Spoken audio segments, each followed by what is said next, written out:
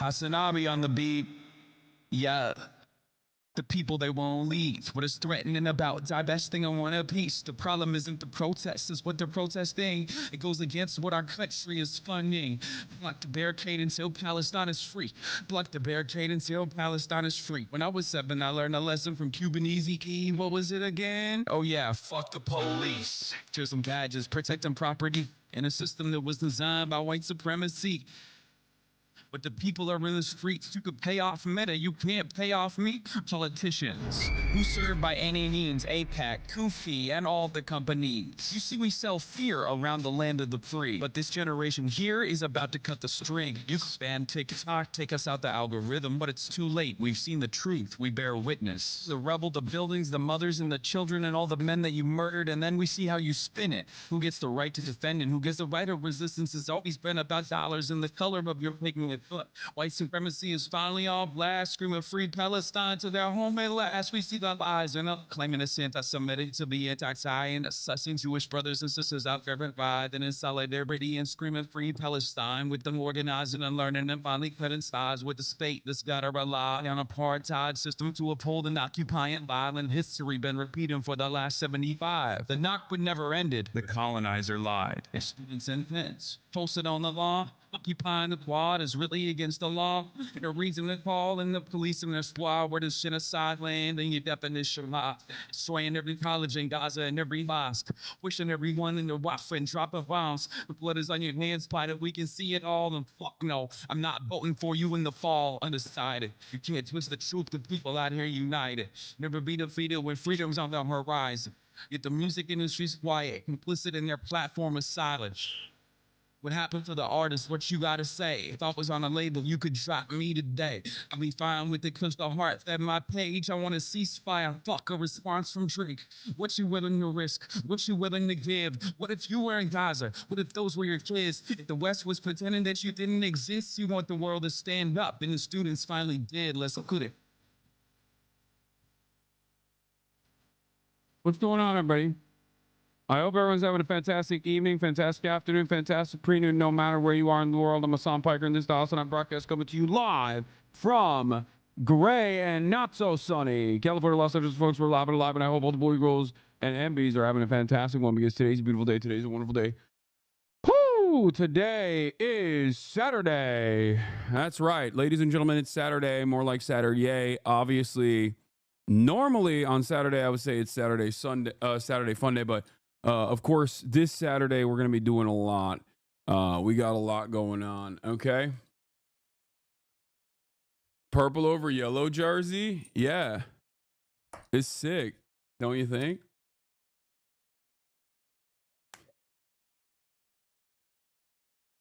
Okay. I like it. Anyway, this is part of the broadcast where I tell you about my personal news as it is the first day of March. It's March 1st, 2025. I'm live. I'm alive. There's a lot going on in the world, and we're going to get to all of it. We're going to talk about all of it, but this is, of course, yes, Ramadan Mubarak, first day of Ramadan. I'm obviously not fasting, so everyone's going to be very annoying about that for the rest of the month. I know, okay? Having said that, however, regardless, okay.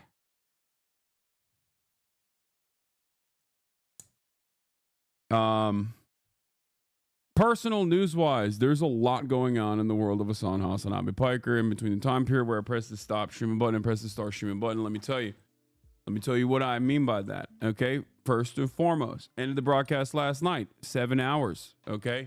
What is that? That's a half day. You already know. Why was it a half day though? Well, I got a pretty good reason for it. And that was because I was hanging out with the freaking boys. All right, I was hanging out with the freaking boys. Not these ones. Not them. Yuck. Okay. Just kidding. Not yuck, but like I'm just very jealous and I'm petty and I don't care and I will admit that I'm super jealous. Yes. Lud and Pokey and Squeaks, like they went and they had much closer seats than myself. But I went with my boys. I went with Nice Wig, Greek, Elam, Saikuno, Buddha. That's right. we went and we watched the Lakers game because it was, yes, I'm forgetting Shake Drizzle, but that's on purpose because honestly, he got the epic chop on that. But anyway, last night was the Lakers game. It was Luka's birthday. He turned 26. Congratulations. Happy birthday, Luka. Okay. Dude, what is bro, this man is out of control. Bro, I'm live right now. You know it's 11. You know it's 11 p.m. I'm live and everyone can hear you. Okay, thank you for telling me that. Yeah, it's 11 a.m. Pacific. You know what I'm doing at this point. Okay, man, whatever. You know, I don't work on the weekends. Yeah, I know. I know. We got to get your ass to work right away. I am working. I have a job. Okay. Well, I miss you, and you were supposed to be here today, by the way. Chat, this is Alexander Lol Overruled, and he was supposed to be here, but I already hit my Judaism quota with Brace with Brace last night. I already. Yeah. Okay, well, that's anti-Semitic, unsurprisingly. Yeah. No, it's cool. Noah's coming tomorrow too. I mean, you're cut. I think you're cut from the rotation. Queuing it up this weekend. I am, yeah, and you're cut from the rotation. You were supposed to be here. You were supposed to be here today to do some gay shit. Actually, I wasn't gonna do it, but I thought you would at least come. Well, I'm not gonna come if you weren't gonna do it because you didn't want to do it. Yeah. Alex wants to do gay shit. Tell them what it is. I don't even know how to explain it. It's like some music video for like an artist about what is it? It's Jordan Firstman. He's like a gay comedian, and he's making a song called "I Want to See My Friend's Dick." Yeah. And he wanted Hassan to be in the music video. Yeah, and I was like, I don't know if I can do that. I don't know if I have time to do that. But anyway. Yeah, you're busy going to the Lakers game and trying to smell LeBron's. Dude, okay, to be underwear. fair. Okay, first of all, having sex with LeBron would not be gay. Okay, hear me out. Okay, hear me out. LeBron is basically a deity. He's like, this is something that transcends beyond like gender. Does that make sense? Like, it's more so pan, I would say. Yeah, you talk about this a lot. It's like worship. It's like you're doing your pilgrimage and then you're doing like, you're doing the bidding of LeBron. Okay. I think, all right, just think about that a little bit. But okay, so Zoran Mamdani, he wants to come on the stream. Oh, that'd be great. Yeah, I would love to. I'd love to have him on. Oh man, okay, yeah, I should. Cuomo is about to drop. I think Cuomo is now coming into the race, which is really bad. I should probably. I know. I mean, yeah, he's been teasing it. I've been. Maybe I should fly out to New York for that though, instead of. Let's go. Instead of having him come here, I mean, instead of having him like come on via Discord. But yeah, we'll figure it out. You can come out here and not hang out with me again. Yeah, I probably would do that. Yeah, I'd probably hang out with like Zoran and then not you, honestly, because he seems a lot cooler than you. All right, man. Well, have a great stream. Have a great day. All right. It's nice to hear from you, Alex. Love you. Bye. Yeah, bye. Wow, he didn't say it back, chat. You see that? He didn't say it back. Who doesn't say it back now? Who doesn't say it back now? Notice? Hurt people. Anyway, Jordan Firstman is good friends with Charlie XCX. You should have agreed to be on the music video. I mean, I don't. No, it's cool. He doesn't love me. It's fine. It's all the anti-Semitism, I think, that I've been doing. That's what it is. He's like, you've been slacking on being anti-Semitic. You need to do more. That's why I don't love you no more. But yeah. Anyway, the reason why I ended the broadcast early was because I was going to hang out with the boys, and I did, and also watch Luka on his birthday. Happy birthday, Luka. He's 26 years old. He dropped more than his age last night, and also be in smelling distance from the GOAT. Now, of course, like we were on the 11th row, so I technically wasn't in smelling distance from the GOAT, but like his aura is so powerful. His aura is so powerful that I could feel it. Like I could feel him inside of me. You know what I mean? Like I could feel my goat inside of me, and his energy and his presence, and it felt amazing. It felt amazing. It felt so sick. No, not Kawhi. Shut up. Ew. No, shut up. Not even in the same. We're not even on the same page here. Okay. Did you run into the field to hug him? I did think about it. I did think about it. But also, it's kind of like, it's like unacceptable. You know what I mean? It's basically, it's unacceptable for me to do that. Like, he has to receive me. You are so weird. Oh, I'm sorry. Yeah, he did. He penetrated my senses. So, I don't think you were on the TV side. It was sad. Yeah, I mean, I don't really give a shit. It was a very fun experience. It was a fantastic experience. I gotta do more stuff like that. I just gotta hang out with the boys shit every now and then. But what is happening? Why is there so many people being like, Hamas Spiker is live again? Someone called Tom home and he's a terrorist. What happened? Is there like a new is there like a new meta again? Is there? You're on Drewski's Insta story? I know, he DM'd me. And I realized I actually DM'd him in 2022 and I was like, would you ever come on Twitch? New Asmin vid? Oh, did Asmin make a new video? Nice. Yes, the number one destination for the number one destination for saying America, okay? America should stop killing people. You were right on them Harden shoes. Them things ugly as fuck. Yeah. Asmin says you're too mean to Rick Scott. Oh, yeah. Not right wing, by the way. But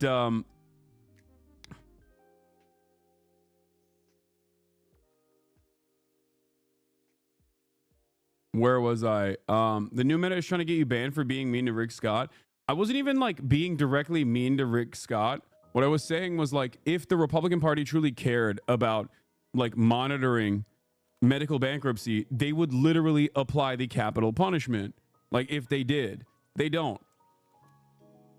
And I mean, he is a world-class Medicare fraud guy. So you can cry about it all day, every day. You can cry about it, try to get me banned for it. Maybe I will get banned for it. Who knows? But it's not going to change the dynamic or the reality. Not going to change what's going on. Same people crying about free speech in the UK. Yeah. I can't believe we're being mean to billionaire Voldemort Rick Scott, who is responsible for the deaths of thousands and also did the largest. Him and X were crying about it. Yeah, they can suck my entire dick from the back. That's what I think. Okay. Asmin said directly that Israel sucks, which is good to hear from him. Oh man, great.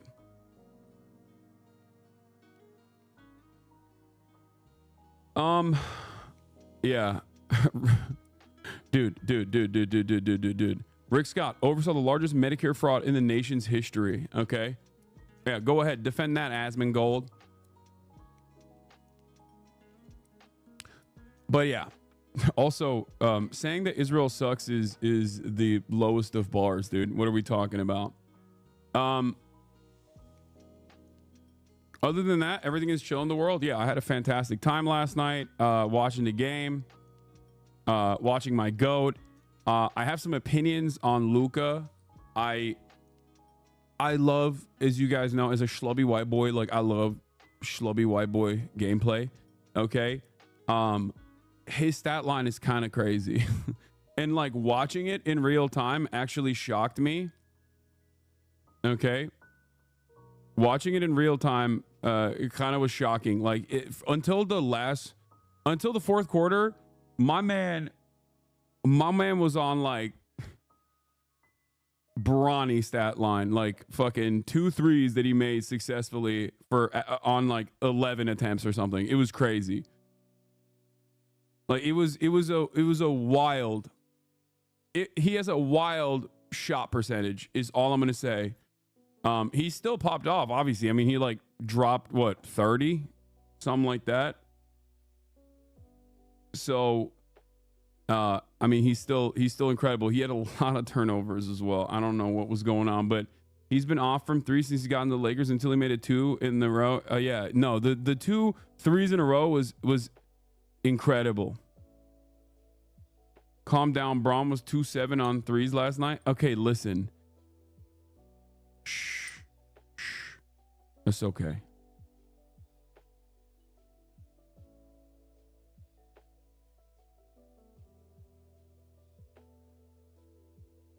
Literally all I saw from that game was Luffy. Yeah, it was sick. You honestly don't know ball. Wait, what? Dude, I'm a Clipper fan. Stop and move on. Terrible defender. Yeah, I was actually going to talk about that part of it as well. I think that's also kind of funny. But Luka does the classic, like, he does the classic, like, lazy defender who has really good hands. That's the other thing that he does, where he's just like straight up. If you've ever played basketball, you've encountered a guy who will let you pass him and then hook you from behind. Okay. And like push the ball out of your hand. Okay.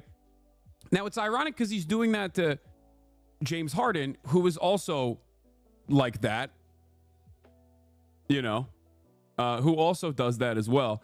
But, he got one charge that was called on him as a foul. That was bullshit. Okay. And I mean, he got 5 fouls by the fourth quarter.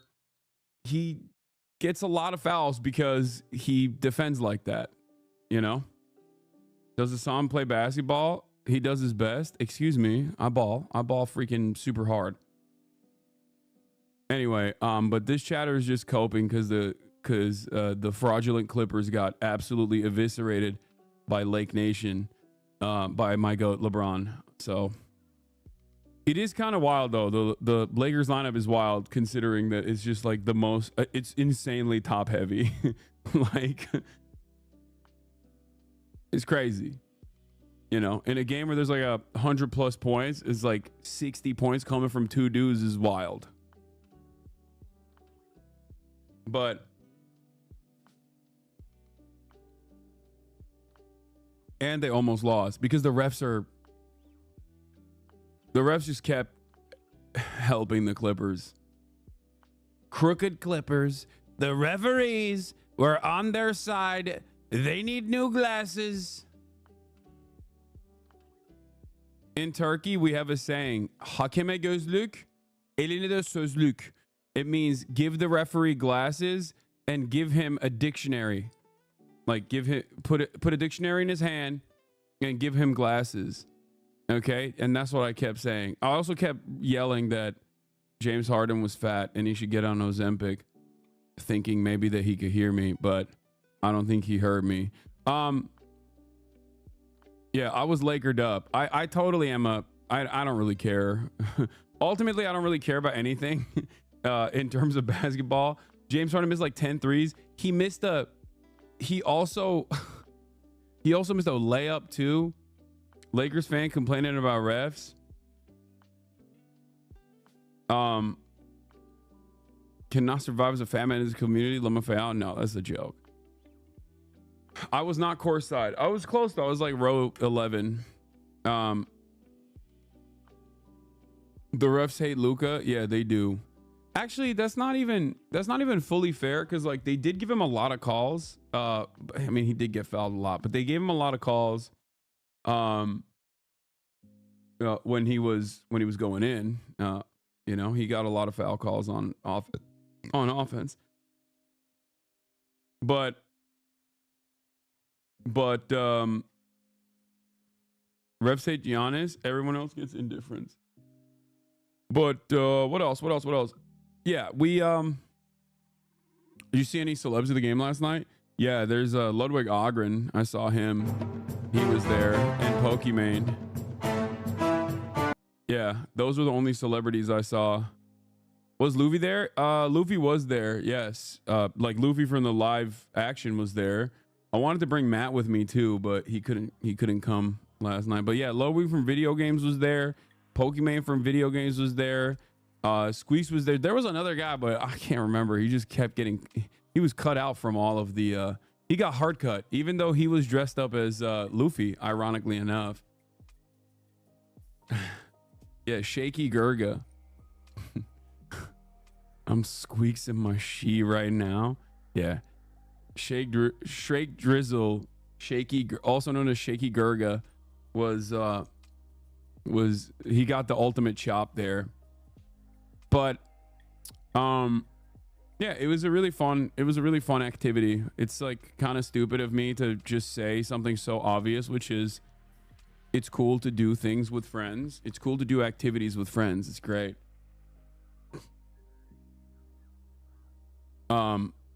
But it is true. Also, yeah, this morning I woke up, worked out, and now we're here. I have a lot of stuff going on today. Obviously, this weekend is a big one. We have today, I have the Oscar nominated No Other Land documentarians who are going to be in the building. I'm going to be talking to them about, you know, the future, about what's going on in Israel, and hopefully they will win. Hassan, you got your shoes? What does that mean? Hassan, we need you on the Lakers ASAP. Did you see Drewski reclaiming the word woke? No, Drewski is using the word woke in the appropriate way that it was initially created, which was a black community meme. And he's actually bringing it back. He's bringing it back to the origins. Like, that is the actual meaning of the term woke.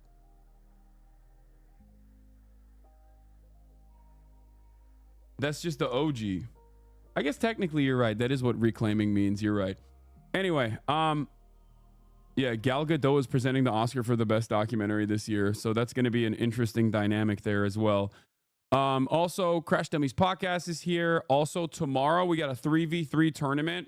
Me and nephew, Jason the Ween, and I, and I don't know who the third guy is, but I think he's like the handsome dude. It might be. I don't know. He said his name is. I don't know. Me and Jason, and then I think it's a dude that is not in phase, but he's like. Hold on. What is that? You guys might know who he is. Let me see. Where the frick is the text message?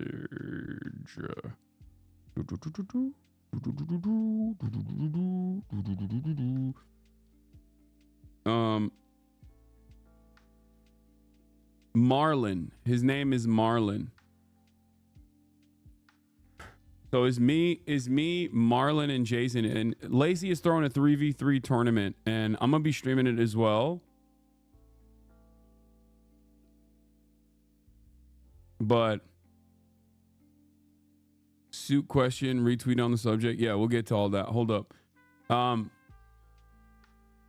So yeah, is me. You guys are winning? No, there's like actual pro ballers that are going to participate, I think. So we probably won't win. No, not Marlon Wayans. But yeah, it's a single elimination bracket, 11 teams competing. And yeah, it's going to be. I'm not wearing a Doncic jersey. I couldn't get a Doncic jersey. They were sold out. But I got a LeBron one, which is fine. LeGoat. I also got the shirt that they gave. They gave exclusive shirts out for the night. It was Eiichiro Oda drawn Luffy in a Lakers jersey. You basketball game is pretty good though, bro. We should be good here. I think so. We'll see. But anyway, yeah, that's that. Like I said, we got a big week ahead of us, big weekend ahead of us.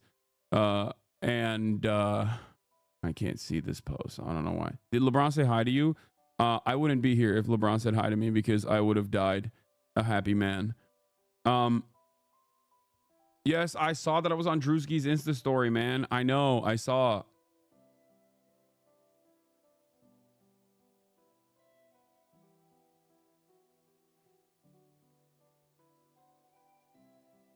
Please check out Elon Musk interview. Yeah, if we have time, because we have so much going on today. It's gonna be hard. But we'll see. Unc would be under them covers with Legoat, or at least I would.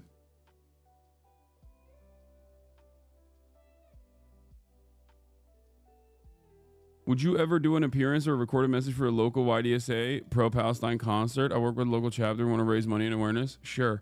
Okay. The Elon Rogan suckfest is going to be boring and annoying, because it always is boring and annoying. They just sit around and then Elon just says a bunch of like right-wing Republican nonsense, and then Joe Rogan goes, yeah, you're right. Yeah, it's sick. Joe Rogan has become, you know, the most annoying dick rider of wealthy billionaires, like Mr. Independent Voice over here. All right, let's blast off.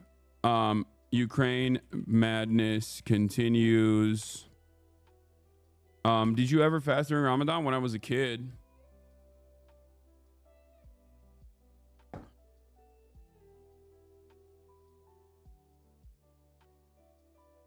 Asmongold demands I get banned. Drama. No other Oscar noms for No Other Land are in the building to talk Israel Palestine. Not gonna lie, I'd love to see how you'd react to a successful rage bait while fasting. I would go crazy. I would lose my mind, I think. Yeah, Crash Dummies pod returns. Plus training for 3v3 later with Jason. Get in now. PKK Turkey ceasefire, is that significant? Yeah, that is significant. We'll talk about I haven't read enough about the Turkey stuff, because obviously the Ukraine stuff was going crazy. So I'm not, you know, I'm not super up to date on what the hell's going on, but it's not shocking to me that Turkey is at the table. Why don't you try fasting like one day? No.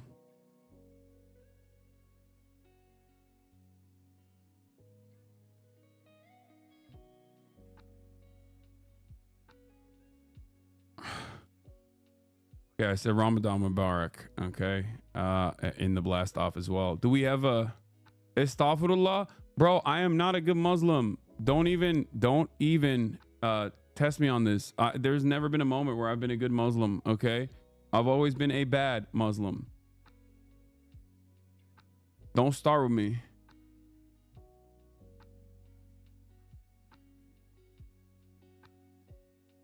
All right, do we have a blast off meme or not? Let's see. Knee brace, that's funny. Okay, all right, we'll use that one. Let's go. All right. Where is it?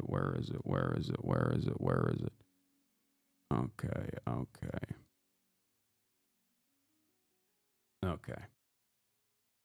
Jokic owns LeBron. Original woke is not a black community thing. Original woke is a weed, LSD, shrooms user thing. It's so annoying how it got reappropriated. Okay, I don't care. No Other Land guys are coming at 1. And I'm kind of early for that reason as well, because there's a lot I want to get around to before they pull up. It didn't show me you were live. I had to click on your profile. What?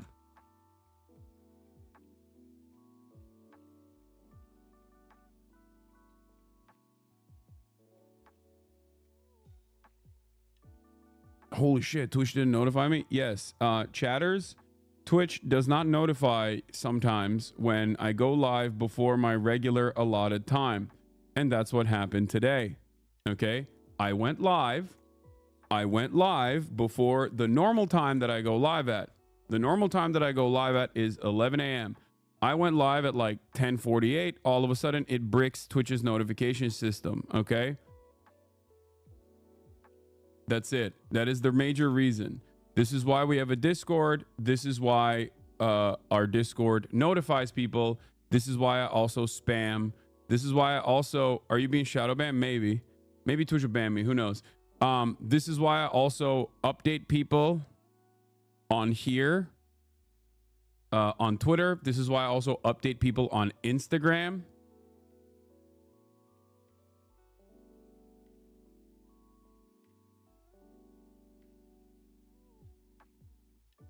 The reason why I do it on every avenue I can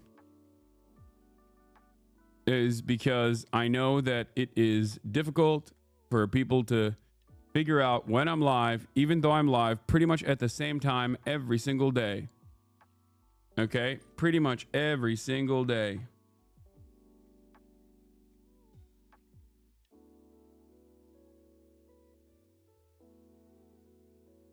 The Drewski repost is gone. Maybe he deleted it. He did. maybe he got the boss call and someone was like, bro, what are you doing? Don't post him. He's problematic. And he deleted it. I don't know. I only rely on your IG stories to know when you go live. That's the only way I've ever known if you're live.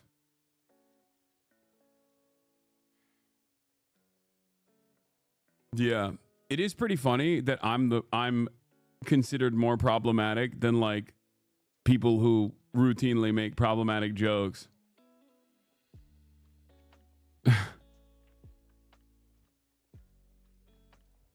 You know, God forbid.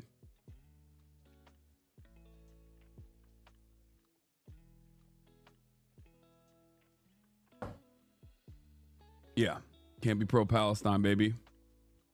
You do all your social media yourself.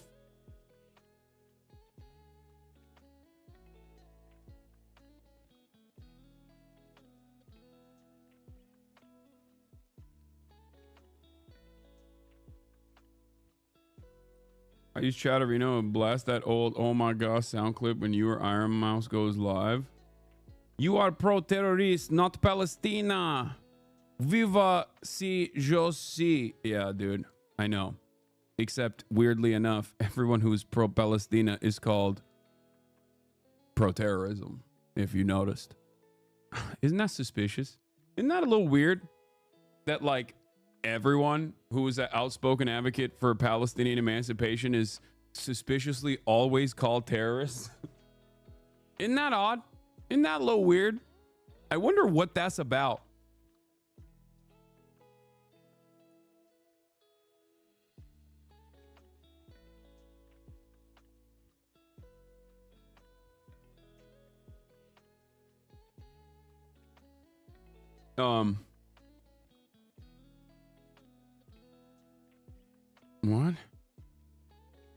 What? Why shirk off what I said and just say, oh, I don't care, or what doesn't matter? Maybe consider how implicated drugs and being able to break away from the capitalist construct are, even though I know you aren't a weed head. Weed heads are your community. Okay, dude, please stop being annoying.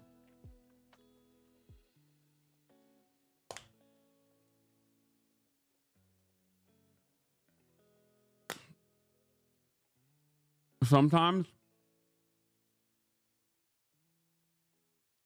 when I say, hey, I don't care about that, that's actually to save you, okay? Because then I'm saving you from the trouble of going through this like advocacy for weed heads, which is not going to garner you any sort of support in this community and most likely make you look annoying. You know what I mean? Just smoke your weed and enjoy it. I don't care. You know, have fun.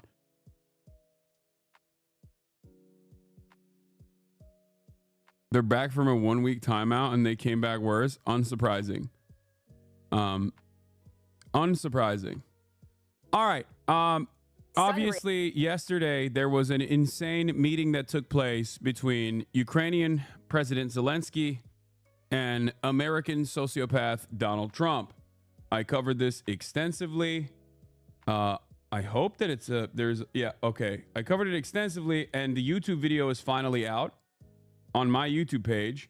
Don't know why we talked about the Trump administration releasing the Epstein docs first. My editors have been slacking a little bit lately. I don't know what the hell's going on there. They're just like uploading things back to back to back and also uploading them like 3 days later. But luckily they uploaded this one. You can go check that out. But in any case, here's where we are. Yeah, it's because I don't pay them. That's probably what it is. It's because they're trapped in my basement, slaving away.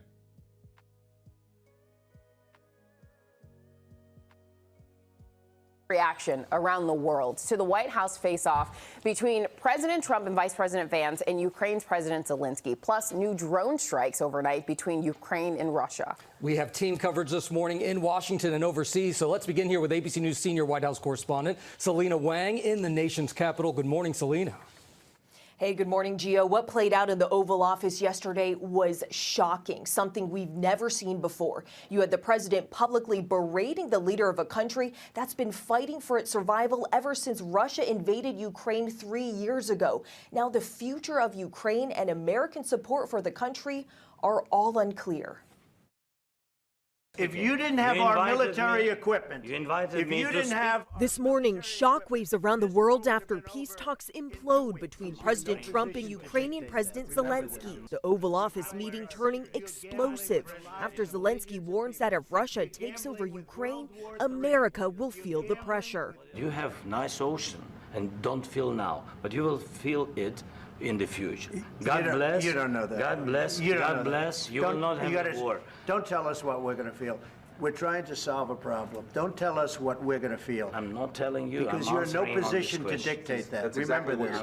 You're in no position to dictate what we're going to feel. We're going to feel very good. You will feel influence. We're going to feel very good and very strong. You will feel influence. You're right now not in a very good position.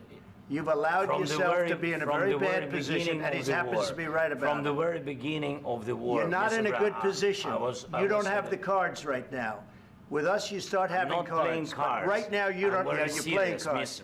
You're playing cards. You're gambling with the lives of millions of people. You're gambling with World War III. Vice President J.D. Vance jumping in to berate Zelensky. Have you said thank? I hate him so much.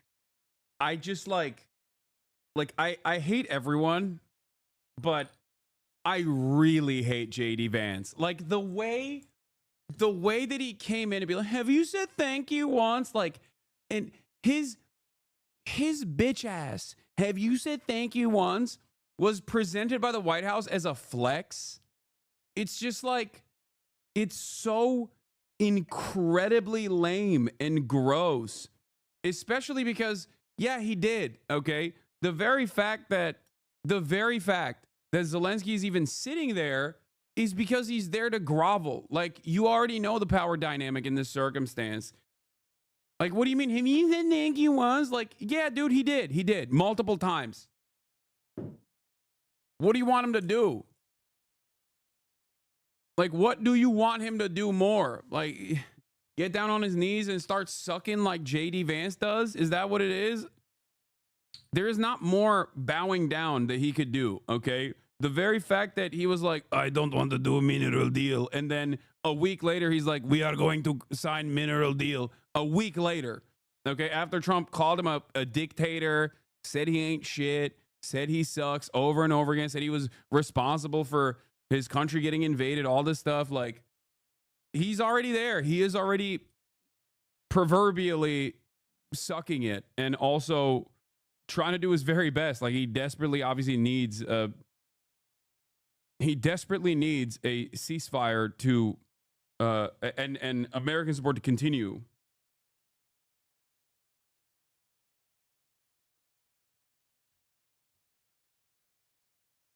Well, since you put me on blast, I mentioned I'm coming back from a 1B and apparently coming back worse. I'm going to stick up for myself because you guys are the ones that are annoying. I was just trying to talk about the original woke is a drug thing. Why is this annoying?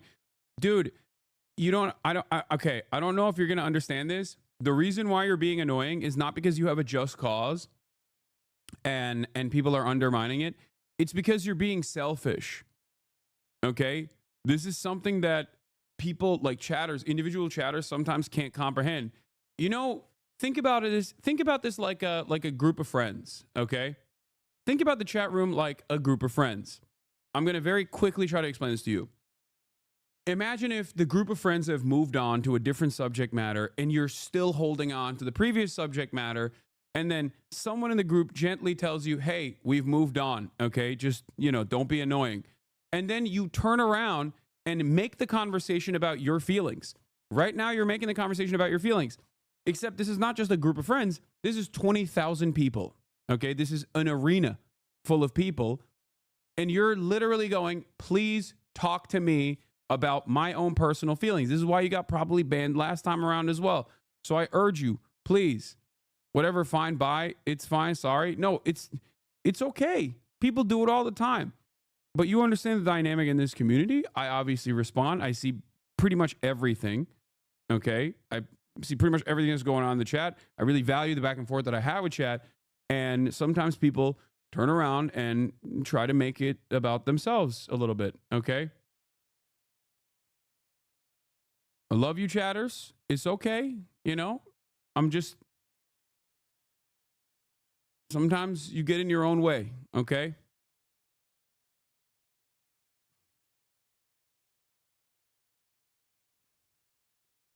Let's get back to this.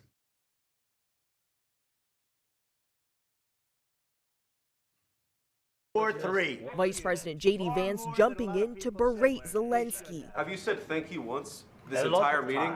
No, in this entire meeting, have you said thank you? Zelensky. Have you said thank you once? He has. Okay. Not only is his appearance there on this day to sign this mineral deal the endless thank you, okay? But also on top of that, he did say thank you directly numerous times. But this is not about thank yous, or rather, it should not be about thank yous, okay? It should not be about thank yous at all. It should be about, like, this conversation should have taken place privately, okay? And under different circumstances, regardless of party loyalty, regardless of whether it was Republicans or Democrats, this conversation does take place, usually. It just takes place behind closed doors. The very fact that it happened in front of a press pool is crazy. Like, your ego is inconsequential in the matter.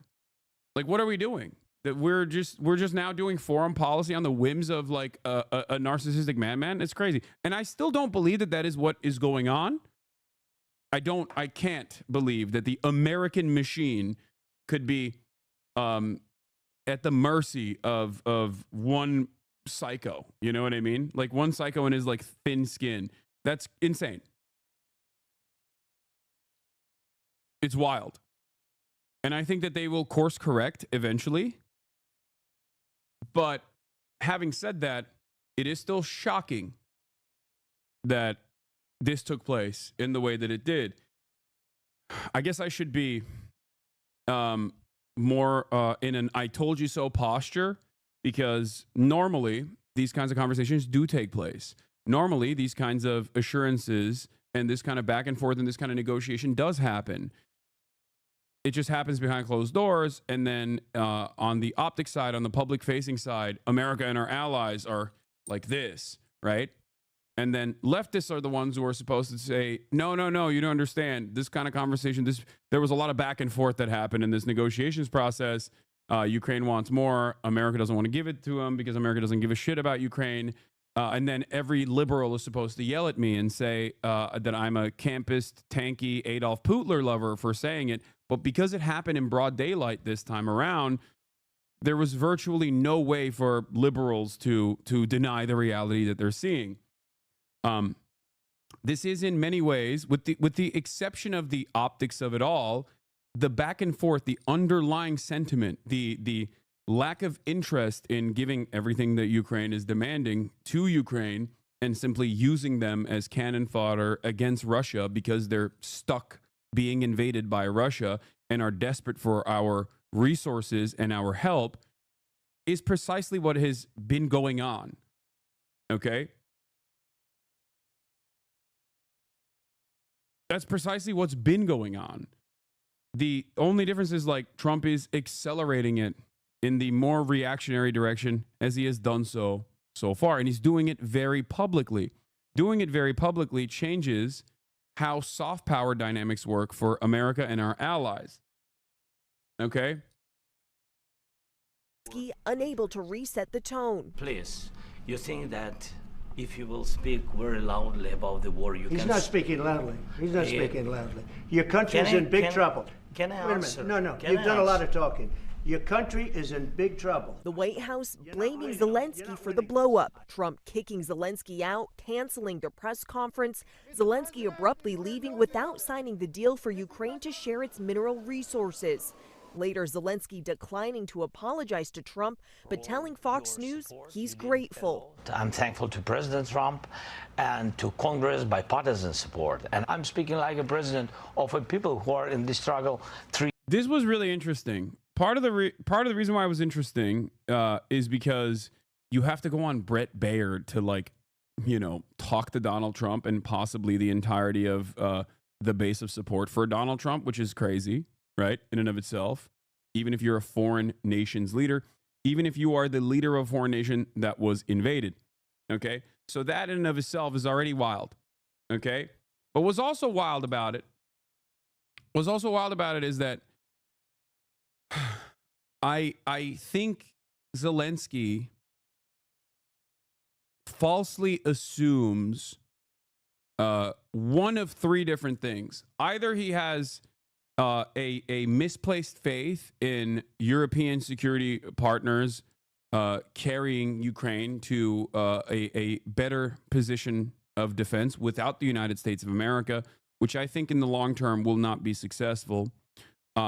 Or he thinks that the American public is not unimaginably selfish and will actually listen to reason, because he didn't stand down on Brett Baird's broadcast. He did not apologize. He didn't stand down. He just straight up was like, he just said it like it is. The situation on the ground is terrible. We obviously need support from America. I'm the president of my nation. I'm not going to, let my people be undermined.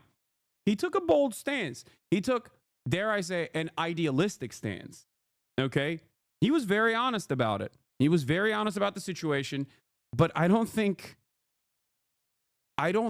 he understands that showing conviction like that is not going to move the needle for Americans. It's certainly going to piss off Donald Trump even further, and because he's an absolute sociopath, I feel like he's just going to respond in the worst way possible to this.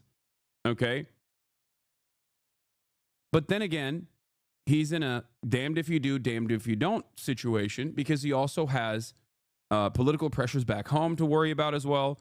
He obviously can't grovel and beg as Trump regularly tries to humiliate him. And even outside of everything else, even if he were to grovel and beg, as he has done within the confines of reason, there's no assurances that Trump will play ball. If that makes sense. No, I do understand the position he's in. He has no practical option. No. That's precisely what I'm saying. I'm saying that there is literally nothing he can do in this situation. This is a horrible, horrible situation to be locked into. Okay? So I don't know. I don't know what happens from this point on, because Trump is so petty, even though foreign policy still moves in whichever direction, regardless of what Trump's statements are. And we've seen that with the way he's communicated with Israel, right? About Israel saying, like, you can do whatever you want, go kill, you know, we're going to ethnically cleanse Gaza or whatever. And then Steve Witkoff will come and play the role of cleanup to be like, he doesn't mean it. Like, he just wanted our Arab partners to get more involved in this deal or whatever the fuck, right? Like they'll always like end up playing catch up. After the fact, they always will sweep for Donald Trump and try to fix the posture and make it seem more reasonable when it's not. But like, with respect to you know,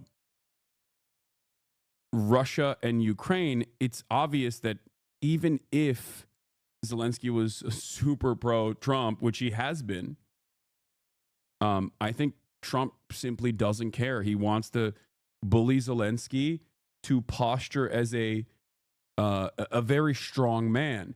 Ested had a really interesting take on this as well. Yeah, my immediate thoughts, this direct-to-consumer politics is core to the White House appeal, same as televised cabinet meetings. Also, huge gap in media coverage of Zelensky, positive and moralistic, and plummeting voter support for Ukraine aid. Course correction was politically overdue. Never seen anything quite like this, says David Cleon. This is the kind of exchange we read about from high-level leakers who were in the room, but they're carrying on like they're not surrounded by the press. Wild. So that's why that was what was so shocking. It wasn't shocking that Trump was like bullying Zelensky, okay? Because that is how we treat our allies. That is how we treat our proxies. Because the reality of the matter is, we do hold all the cards in this situation, right? I'm not an avid viewer, but this is the dumbest take I've ever heard. Okay. You can maybe elaborate on why you think it's dumb or what your opinion is, and we can work on that. But he needs to eat his ego. Dude, he did eat his ego. You're wrong. Zelensky already ate his ego. Zelensky appearing here today to sign a mineral deal that he said he doesn't want to sign initially was already him eating his ego. And Trump took advantage of that and used it to further undermine him. That is my point. Like, he was there to kiss the ring. Like, what else is he supposed to do? He's stuck. He needs American help. Okay? Oh, Lex Friedman. Wait, Lex Friedman deleted. Wait, Lex Friedman deleted his post. I said, I want a ceasefire and wished for Biden to secure one when Ukraine had max leverage, and libs called me an Adolf Putler lover for years. Zelensky came to sign a mineral deal after Trump called him a dictator and falsely blamed him for Russia invading his country. You are dick riding. And then he deleted the tweet. It was because he had this like long tweet about how he's like, I just want peace, and I think Zelensky did the wrong thing. He made a follow-up. I regret engaging in the political dumpster fire of the Trump-Zelensky meeting. I simply want to do my small part in building bridges and pushing for long-lasting peace. I'll try to focus on that through long-form, nuanced conversation with people on all sides. I love you all. Yeah, the amount of disrespect President Zelensky showed to Donald Trump and the American people today was insane. This was a mistake. I have tremendous respect for President Zelensky and the heroic actions he took in the early days of war. I genuinely don't understand how you can look at the situation and be like, how dare he talk back? Like, at all. Like, do people not understand the dynamic leading up to this moment? Do people not comprehend like how much dick eating Zelensky has had to do up until that moment already? Like, what are we talking about? Donald Trump literally called him a dictator, said he was responsible for his country getting invaded, said he's going to take all of his natural resources, said that, you know, we've been giving you so much money, you're a failed comedian, yada, yada, yada, all this shit. And Zelensky still, obviously, understandably, because he needs American support, came to the United States of America to sign a fucking mineral deal that he didn't want to sign initially. And then in that very moment, Trump is like, no, you stop talking. And they kicked him out. Like, that's crazy. That is crazy. You have to be so hopped up on cult fumes to look at this dynamic and be like, yeah, Zelensky really fucked up here. Like, what is he supposed to do? What more can he do? What more is he supposed to do? Like, I'm sorry. I mean, this is ridiculous. I did not think he was being disrespectful. I think that I did not think he was being disrespectful at all. Unless you thought that he was supposed to get on his hands and knees. He was being disrespected. He was being disrespected endlessly. And he still was just there to kiss the ring to the best of his ability. And I think they still, like, I think that they, you know, still very obviously wanted to use this as an opportunity to completely destroy him, to shit on him. Zelensky should have done his homework. Watch Fareed Zakaria explain how to handle Donald Trump on real time. No, all of these guys are wrong, okay? You want to know why I think all these guys are wrong? Because they're making it seem as though like this is a Shinzo Abe situation. Shinzo Abe, beloved by Donald Trump, was always demonstrating fealty to him, okay? Always. He was one of the few American allies that from the jump was super pro-Trump. When all of the other European allies were shitting on Trump, he was there by his side. Okay? R.I.P. Shinzo Abe. Now, that is a different dynamic, though, because Donald Trump already thinks Zelensky is an op. Okay? Donald Trump already thinks of Zelensky as an op. He does not see Zelensky as a asset even. He thinks that Zelensky is a fucking op. He thinks Ukraine is lib shit, okay? He thinks Zelensky should have given him blackmail so that he should have never lost to Joe Biden, and he is an op from day one, okay? He's an op from the last time. And he thinks, perhaps because of the unimaginable amount of support, mostly from the Democrats towards Ukraine, that he and his base attribute Ukraine to liberal nonsense. Like, they think Ukraine is just lib shit. It's crazy how you profit off this bullshit. Whew. I'm a political commentator, brother. I don't know. Maybe you'll understand it one day. That's just kind of how it works. Profit off the shit. Runs no ads. All the revenue comes from voluntarily people subscribing because they want to support the show. Okay? Doesn't even monetize most of the content. Allows his fans to monetize it to the best of their ability. And you're over here still fucking complaining, still chirping. Go yell at somebody else.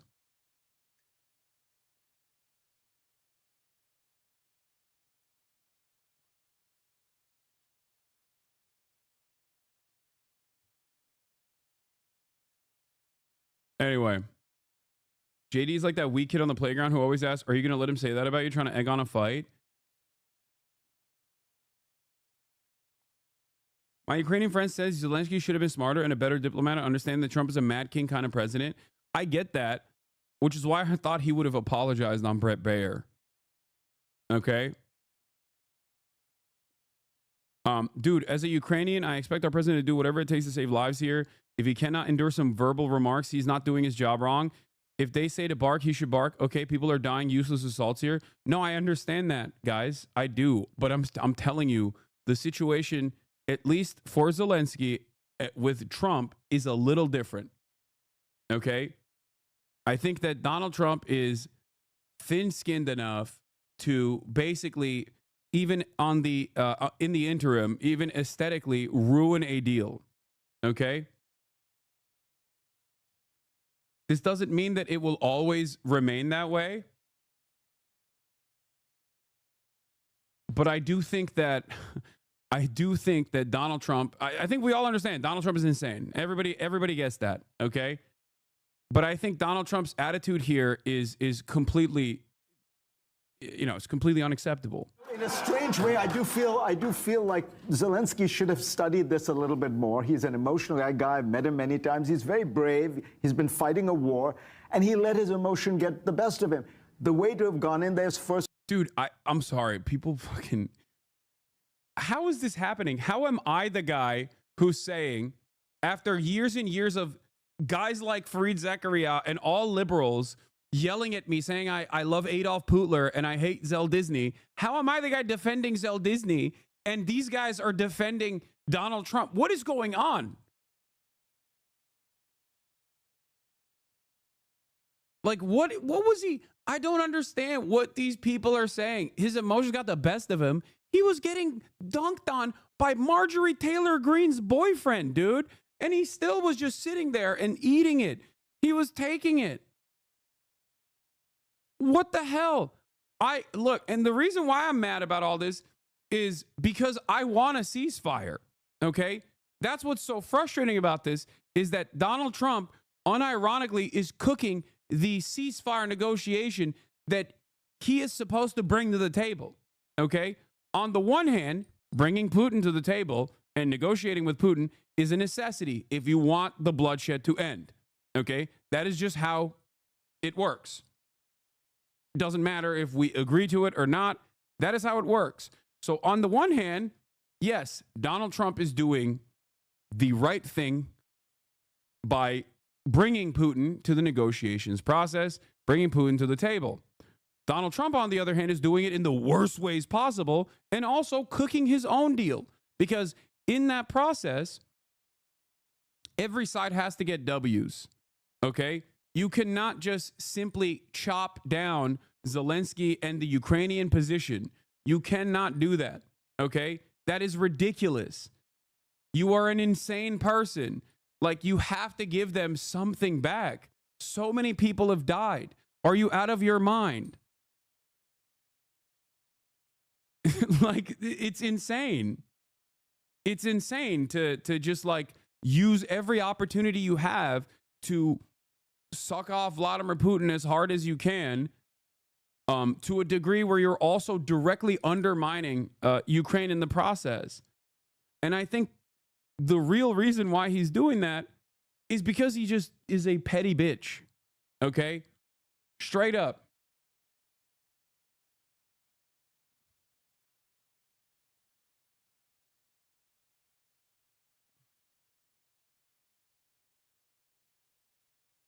So many people had to die, yet it's right to give Zelensky more weapons. That's not what I'm saying, dude. What are you talking about? I'm saying that if you put forth a ceasefire and a negotiation, okay, and bring Vladimir Putin to the table while also undercutting Zelensky and undercutting the Ukrainian position and saying that they're responsible for Vladimir Putin invading them over and over again, okay, you're literally, you're not coming to the table in good faith. You're just actively telling everybody that your goal is to offshore and dump all your older weapons on Ukraine, undermine the Russian military, and then pick apart the rest of the country for scraps. Like, he's just saying the quiet part out loud, but in the process, he's also developing an unimaginable amount of resentment from Ukrainians, okay? And there is no, like, you're making it less likely for any kind of real ceasefire negotiation to take place. And as someone who is an advocate for a ceasefire in perpetuity, I get very frustrated when I see that. Okay?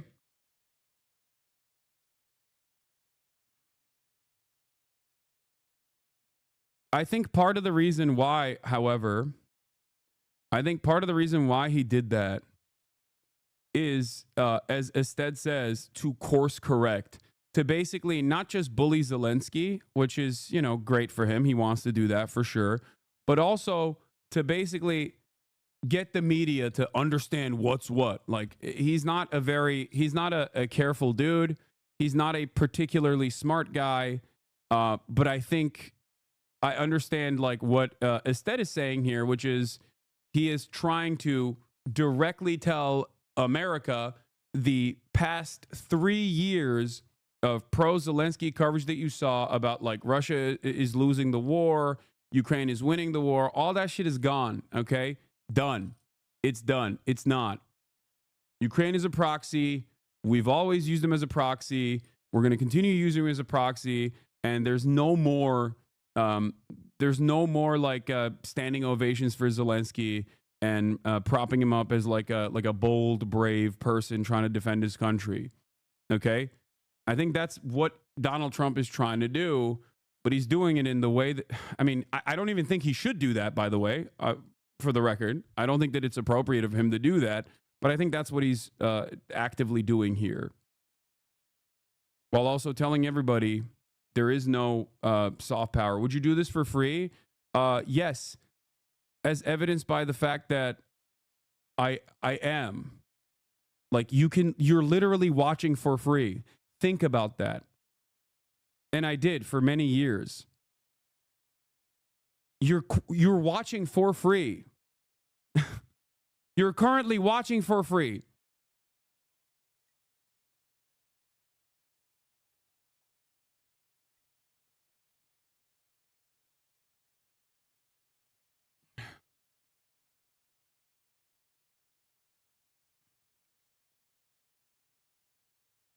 And do you actually think that Ukraine needs a security guarantee that Zelensky is arguing for which Trump seems to not prioritize as much? So in terms of that back and forth, in terms of like Zelensky saying, we need a security guarantee, and Trump being like, you're not going to get it, fuck off, right? That conversation should not be happening in broad daylight.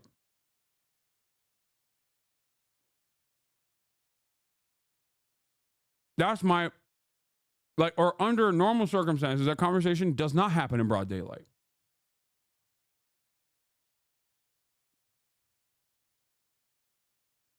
Because when it does happen in broad daylight, that means America is becoming even more actively violent and taking ownership over their selfish nature. And in some ways, I think it's a radicalizing moment for a lot of people. And, I hope people learn the right lessons, but I think it's going to break the brains of a lot of people. They're not going to learn the right lessons from this. They're not going to be like, oh, I get why Hassan always says America bad and then explains the reasons as to why. I think they're just going to look for alternative reasons. You know what I mean?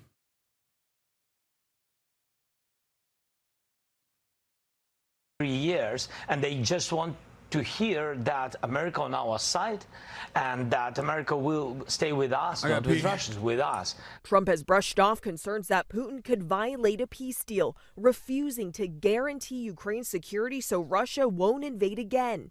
I asked the president who he trusts more. Do you trust Putin or Zelensky more? Look, I don't trust or distrust anybody. I just want to get a deal done. And if the deal happens, good.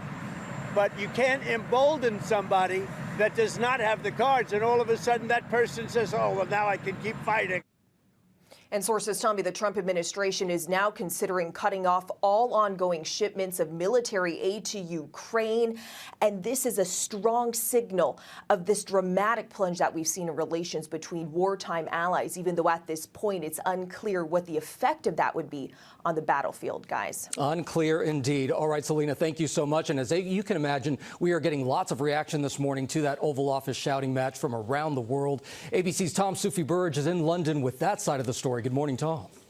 Good morning, Gio. Yeah, alarm bells are really ringing out across Europe this morning after that jaw-dropping bust-up. European and other Western leaders are rallying behind President Zelensky in Ukraine, but Western diplomats now have their work cut out to try and mitigate the damage. The reaction in Ukraine so far is a near consensus that President Zelensky stood up for his people, trying to correct misconceptions and even at times disinformation from the Trump administration about the war, and also fighting for Ukraine's baseline, that they can only accept a peace agreement if there are security guarantees to prevent Russia invading yet again. Now, despite his principled cause, some analysts are questioning whether Zelensky, at a disadvantage in a foreign language, might have misjudged the moment.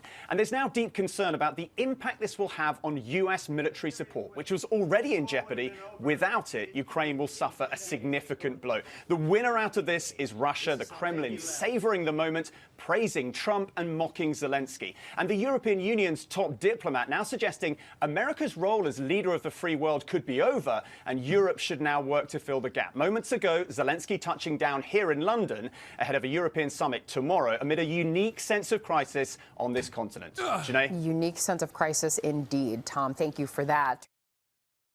Why is nobody talking about China, man? All right, here is the CNN exclusive. You don't see all the things that lead up to this. Rubio defends Trump.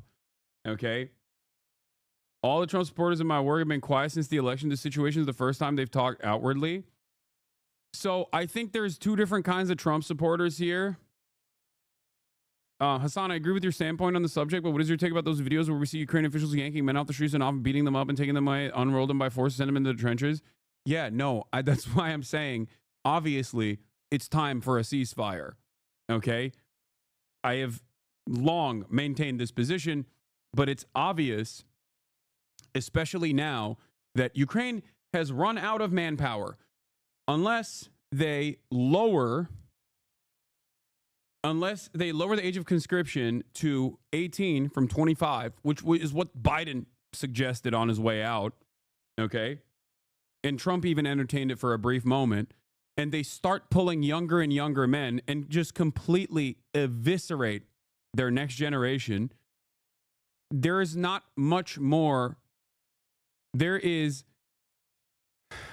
not much more time that Ukraine has in this process. On the other side, it's not like Russia is cruising through this either, okay? They're not cruising through this as well.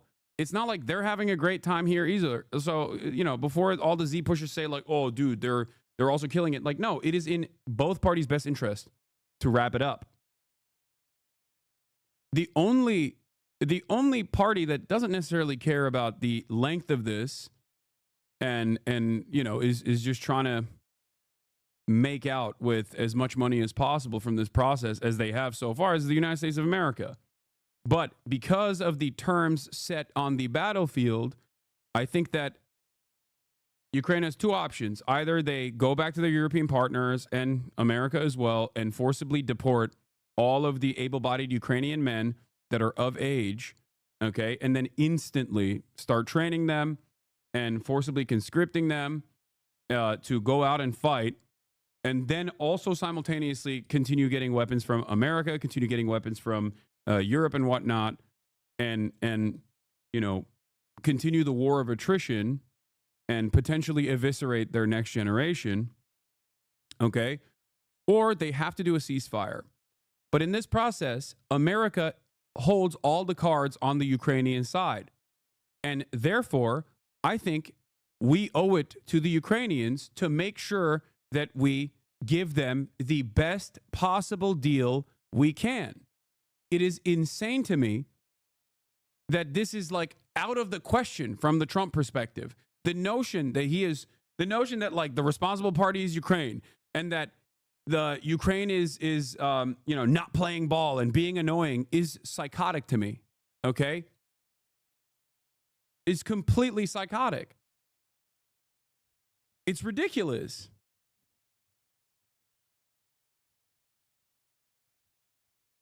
Yes, I'm fairly certain that Zelensky himself also recognizes the conditions on the battle lines. Okay, he's not delusional. He sees it. Everybody that even OSINT Twitter sees it. Okay, the only people that don't see it are people that only hear about this stuff every now and then from MSNBC and New York Times or whatever, because like there is also an active war of information happening as well. Russia keeps saying they're cruising and it's awesome and nobody died or whatever. And Ukraine says basically that their battle lines are hardened and that they're totally doing a great job and that any day now they're going to push back the Russian forces. And the Kursk offensive was a massive success and they took Russian territory and therefore, you know, they'll have a bargaining chip in that regard. And I think that the casualty numbers, I suspect that the casualty numbers are fairly high, like very high, higher than the way that it has been presented for both sides.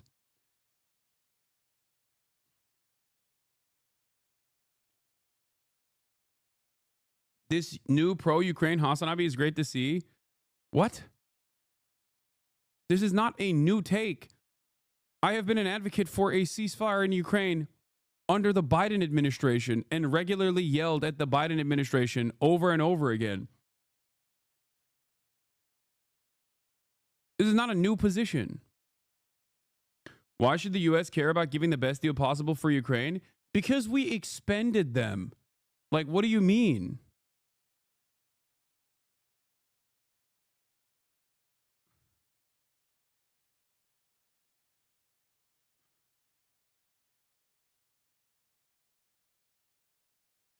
And my source tonight is the Secretary of State who is in that room today, Marco Rubio. Thank you so much, Secretary Rubio, for being here. We just heard from President Zelensky. He said he does not think that he owes President Trump an apology for what happened inside the Oval Office today. Do you feel otherwise? I do, because you guys don't see, you guys only saw the end. You saw what happened today. You don't see all the things that led up to this. So let me explain. The president's been very clear. He campaigned on this. Yeah, the take I've always had is finally the most pro-Ukraine take in liberals' eyes, because they have arrived at my conclusion years later. Okay, after years and years of yelling about how I love Adolf Putler with out-of-context clips that I found out later were directly advocating for the exact opposite thing that they claimed I was advocating for, by the way. And moments where I like lose my shit on a chatter and respond to them for 10 seconds, as though that in and of itself is indicative of the, hundreds of hours of commentary on this process. Finally, they've also arrived at the conclusion that like maybe a ceasefire could be a good opportunity, and they're like shedding their delusion on this, or maybe even recognizing that America has been using and abusing Ukraine because they're not interested in Ukrainian emancipation, but simply interested in making money. Lo and behold, and also, undermining a foreign adversary. That finally they've arrived at the similar conclusion that I've had. So now they can turn around and say, "Oh, wow, you're pro-Ukraine, I guess." He thinks this war should have never started. He believes, and I agree, that had he been president, it never would have happened. Now here we are. He's trying to bring an end to this conflict. We've explained very clearly what our plan is here, which is we want to get the Russians to a negotiating table. We want to explore whether peace is possible. They understand this. They also understand that this agreement that was supposed to be signed today was supposed to be an agreement that binds America economically to Ukraine, which to me, as I've explained, and I think the president alluded to today, is a security guarantee in its own way, because we're involved. It's now us. It's our interests. That was all explained. That was all understood. And nonetheless, for the last 10 days, in every engagement we've had with the Ukrainians, there's been complications in getting that point across, including the public statements that President Zelensky has made. But they insisted on coming to D.C. This agreement could have been signed 5 days ago, but they insisted on coming to Washington, and there was should have been a very clear understanding. Don't come here and create a such scenario where you're going to start lecturing us about how diplomacy isn't going to work. President Zelensky took it in that direction, and it ended in a predictable outcome as a result. It's unfortunate. That wasn't supposed to be this way, but that's the path he chose, and I think, frankly, sends his country backwards in regards to achieving peace, which is what President Trump wants at the end of the day, is for this war to end. He's been as consistent as anyone can be about what his objective is here. But what specifically do you want to see President Zelensky apologize for? Well, apologize for turning this thing into the fiasco for him that it became.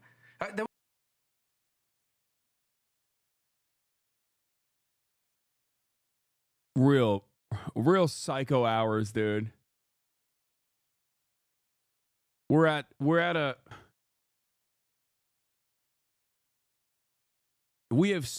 devolved so much. It's crazy.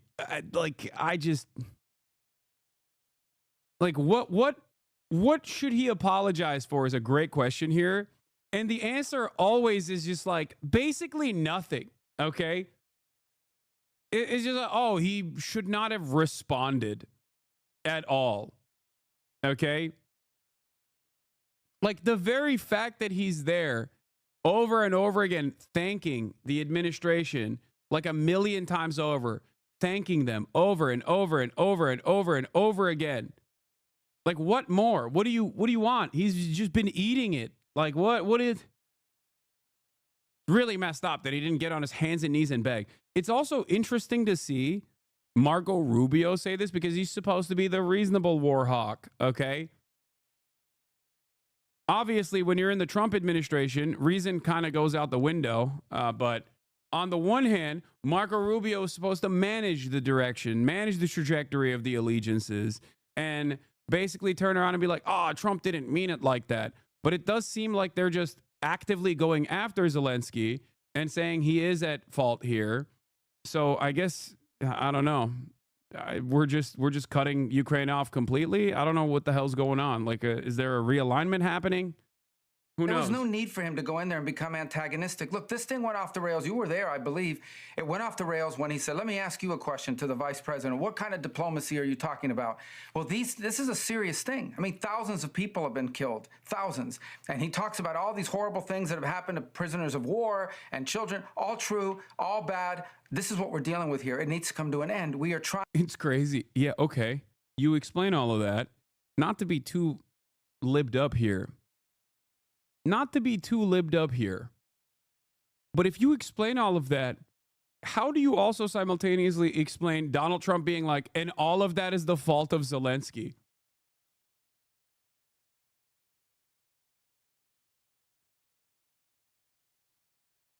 How does that make sense?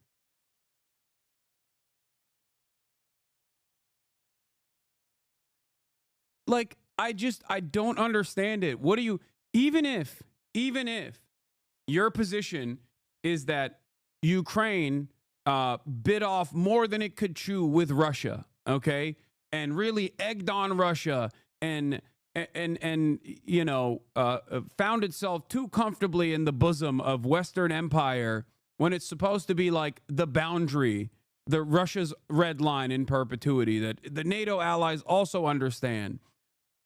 Okay, even if that's your position, how the fuck is that still Zelensky's fault? At that point, you should be blaming previous administrations, but you can't do that because Donald Trump also was a previous administration president.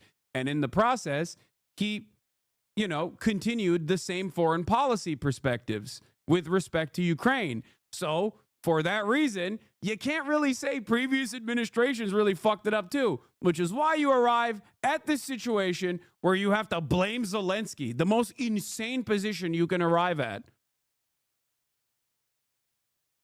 That's it. That's it. That's literally it. Okay?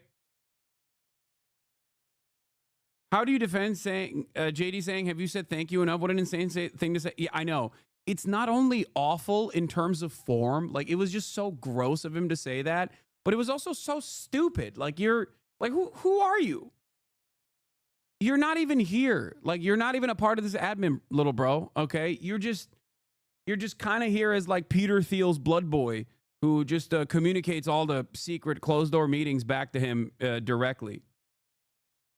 Trying to bring it to an end. The way you bring it to an end is you get Russia to the table to talk. And he understands that attacking Putin, no matter how anyone may feel about him personally, forcing the president into a position where you're trying to goad him into attacking Putin, calling him names, maximalist demands about Russia having to pay for the reconstruction, all the sorts of things that you talk about in a negotiation. Well, when you start talking about that aggressively, and the president's a deal maker, he's made deals his entire life, you're not going to get people to the table. And so you start to perceive that maybe Zelensky doesn't want a peace deal. He says he does, but maybe he doesn't. And dog, why is he there then? Why is he there?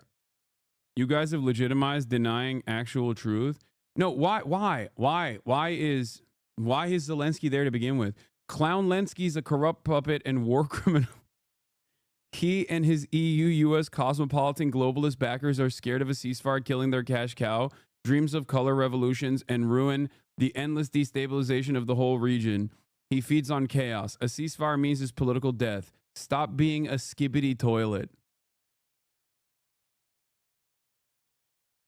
Dog. I don't even know where to begin to address this. Okay? Donald Trump is literally the EU-US cosmopolitan globalist backer. He is that guy. What do you think his solution is here? Like what? No, this is such an insane thing to say. Donald Trump is the president of America. He is not a Maoist third worldist, dude. Wake up. Okay? No, I will be skibbity. And you need to stop phantom taxing. Okay? I will be so skibbity. I will stick out my gat for the Rizzler. Stop it.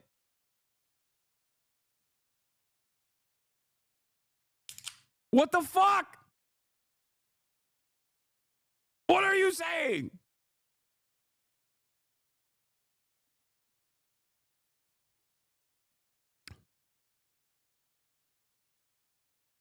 And that active like, dude, Unc, you're washed. You brain rot isn't convincing. Okay. The question I always have for these guys, is this. Okay.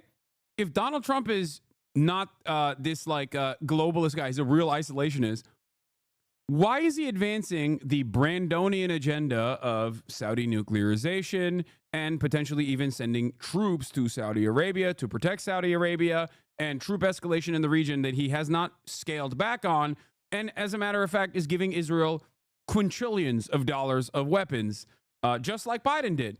Why is that the case? Can one of these fucking MAGA communists respond to this question? Can someone explain to me what the Maoist third worldist position of Donald Trump is?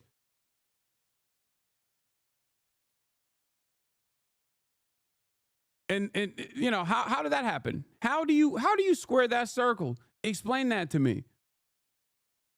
Why is he just deep-throating Benjamin Netanyahu on a daily basis? How does that work? Open undermining of efforts to bring about peace is deeply frustrating for everyone who's been involved in communications with them leading up to today. And I think he should apologize for wasting our time for a meeting that was going to end the way it did. You yourself have said previously that Putin cannot be trusted in negotiations. That was the point that President Zelensky was ultimately making during that conversation, is that there cannot be an agreement without security guarantees, because he was talking about all the ceasefire agreements before, or agreements that Putin has just blown past. I mean, do you still feel that way, that Putin cannot be trusted in these negotiations? Well, I was there yesterday when the president said in front of the media that our... Yeah, this is also... The liberal position here is also kind of silly, too, because, like, when you're in the midst of, like, securing a ceasefire deal with the other party, yeah, you're not going to constantly talk about, like, how they can't be trusted. They can't be trusted. Like, what do you mean? That's the one aspect of Trump's commentary that if he wasn't an insane person, I would understand. I'd be like, yeah, you can't, like, we get it. Okay? I understand. Yes, Vladimir Putin can't be trusted. Okay? I know. Trust me. I know. Look at the last 3 years. But the point is, if the options in front of us are unlimited battle and trench warfare, as both parties are just butting heads in the meat grinder, okay, and a conditional ceasefire agreement that might actually fall apart once again because of destabilization from the Russian side, then you go back to square one. That's it. You go back to permanent war. That's it. That's it. That is literally my argument, and was my argument when liberals used to get mad at me all the time. They were like, appeasement. You're doing appeasement. You're doing appeasement to Russia when you say you want a ceasefire. It's like, no, dude. I see the situation. I see the writing on the wall. When it comes to nuclear arms, when it comes to nuclear nations, the dynamic is very different. There's a reason why there is no no-fly zone over Ukraine. Why do you think there is no no-fly zone over Ukraine right now? Ukraine wanted it. It's a perfectly understandable desire. Why is there none? Think. That's because two nuclear armed nations are not going into conflict with one another because the nukes will start flying.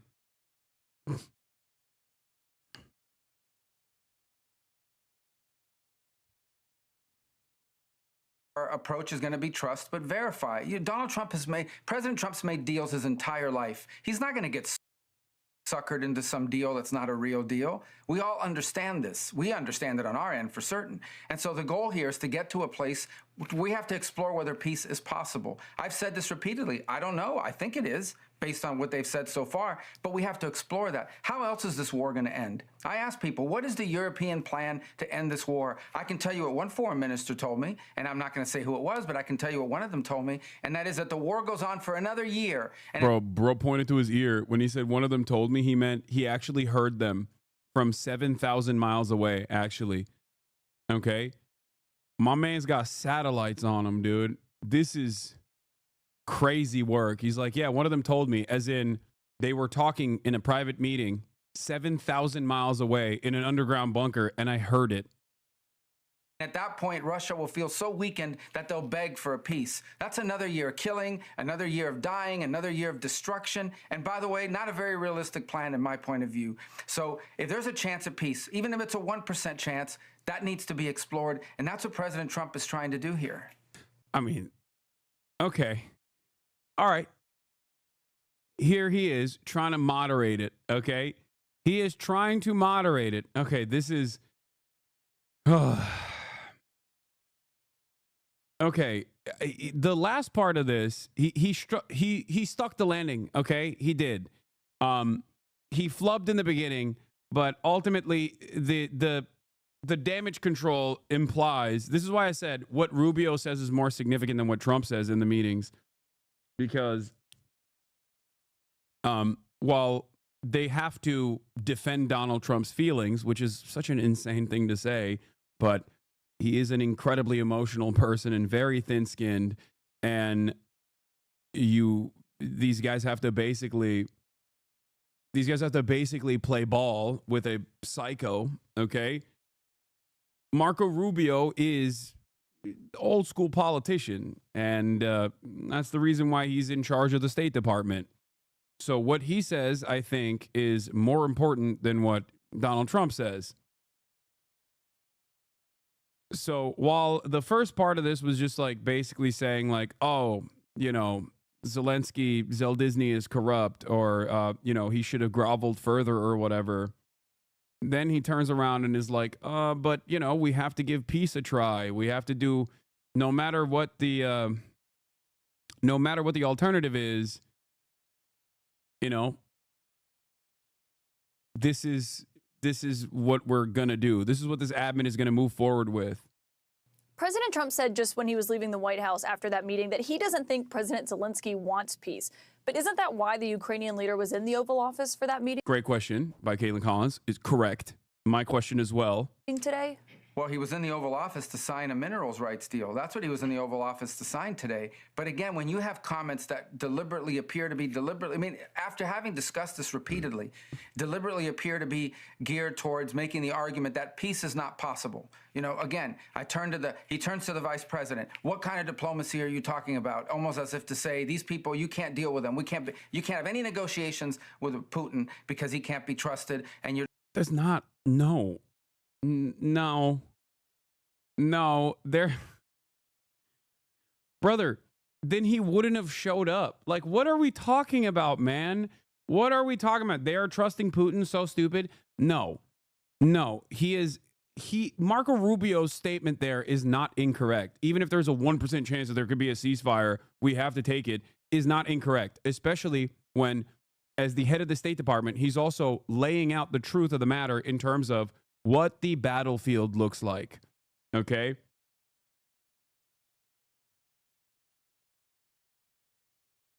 He's saying that, look, read between the lines.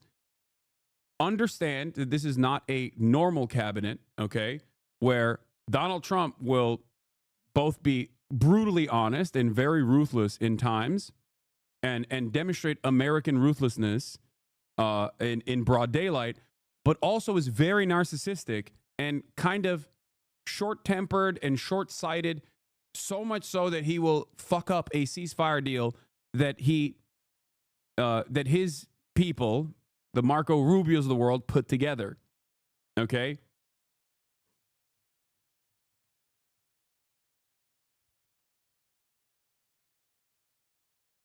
Trump administration wants public apology from Zelensky to mend relations after Oval Office clash. Bloomberg.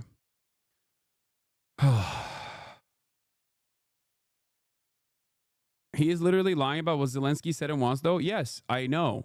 The reason why he's lying about what Zelensky said and wants is because, one, we don't give a fuck about our proxies. We don't give a fuck about our allies. He can just betray them and shit on them all day, every day. And two, he certainly has to play ball with Donald Trump. He has to play around Donald Trump's feelings. He has to run defense for Donald Trump. Because if he doesn't run defense for Donald Trump is going to be like, okay, you're done. You're a rhino. And his idiotic base is also going to be like, okay, I guess Marco Rubio was always a war hawk and a rhino. Because in some ways he is, I mean, he absolutely is a war hawk.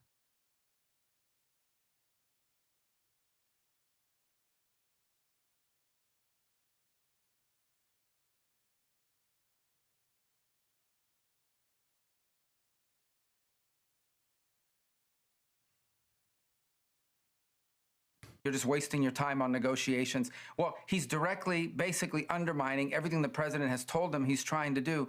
Look, there's no need for that. You start to suspect, does he really want an end to this war? Does he just think that, you know, we have to do whatever he says and give him anything he wants without any end game? That was the Biden strategy.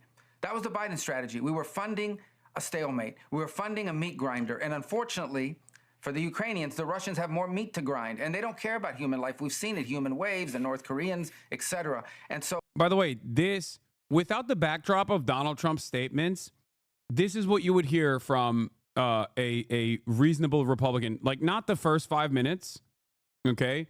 But this is what you would normally hear from a cabinet that was changing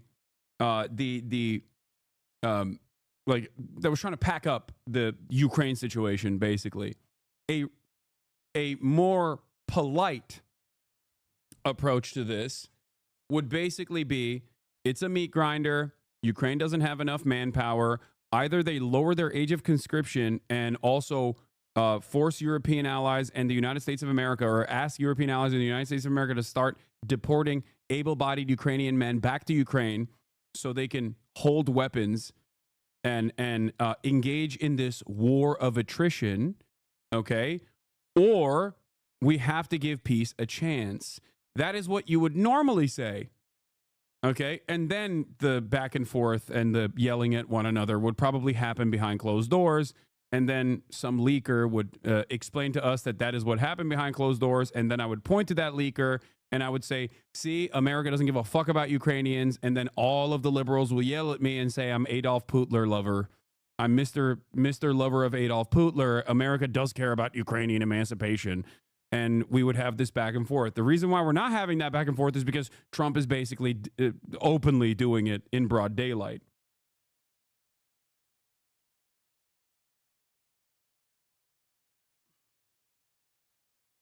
Why does he voluntarily go on CNN instead of pro-Trump media? What do you mean? Because this is him fixing Trump's insanity in his way. He's trying to do damage control.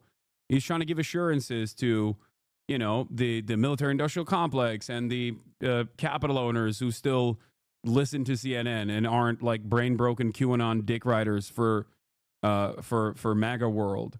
Yeah, this is his attempt at trying to do damage control. But he knows that Donald Trump is going to hear him, and he knows he has to play a role here, and you know, spare Trump's feelings while simultaneously saying, like, these are the real reasons why we need to do a ceasefire. So this is a very complex thing. It's very delicate. It's very costly. It's very bloody. It needs to be brought to an end, but it isn't going to be brought to an end with public pronouncements and maximalist demands in the public, but in real diplomacy. The vice president was right. When you say they don't care about life, are you talking about the Russians or the Ukrainians? Well, the Russians, I mean, they're conscripting by the hundreds of thousands. They brought in North Korean troops that were slaughtered in Kursk, and they keep going because they got more people. That's the other fact. Look, and it's, you know, again, we go back to the same point. I'm not going to fall into this trap of the who's bad and who's evil. People can make those conclusions. People have seen how this narrative has played out and where we are today and how this all started and so forth. The point now is it has to end. And the way it ends is you get people to a negotiating table. And the president, who's the ultimate deal maker, knows you don't get people to a negotiating table when you're calling them names and you're accusing them of things, because at the end of the day, this is not a political campaign. Okay? This is high-stakes international diplomacy and an effort to bring about an end to a very, very dangerous war. But you yourself, sir, have said before that you believe Putin is a war criminal, that is a widely accepted fact. You've called him a butcher. And you've said that as a Secretary of State, you do believe it's important for someone with such global influence as you have to speak with that kind of moral clarity.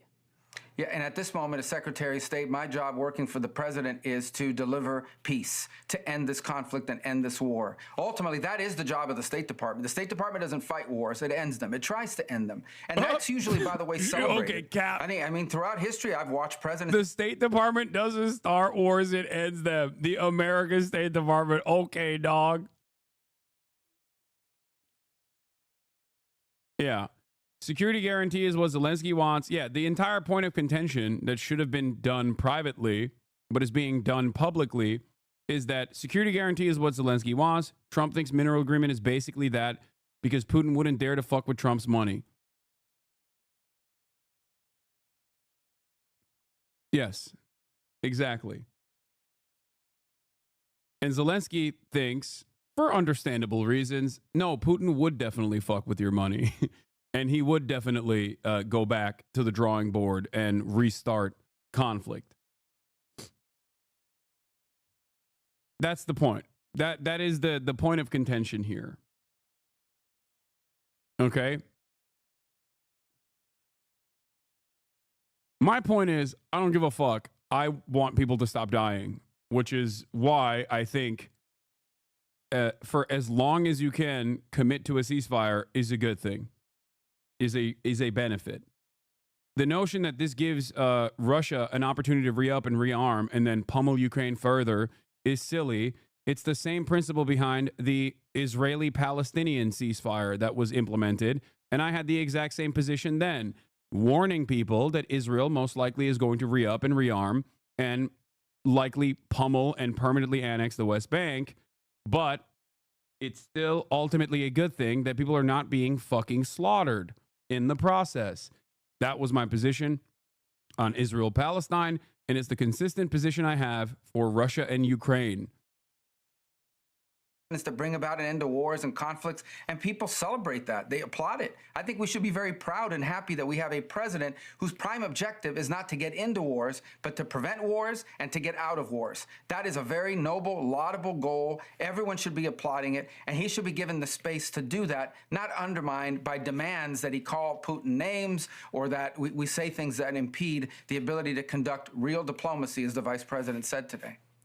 To follow up on what you just said a moment ago, are you saying that you have doubts that President Zelensky wants this war to come to an end? What I have doubts about is whether he's willing to say and do the things that we need in order to get a negotiation.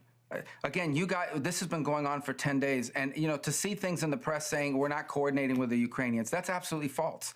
Over the last 10 days, the Ukrainians have met with the Secretary of Commerce, the Secretary of State, the Vice President of the United States, had a phone call with President Trump, and he was in the Oval Office today. I've talked to the foreign minister of Ukraine 3 times in the last 10 days. The argument that we're not engaging, but yet you keep reading these press accounts about, oh, well, they're leaving us out. We're not involved. We're not engaged. None of these things are true, and it continues. So all that led up to today in a deep sense of frustration. And my hope is that this all can be reset and maturity can kick in and some pragmatism, because this war tonight, people will die in Ukraine. Tonight, people will die in this conflict. We're trying to bring an end to this conflict, which is unsustainable. It's an unsustainable, bloody war that has to come to an end. And right now, the only leader in the world that can even have a chance. Even if Zelensky doesn't like the deal, it does not matter. Because America holds all the cards in this process, they are supposed to be more reasonable and not fucking humiliate Zelensky and undermine him.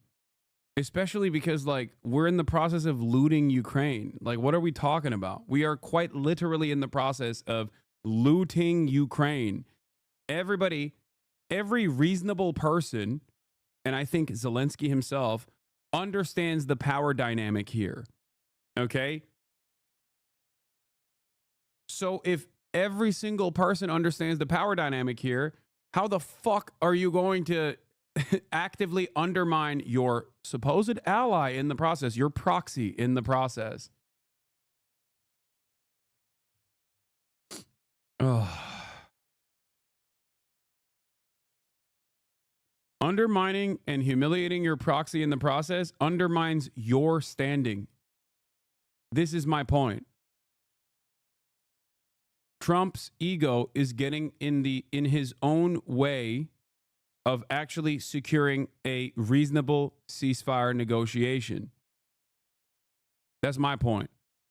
He is such a fucking man-child and so goddamn thin-skinned that even if he brought forth reasonable positions initially, it's impossible to say that he brought forth reasonable positions because it was sandwiched between insanely unreasonable shit that he was doing in terms of, you know, taking all of Ukraine's resources and also simultaneously bullying Zelensky. Like, he has more smoke for our proxy in this process than he does for the adversary.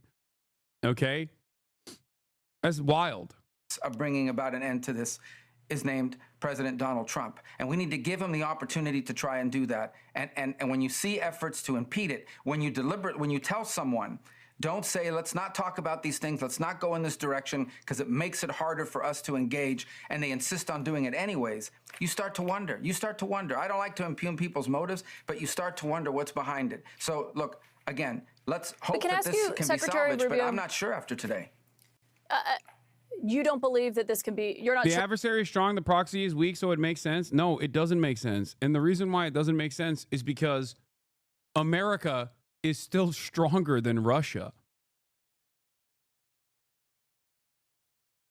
I can't believe people are still saying, how is Ukraine a proxy to the U.S.? I'm losing my freaking mind, dude. Oh my God. Oh my God.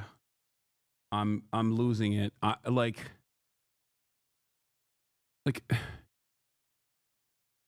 oh. If that was not the case, Zelensky would not be coming to the United States of America yesterday after Trump called him a dictator. Okay? Please. Donald Trump has been actively undermining Zelensky nonstop. And Zelensky, even after being kicked out of the White House, has been thanking him over and over and over again. Why do you think that's happening?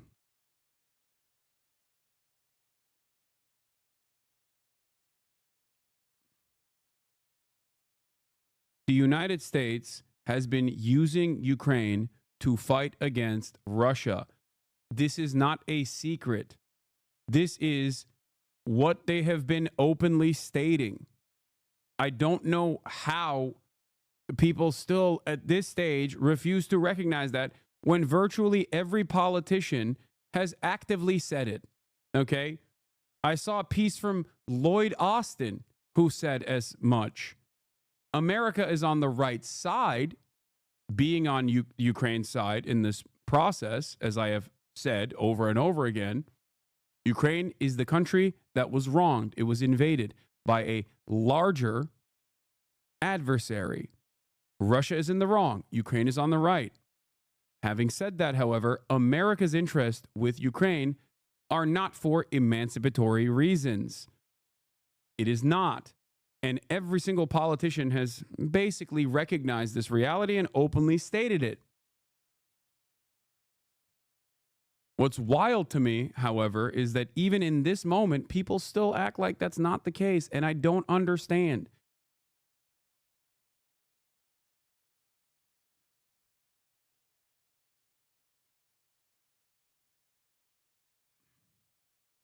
Let's face it, we're waging a proxy war.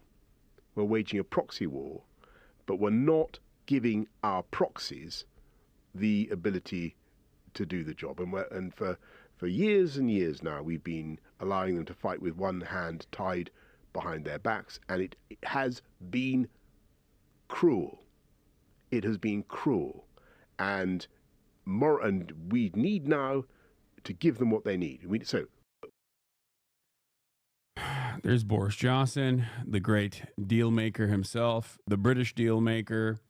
But it's not just that. Hold on. There's more. I mean, you got like the most reasonable heads, the most reasonable foreign policy heads, not even like the demented Brandon team. I'm talking like, you know, people who actually are in charge of the foreign policy.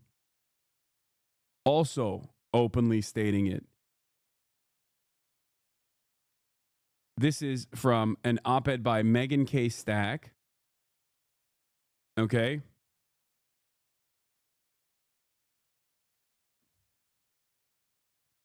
Here.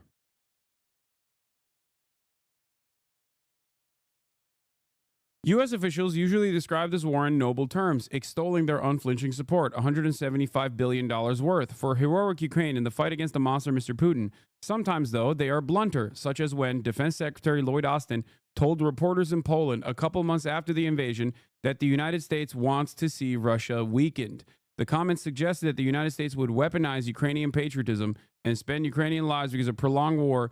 Even a war that could probably not be won suited U.S. interests in chipping away at Mr. Putin's staying power.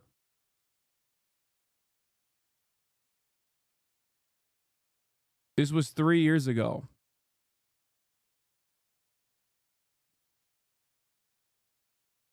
I believe it's right to call Ukraine a proxy war because I think it's reasonable to conclude that the Biden administration has supported the war not only in deference to righteous Ukrainian determination to fight off Russia, but also because the war was a chance to debilitate our enemy without directly engaging in it.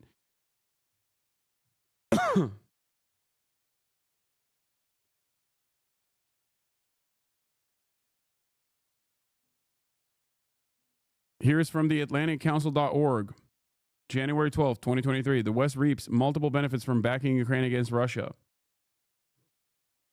Now, people will look to this stuff as not an admission, but as simply a way to sell the continued support to Ukraine because Americans are selfish.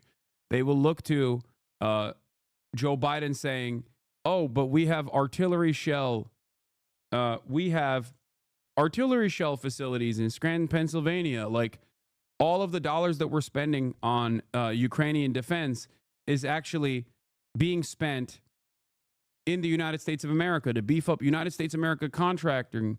Like, that's actually building our manufacturing capabilities, right? They say this.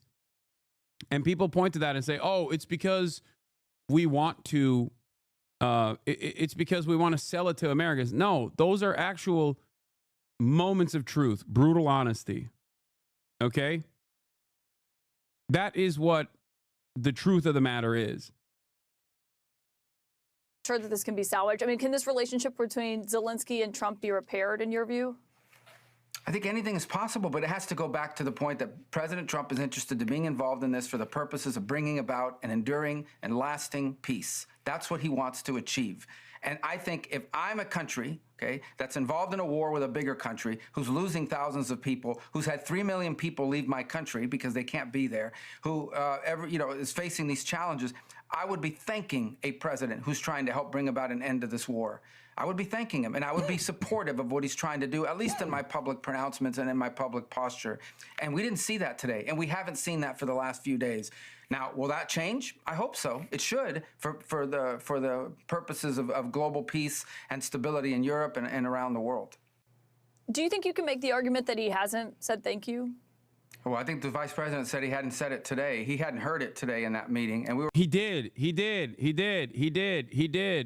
did. This stuff is so stupid. He did. We're hoping that meeting would begin by thank you for everything you've done for us. We wouldn't be where we are today without you. We wouldn't even have a chance to negotiate a peace without the help you gave us. By the way, without the help you gave us when you were president in the first term, because President Obama refused to provide them defensive capabilities in terms of military hardware. He did provide him blankets. Yeah, and he that did was provide brought him up today humanitarian during aid. that meeting. And it was brought up, and I was there. In fact, I vividly recall at the time Vice President Biden saying to me in a meeting that we had at the Vice President's residence that the reason why we didn't want to provide them those weapons is because they might use them. That was his exact quote. And that was the attitude. I remember clearly then the Ukrainian leaders saying, we don't need more blankets or MREs. We need weapons to defend ourselves. And they didn't do it. President Trump did. He provided them weaponry, some of it, much of it, which was used at the beginning of this war. And without those weapons being in their stocks, this war could have been over very quickly, 2, 3, 4 days. Another pot shot that Zelensky took today, when the president pointed that out, you know what Zelensky said? He said, yeah, we've heard that from the Russians. That's not a Russian narrative. That was the official position, okay, of the United States. I vividly recall being briefed by leaders in the Biden administration telling us that this war was going to be over in 5 to 6 days. They believed that that was their assessment at the time. And it wasn't the case because of the weapons that Ukraine had in its stocks because of President Trump in his first term. So he should have been grateful for that and grateful for what we're doing now. And one more point. It's not just President Trump. There's news reports out there from NBC News, at least is one of the places I recall, reporting that Biden had a shouting match with Zelensky for not being grateful and not being thankful for everything that was provided back in 2022. Now, that didn't happen in front of the press. That was leaked, but it got out there. These frustrations are not unique to President Trump. There was those frustrations in the previous administration, if NBC News is to be believed. Right. But obviously we've never seen anything like what we saw today. But the point that Zelensky was making there is that everyone predicted his demise, and Ukraine was able to fight and to survive. Zelensky was able to survive. The Ukrainian people have been fighting for 3 years. You yourself have said previously that the United States should assist Ukraine as long as the Ukrainians are willing to fight. So I think the question coming out. Why do people's brain break when you cover this issue?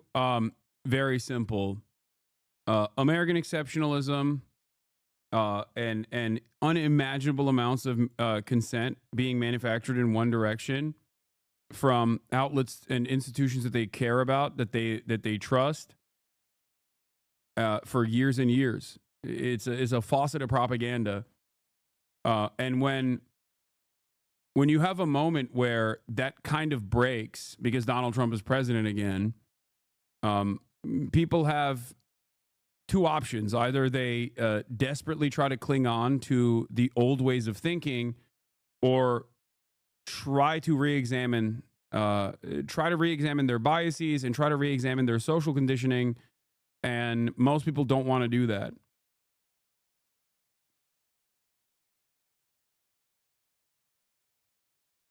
That's it. Like, I don't think most liberals are thirsty for endless war all around the world. I think most Americans are not thinking about it like that. There are certainly, NATO heads on Twitter or whatever who reassert some semblance of American power, and that makes them feel powerful. If you dominate like weak enemies, vulnerable populations, then all of this stuff, the fact that I don't have fucking healthcare means something, That's why they flex on Yemen and post about how, oh, Yemen's going to learn today what it's like why we don't have healthcare, that sort of stuff. But most Americans don't think like that. I think most Americans are just looking at the situation and hearing over and over and over again that correctly Ukraine is on the right side and we're on the right side for once. Like, please let us have this. And that, we are bravely and boldly supporting our allies in this regard. And it's actually a selfless endeavor. That's the part that I think is like the biggest lie. The biggest lie that the media tells is that we're selfless. We've never been selfless. There's never been a moment, like, nation states don't engage in selfless, morally righteous acts. That is not the case. They only operate in the interest of whatever the interest of the nation state is. For America, it's capitalism. So obviously it's always going to be, we are always going to be beholden to capital owners, whether it be the military industrial complex or, any number of different corporate executive and corporate interests. Okay. But that's what it is. Out of that meeting is what happens next year. I mean, you are the U.S. chief diplomat. Is there a path for diplomacy? Is a ceasefire still a possibility tonight? Well, number one, you know who else said that Ukraine is very brave and very valiant? President Trump. He said it today. He said it repeatedly. Your soldiers have been very brave. Your fighters have been very brave. Your people have been very brave. He said that repeatedly. And everyone recognizes that. But we're 3 years into a war that has no end in sight and no exit strategy. The EU doesn't have an exit strategy. I saw the comments tonight from the leader of the EU saying there needs a new leader of the free world. I mean, these people are just playing silly games and saying these things. What is their exit strategy? What is anybody else's exit strategy? The only person on the planet who is actively trying to bring an end to this conflict is named Donald Trump, the President of the United States. He's the only one that's trying to do it, and we should be helping him to achieve it. And so do I think it's possible? Yeah, I hope it's possible, because that's what we do try to do at the Department of State, is we try to bring end to conflicts, not start new ones, and certainly not extend them. Senator Lindsey Graham, after having lunch with President Trump today, said Zelensky either needs to resign or they need to send someone over that we can do business with. Do you feel that President Zelensky needs to resign? Well, that's Lindsey's feeling, because he feels very passionately. You know, he's been a very strong supporter of Ukraine. Lindsey Graham has been one of the strongest voices for Ukraine. Well, Lindsey Graham is lower than dirt, okay? I don't no. Lindsey Graham does not care about a single Ukrainian life, okay? He does not care, unless, you know, it's maybe someone he's having sex with, but that's besides the point. He only cares about maintaining loyalty to Donald Trump. He is a ginormous ass kisser. Lindsey Graham historically even turned around. He literally historically turned around and sucked up to Donald Trump after Donald Trump shit on his best friend. Okay? Shit on his best friend, the Maverick John McCain. He does not care. Okay? He is just a simple brown noser through and through. That's the only thing he cares about. Lindsey Graham only cares about Lindsey fucking Graham and maybe Israel. He cares about Israel. He is not a principled person. United States, the president's taken no position on that. What he said today is let him come back when he's ready to do peace. That's what he said. Let him come back when he's ready to do peace. So I can't speak for what anybody else said. I can only go off the words from the president of the United States, and that is today this is not going to be productive any further. When Zelensky's ready to make peace and he's serious about peace, let him come back then, and that's when we'll re-engage with them. And what he means by that is when he understands. And how will you measure that? Well, I think it's everything I've said already, and that is, how are you going to get Vladimir Putin and the Russian Federation to a table to discuss even the opportunity, even to explore whether there's an opportunity for peace? You're not going to do it by calling them names. It makes everybody feel very good. You can pass resolutions. You can put out very strongly worded statements. Senators can do it. I did when I was in the Senate. House members can do it.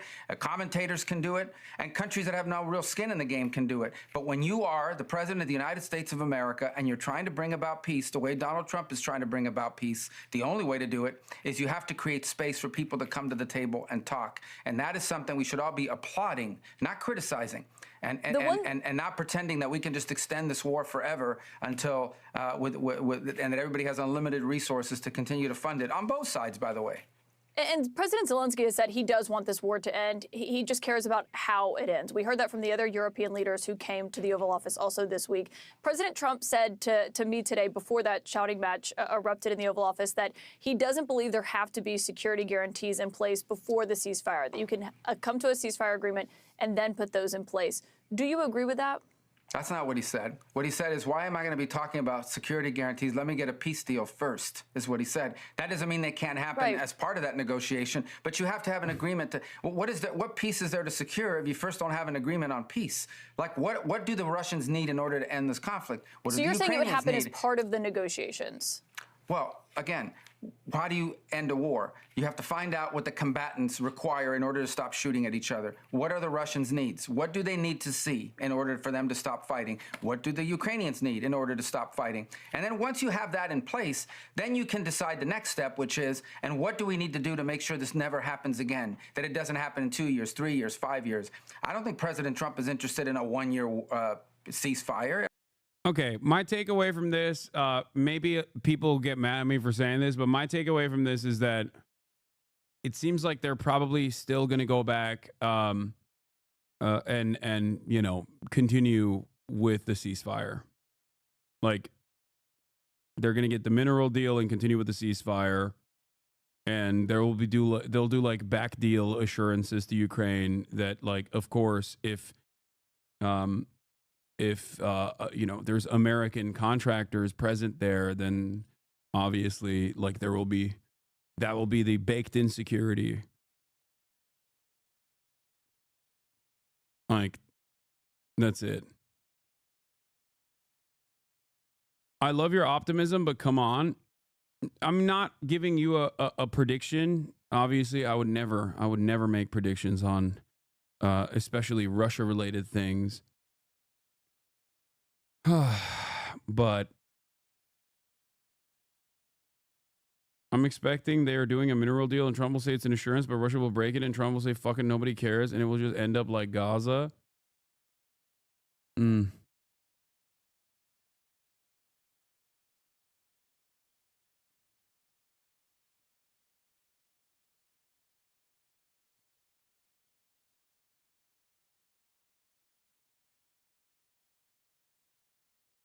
I feel like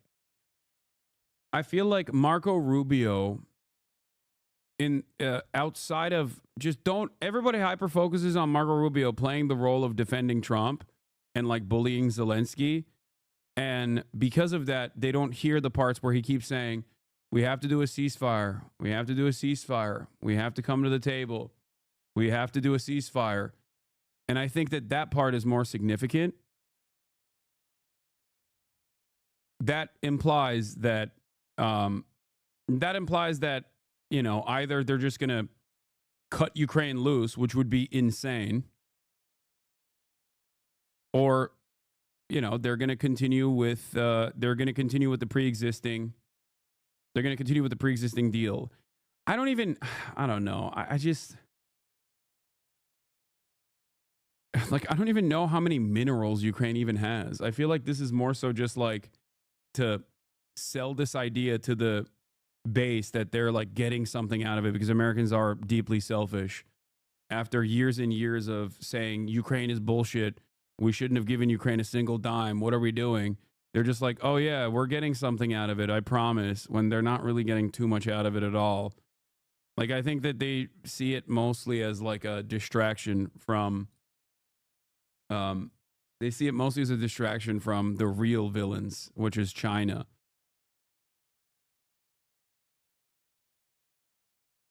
You know what I mean?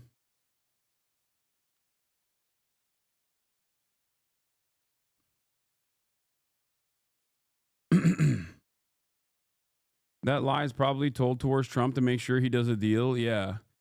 Like, I don't know I don't know how many minerals we have to begin with in Ukraine. You feel me?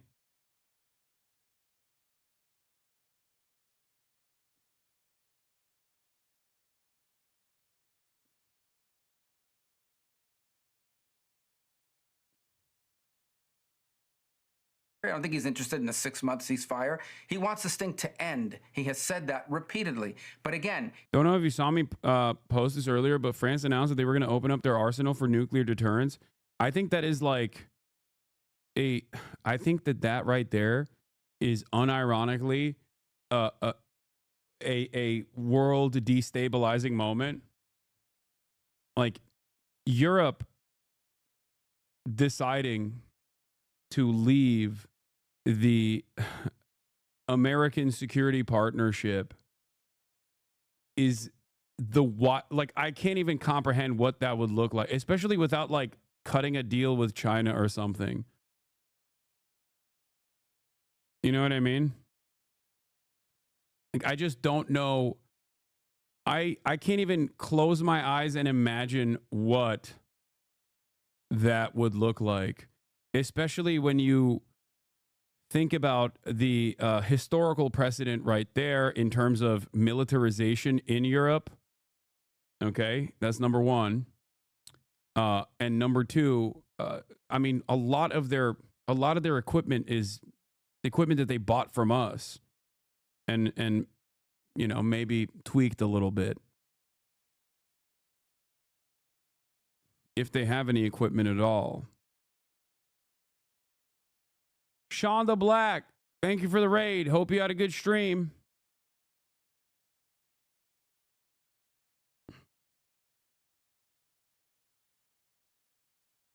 He's not going to use the kind of language that maybe plays well in the public sphere and the political sphere for people that want to take shots at him, but it's not going to allow us to have a negotiation or even to explore a potential negotiation.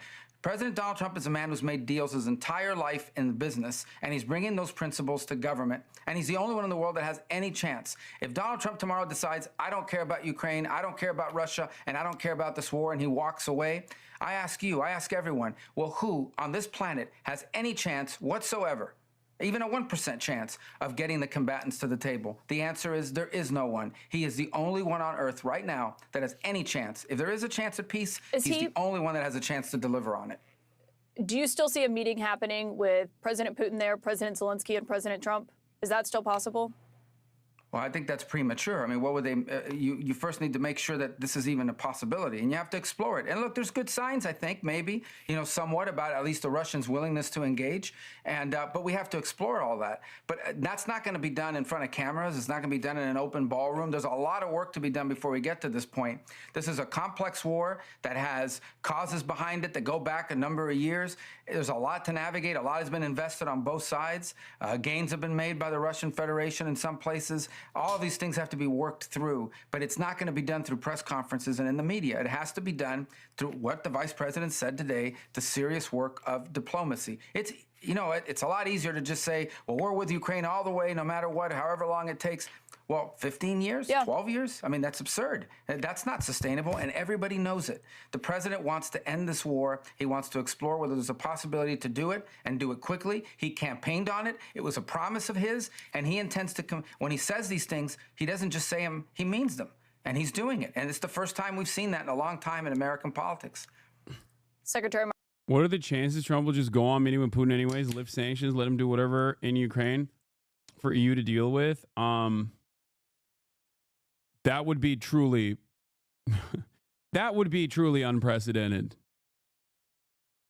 That is unironically we want to bring in how NATO and American hegemony ends.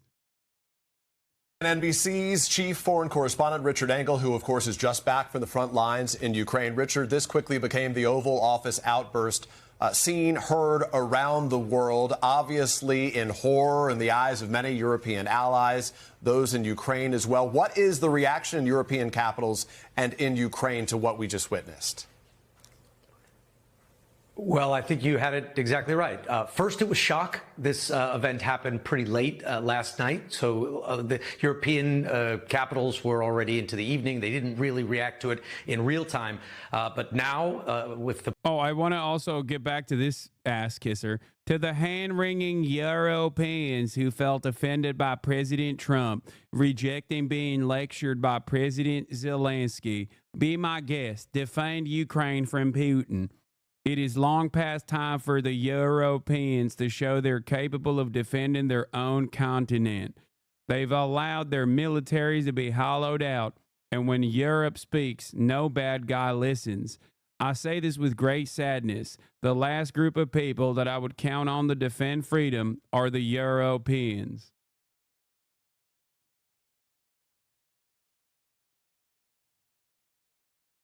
The passage of a little bit of time, that shock has become horror, and you've seen almost every European country, big and small, put out some sort of statement saying, we express solidarity with Ukraine. You can never blame the victim. You should blame the aggressor. Germany, in particular, taking a very strong stance. One legislator there saying that he was shocked that the United States could stab an ally in the back. Now the Europeans... Come on, man. Come on, man.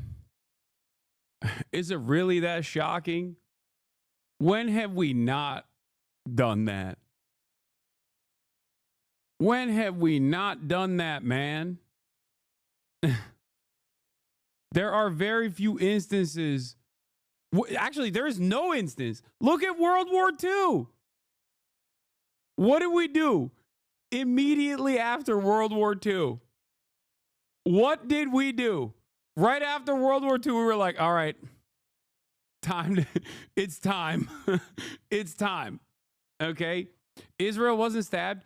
Israel doesn't count. It is an extension of America. Israel is not an ally. Israel is America. Okay? It's just more America.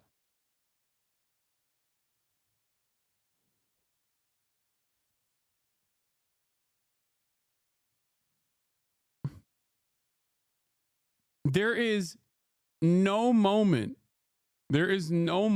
where America has not stabbed their allies in the back. Stab in the back myth part 2 just dropped.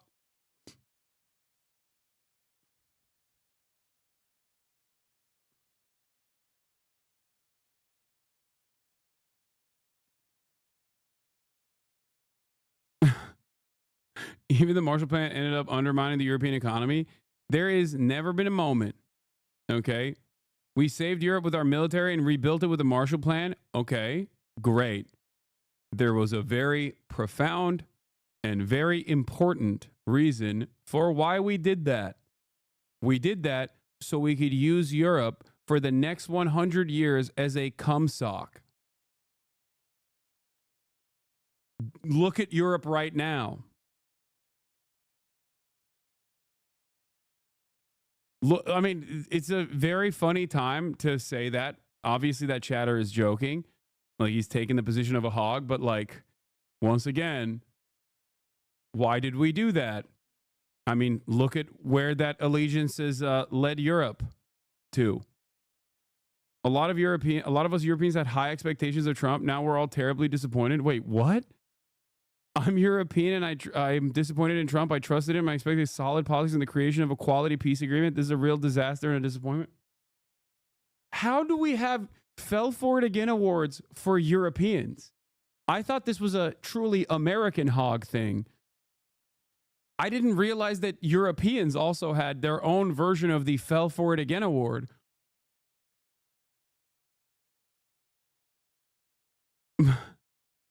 No way. Nah, Europeans have like a pan-European supremacist attitude in general. I don't think that they would ever look at a crass guy like Donald Trump and ever see him as a positive. That is hard to believe.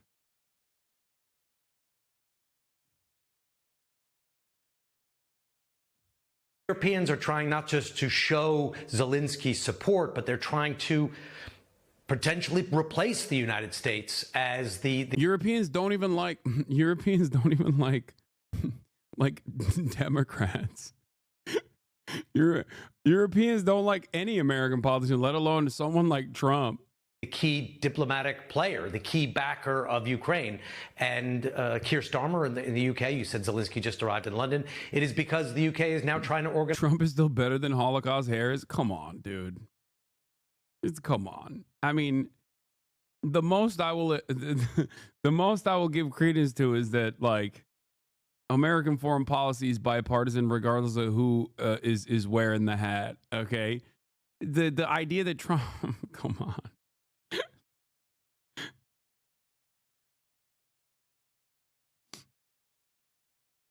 In terms of maintaining American dominance and proceeding to find a manageable exit from Ukraine, I think that the Democrats most likely would have played a softer game. They would have kept these conversations behind closed doors, you know? Or maybe even forced Ukraine's hand to lowering their age of conscription to 18. I don't know. One or the other. Organize an emergency summit.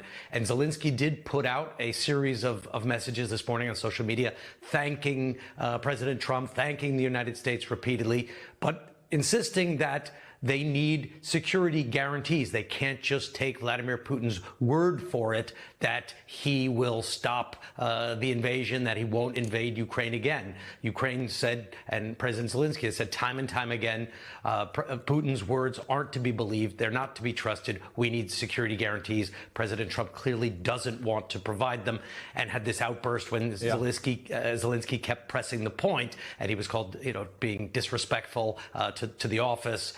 Europe is now trying to turn its shock and horror into some sort of action, but it is not likely, Peter, that the Europeans are going to take this burden and be able to shoulder it alone. They still need American participation. It is the essential partner. So then, Richard, is there any hope that this gets repaired, that this relationship can get patched up? Well, I think it really depends on whether this incident was a setup. Was he ambushed? And some have suggested that. Many people I've been speaking to have suggested that that Trump and Vance were looking for a fight, and that President Zelensky rose to it. If they were looking for a fight and they got one, then it would be unlikely that you're going to have any real reconciliation. And what we just saw was a definitive break between President Zelensky and the United States. If it was just tempers and emotions that ran high, big personalities all in one room, then it is possible. But in Europe, they're not sure. In Europe, they're saying maybe this was the definitive break. If together we cannot put enough pressure on Moscow, then how can we claim that we can defeat China? EU Foreign Policy Chief Kaja Kallas continues to fire with her words. Росія така це непереможний, що, до речі, не відповідає дійсності. Sick. Yeah, these guys will never learn. Okay. You know what? You know what? I'm just kicking back. I'm just kicking back and just watching, okay? Europe hates China, I'm telling you. No, I know they do. I know they do. I know that. I know that, okay? You know what? Let's see what happens, dude. Let's see what happens, because these guys are like, these guys will cling on to the American teat till the very last breath, okay?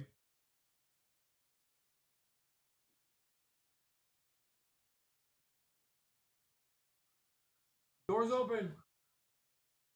Doors open. Doors open.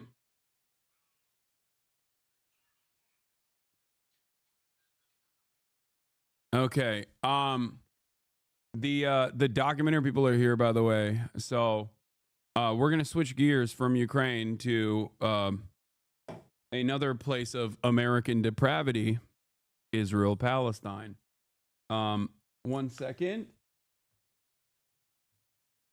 I'm going to invite them in, and also bring some chairs in as well. Okay, while I cheers on the street outside. Continue with this. You have full backing across the United Kingdom. Where are you guys? Hold on. And we stand with you, with Ukraine, for as long as it may take. And I hope you heard some of that cheering in the street. That is the people of the United Kingdom coming out to demonstrate how much they support you, how much they support Ukraine, and our absolute determination to stand with you, unwavering determination, and to achieve what we both want to achieve, which is a lasting peace for Ukraine based on sovereignty and security for Ukraine. So important for Ukraine, so important for Europe, and so important for the United Kingdom. So I'm much looking forward to our discussions here this afternoon. Thank you very much for making the time to come. With pleasure. Thank you very much, Keir. Mr. Prime Minister, happy to be here. And really, I saw a lot of people, and I want to thank you, people of the United Kingdom, such big support from the very beginning of this war. Thank you, your team. And I'm very happy that His Majesty the King accepted my meeting tomorrow, and I'm thankful that you organized such a great summit for tomorrow. And we are very happy in Ukraine that we have such strategic partners. We signed with you historic documents. 100-year agreement. Yeah, we have only with you such documents with the United Kingdom. So we're happy, and we count on your support. And really, really, we're really happy that we have such partners and such friends. Fantastic. Thank you. Thank you very much, Lydia.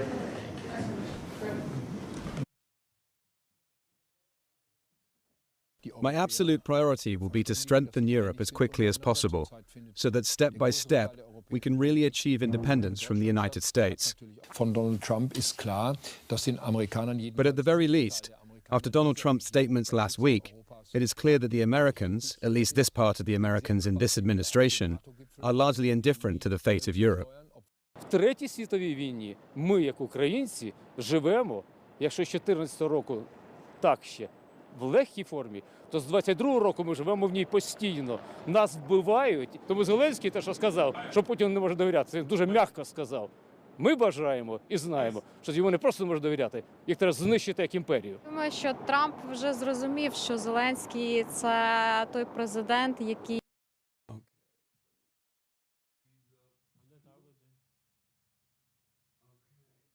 On. All right. Go ahead.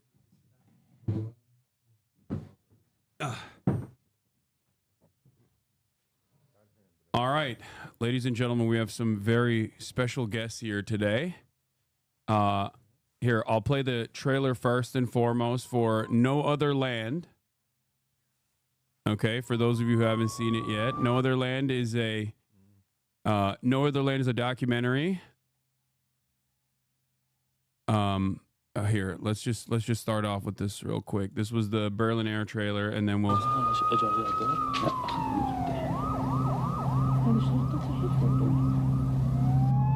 Thousand Palestinians face one of the single biggest expulsion decisions since the Israeli occupation of the Palestinian territories began.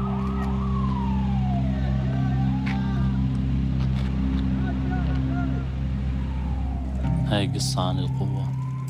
أنا اسمي باسم. مسافر يطا هي المكان اللي كبرت فيه. بداية تصويري هي بداية نهايتنا. جرافات؟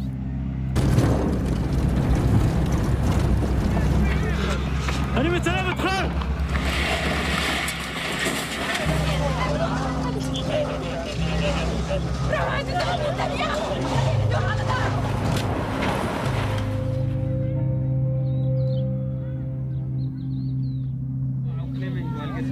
شوف بس في الوضع 48 لا يهودي عندكم اياه في صوت بيطلع يعني مش ناس قاعدين يعني فيش بني ادمين شوف دخلوا This is what's happening in my village now. Soldiers are everywhere.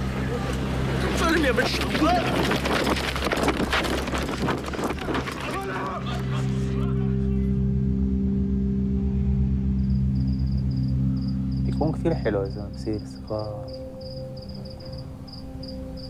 بعدين انتوا بتيجوا تزوروني مش أنا بزوركم ولا لا؟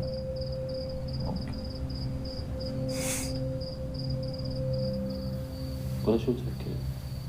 لو أنت مكاني شو تفكر؟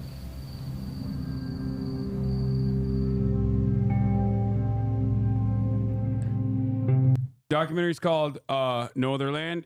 We are joined by Hamdan Bilal and Bassel Adra, the filmmakers, and it is nominated for Best Documentary at the Oscars tomorrow. Thank you guys for taking some time out to come and join us on the broadcast. I've had Motaz Zaiza in the past before as well. When did you guys get in? Thank you for having us. Pleasure. We arrived in LA yesterday. Okay. How do you like it so far? Looks beautiful. We like it. That's it. Okay. Beautiful is not something I've ever heard people say about Los Angeles, so that's cool. You're gonna have to get close to the microphone as well, by the way, just so you know. It's a complicated process, but do they want to hear something? No, it's Ramadan chatters. They're fasting. I'm a bad Muslim, so they sorry. So they think, you know, they want me to be polite and give you guys. Wait, is there buzzing on one of the microphones? No, there isn't. It doesn't. There's a buzz or high pitch when the orange microphone is used. Wait, really? Wait, can you speak into it? Hello? Hi?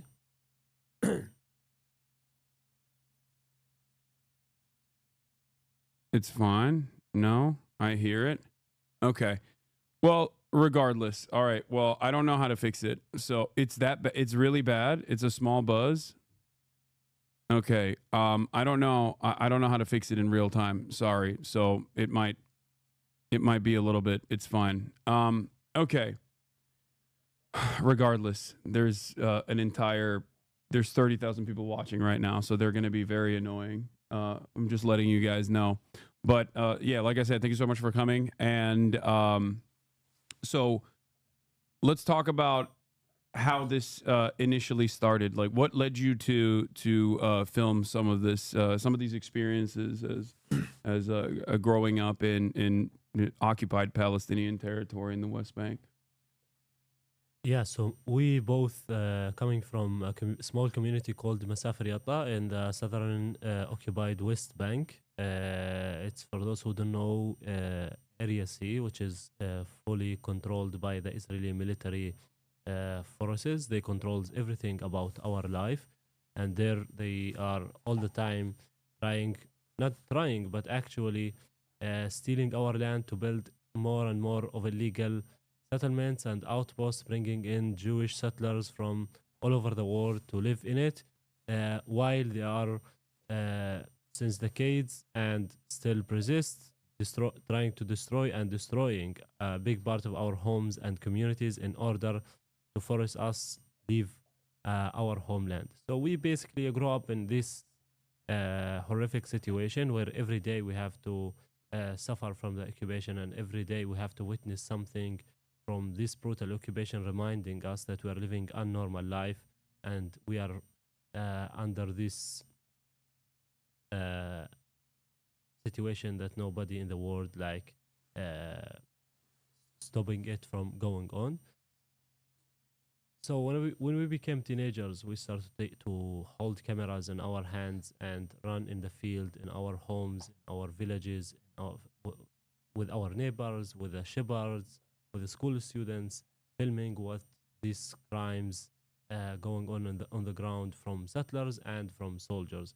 And basically, it began we didn't have an idea of making a movie. We just wanted the people to know that we exist in this part of land. We want people to see what's actually happening to our life, because every time there is bulldozers entering our community, destroying homes and properties and leave,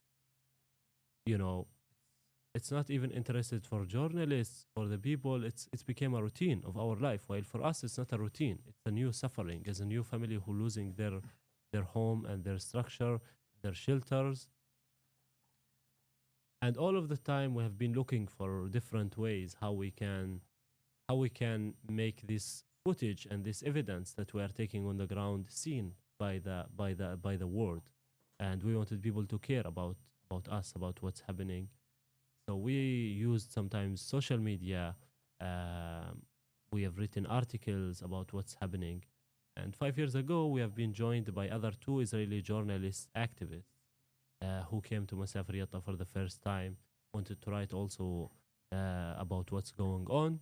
And it became interested for them, and they want to come more and more. And in the first few times we met Hamdan, who actually was the first one who mentioned the idea.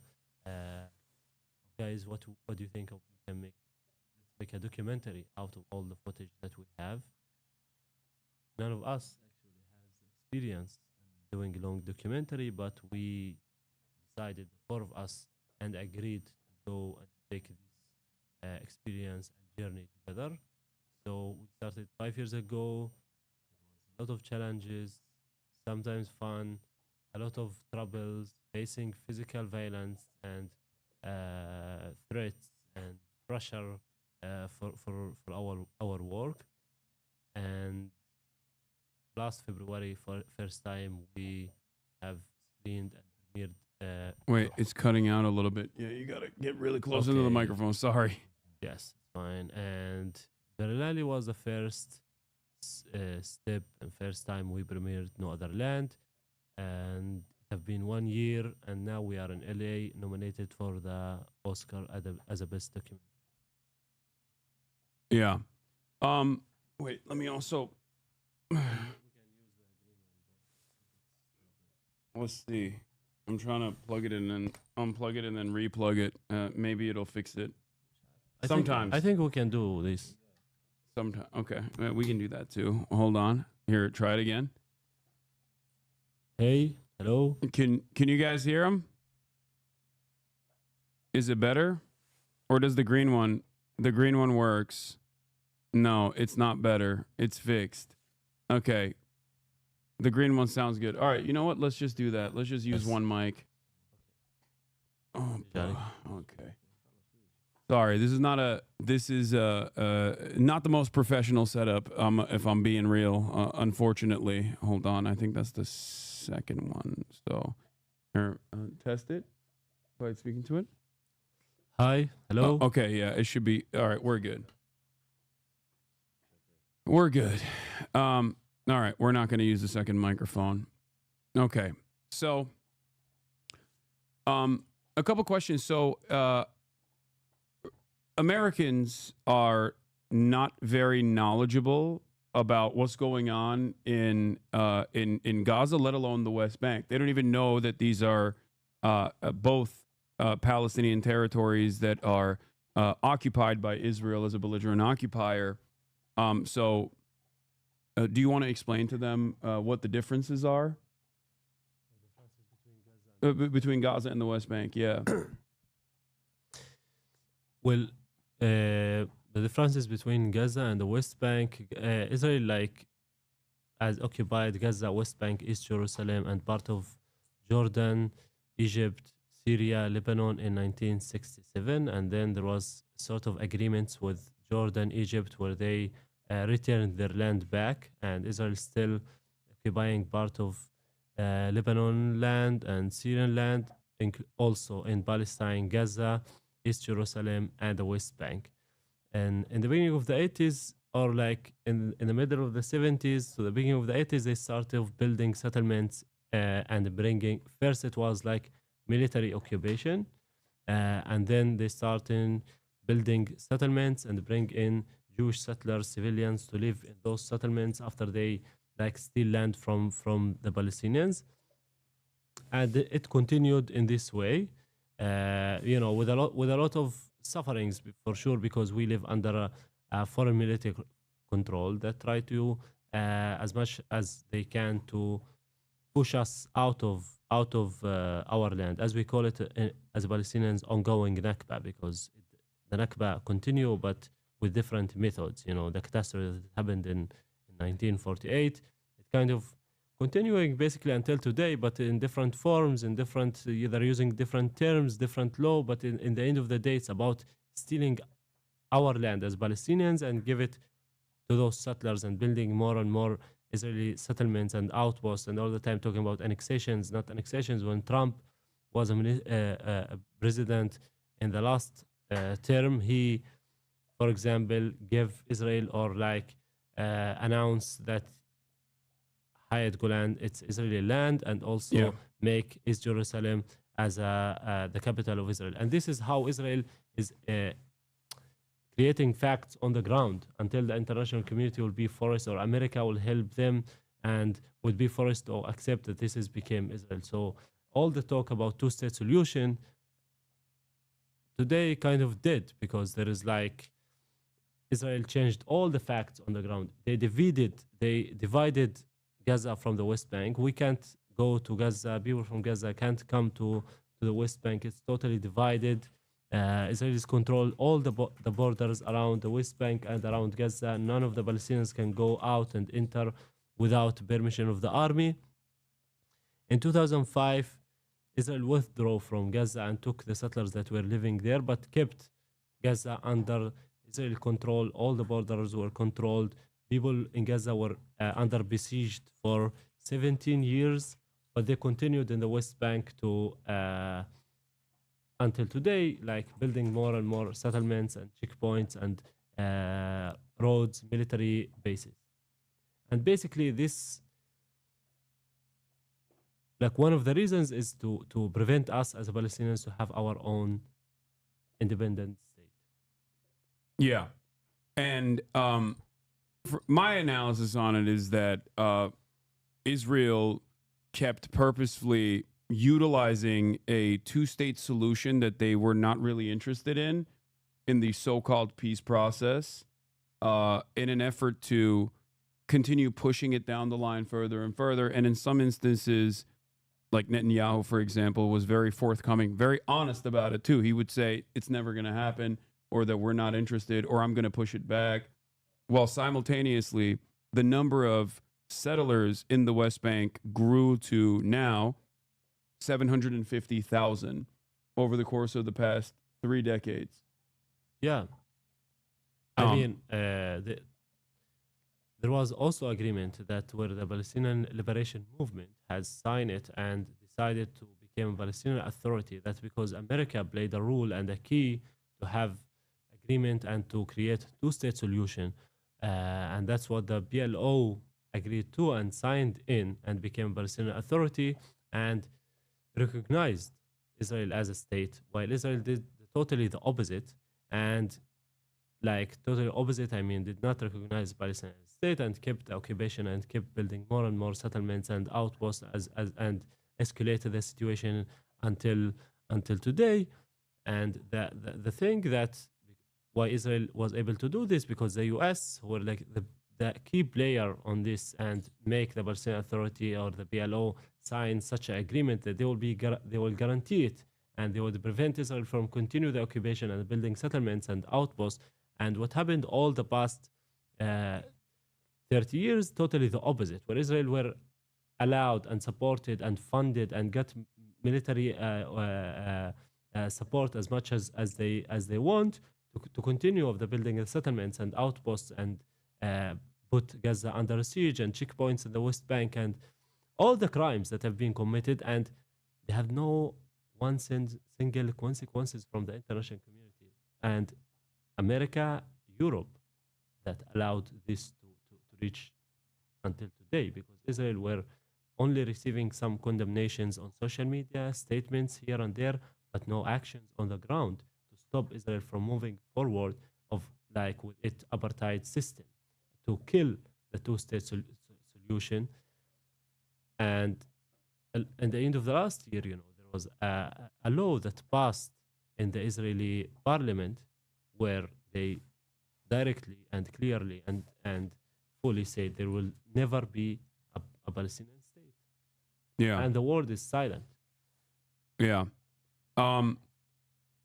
Do you feel like things have changed post October 7 in terms of a lot more recognition coming from the Western world in terms of like understanding the position of Palestinians? Because at least like I'm Turkish, I grew up in Turkey. I've always it's a little bit different from my upbringing, so because I always knew what was going on, but over the past 10 years as a political commentator, I have always been pro-Palestinian emancipation, pro-Palestine, but I never saw this level of support from everyday citizens in the Western world. This is it does seem like there is a somewhat of a tide shift in that regard. Do you also feel that way, or we definitely feel it, and we see it. The Palestinians were like seeing all the students who are protesting and feel that there are people who cares about them. The protest in the street and the campus in Europe as well. In the street, the people, there was a wave of support, and it continued, I guess, until today. In some of the countries, there was even European countries who was brave enough, like Spain and Norway and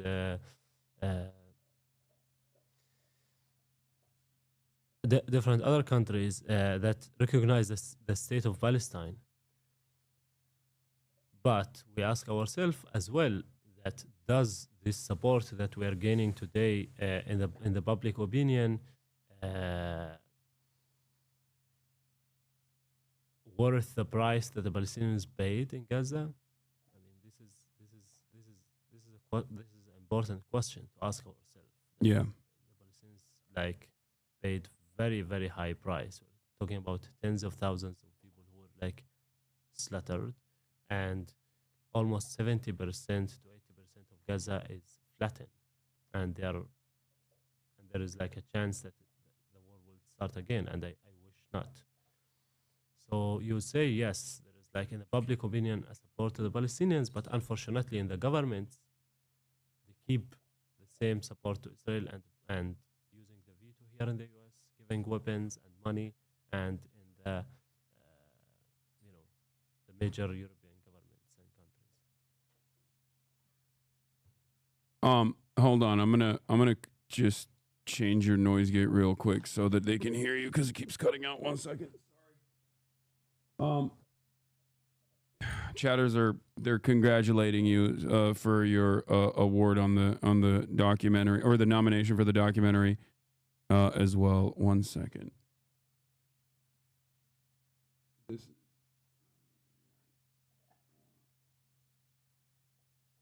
Okay, it should be fine now. Going forward, they'll just hear everything that you say, won't cut out, and hopefully people won't get annoyed. Okay, so today we're also raising money for the No Other Land Rebuilding Alliance fundraiser. Do you want to talk about that a little bit as well? Here. Hi, everyone. My name is Adam Ramadan. I'm the Deputy Director for Rebuilding Alliance. I guess some background on Rebuilding Alliance. We've been working in Palestine and Gaza and the West Bank for over 20 years now. The founder and executive director, Donna Baranski-Walker, started Rebuilding Alliance to rebuild the house that Rachel Corrie was murdered protecting, the Nasrallah's house in Gaza. And she was actually successful in rebuilding their house in Gaza. Unfortunately, that house has been demolished this past war since October 7th. So, that's just more reason for us to continue our efforts and do what we're doing best. To talk more about the work we do in Gaza, we have over 20 kitchens. We're feeding over 70,000 people a day. That was in partnership with the World Food Program. Unfortunately, that contract is coming to an end. So we have to take, all the financial responsibility to ensure that these kitchens are still running. So that's one of the reasons why we started this fundraiser. We also do, we have different educational programs. We have pop-up temporary, like as they call them in Gaza, temporary learning spaces since there are no schools. We do hire teachers that worked as teachers to help, put together any kind of program to ease the situation of the children in Gaza at this moment. We've had partners prior to October 7th that's been running, community kitchens and running programs to support social health like that. So, and also in the West Bank, the work that we do in the West Bank, specifically in the Hebron Hills, we have social workers there that do activities for young children that are traumatized from the experiences they've, had with the IDF and the Israeli soldiers. We also, one of the biggest aspects of our work is we do congressional trips to the West Bank. So we actually take members of Congress to Palestine, and we let them go through the experience of what a Palestinian would go through every single day. So that's just a quick overview of the work that we do. We're excited to help Basil and Hamdan and their family with the visa to come here to the States to hopefully celebrate their victory and winning the Oscars tomorrow. Hopefully. Yeah, hopefully. Can you elaborate on that, on the difficulties of such a thing? Because I think a lot of people don't understand, like, it's not very easy for Palestinians from the West Bank to be able to travel freely. And as far as I understand, there's also issues with even returning once you leave the West Bank. Yeah. Israel has so much control over this territory that it legally occupies that there have been instances, for example, where American congresspersons have been barred from entering the West Bank to visit their family members, like Rashida Tlaib is one of the famous examples of the level of power and influence that Israel has over the lives of Palestinians, but also even the lives of Americans.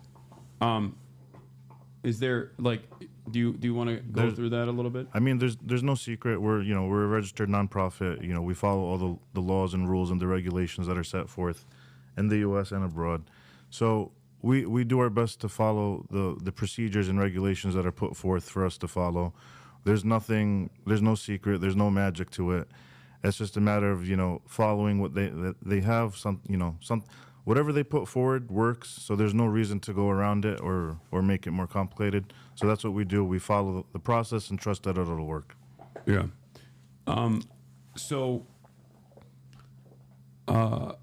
One of the questions I wanted to ask you was about your day-to-day experiences with the Israeli occupying force. Like, if you could give if you could elaborate on your personal experiences of like how the Israeli occupying forces will restrict your travel, for example, things that people might not be aware of.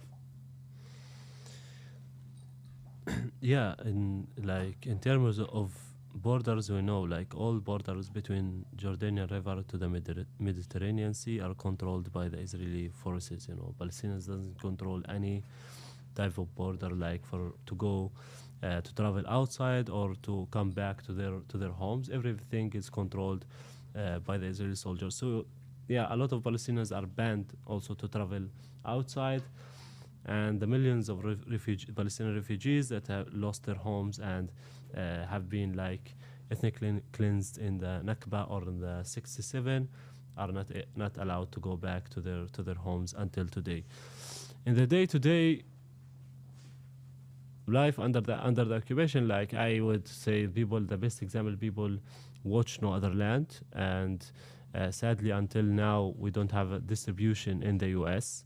We had, me and my friend Hamdan and colleague in this work put so much efforts and take so much risks on our life, on our homes, to document this evidence, to find out that distributors in the US doesn't want to take one step of courage to take such a movie and to show to the people. And the people in the US must know what's happening, because their countries is a key player.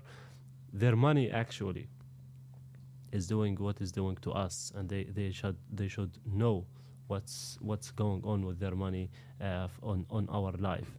Why a village like mine can't have clean water pipe to drink a water, or we can't build a school or electricity, or Hamdan, for example, has home demolition order on his home and can be destroyed at any moment today, and actually the whole village where he lives, and this is sad that the people until today does not know what's going on or what's their government supports.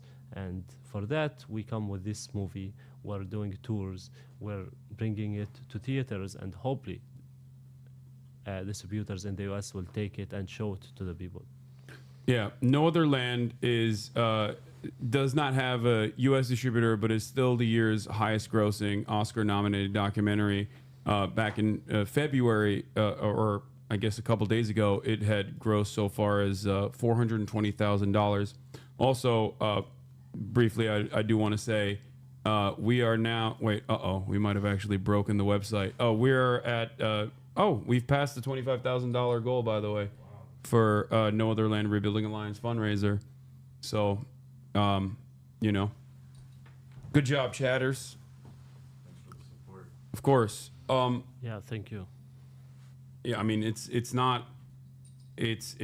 nothing, basically, in terms of the endless cruelty that I think the American government and our tax dollars subject Palestinians to, but everyone here tries to help to the best of their ability, Anyway, aside from, I wanted to talk about your day-to-day experiences, aside from the destruction of the villages, a lack of access to clean water supply, and things of that nature that are gross human rights violations. What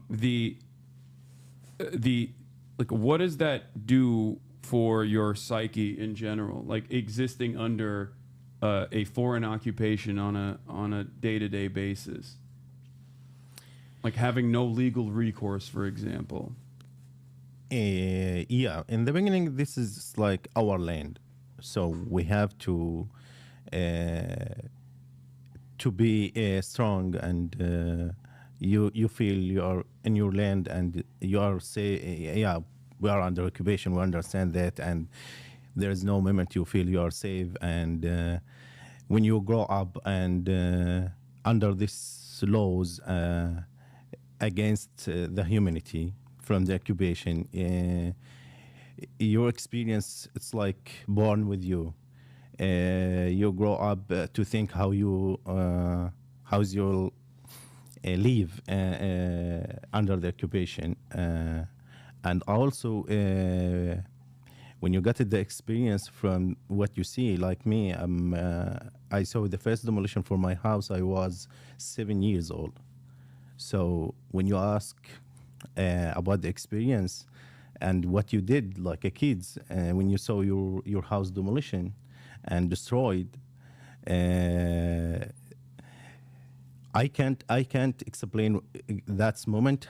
And when I saw everything, my tent, my kids, they destroyed it, and I saw my family, it's like outside, become homeless. But after it's like 1 hour, 2 hours, when my dad, he came to me and he started to spoke with me about the house.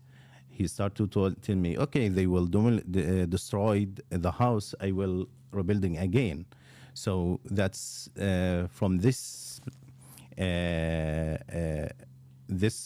people that came, how the trust, and also it's like thinking all the time there is a hope. We will get it, inshallah.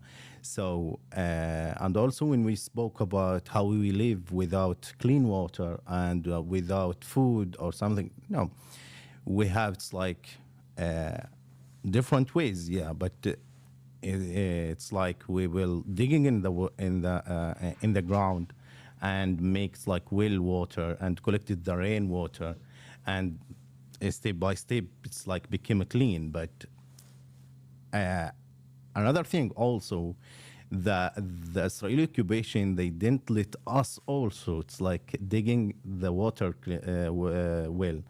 So but we will never, for me, I grew up whole my life, I didn't see the Palestinian people, they are give up.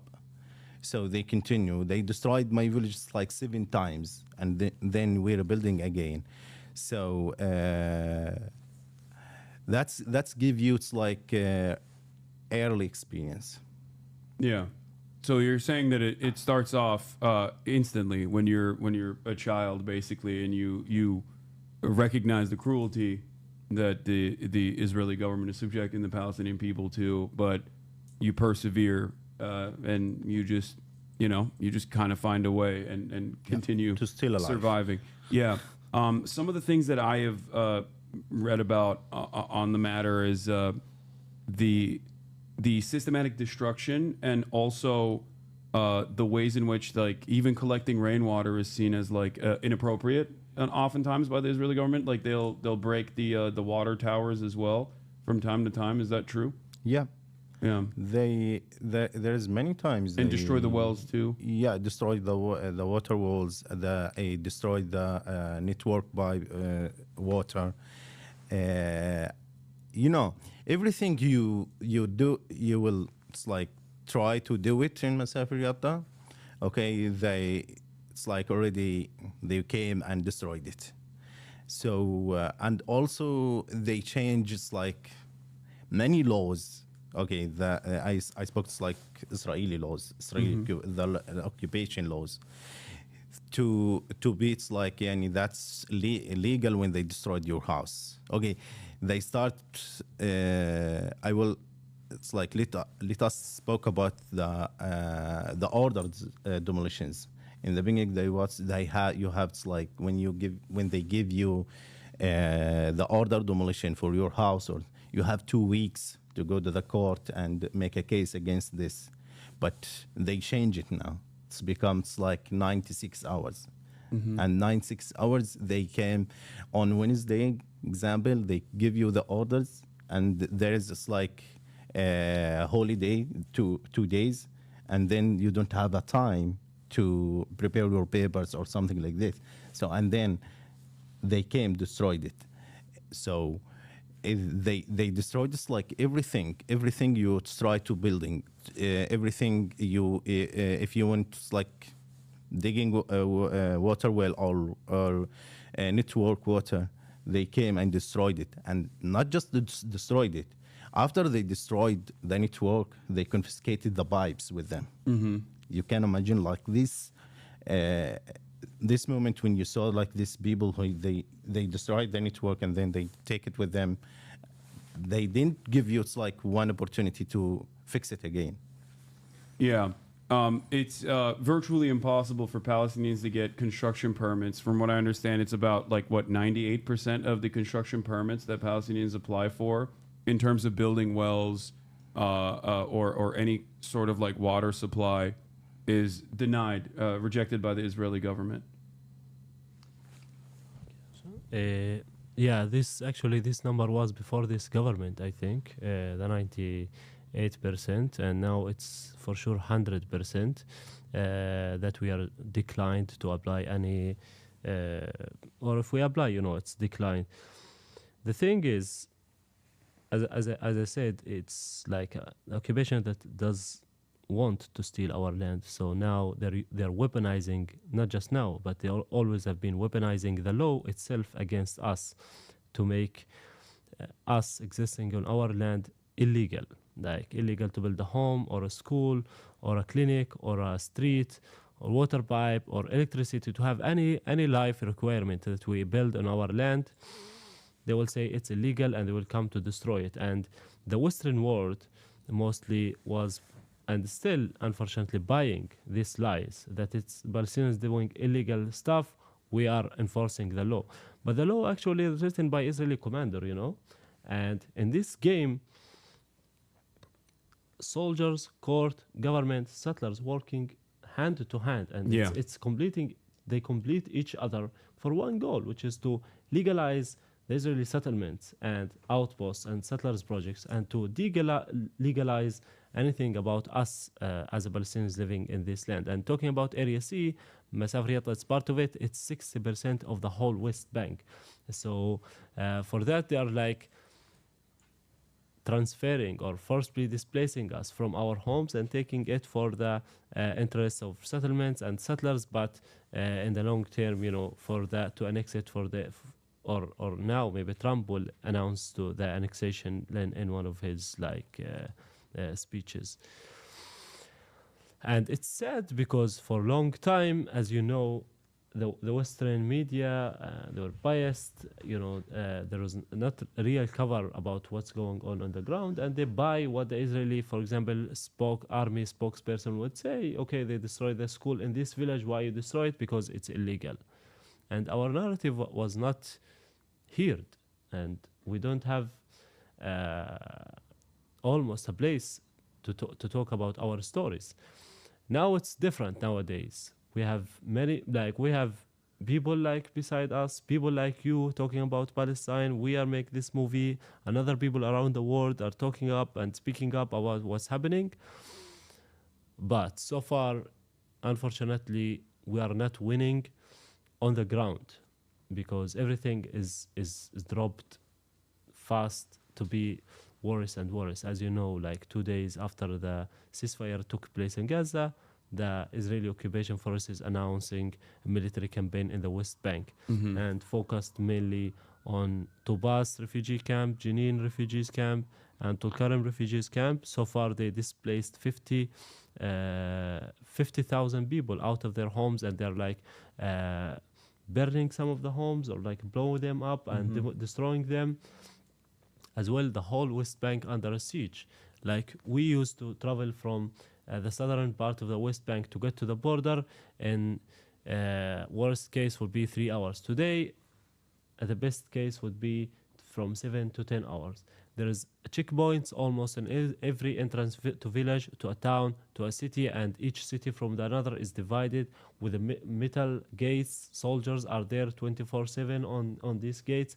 You would see thousands of lines of cars waiting and being humiliated. My brother, who came and traveled for the first time in the U.S., want to join for the ceremony tomorrow. He was stopped at the checkpoint. They checked his phone by chance, and they found that in TikTok he uploaded one video from Masafir Yatta. They forced him to wait in the checkpoint and to be detained almost 3 hours and to be humiliated and attacked by the soldiers. And this happened to thousands and thousands of Palestinians across the West Bank since October 7th, to humiliating people for posting any political thing, or to have like a flag of Palestine in their car, or like wearing a shirt that have anything politically Palestine or something. So we're living really in very difficult situation. Yeah. That it never was like this. Yeah, I mean, difficult is right. As far as I understand, they've also completely shut off Tulkarm. Like they've bulldozed the entry points into Tulkarm. Yeah.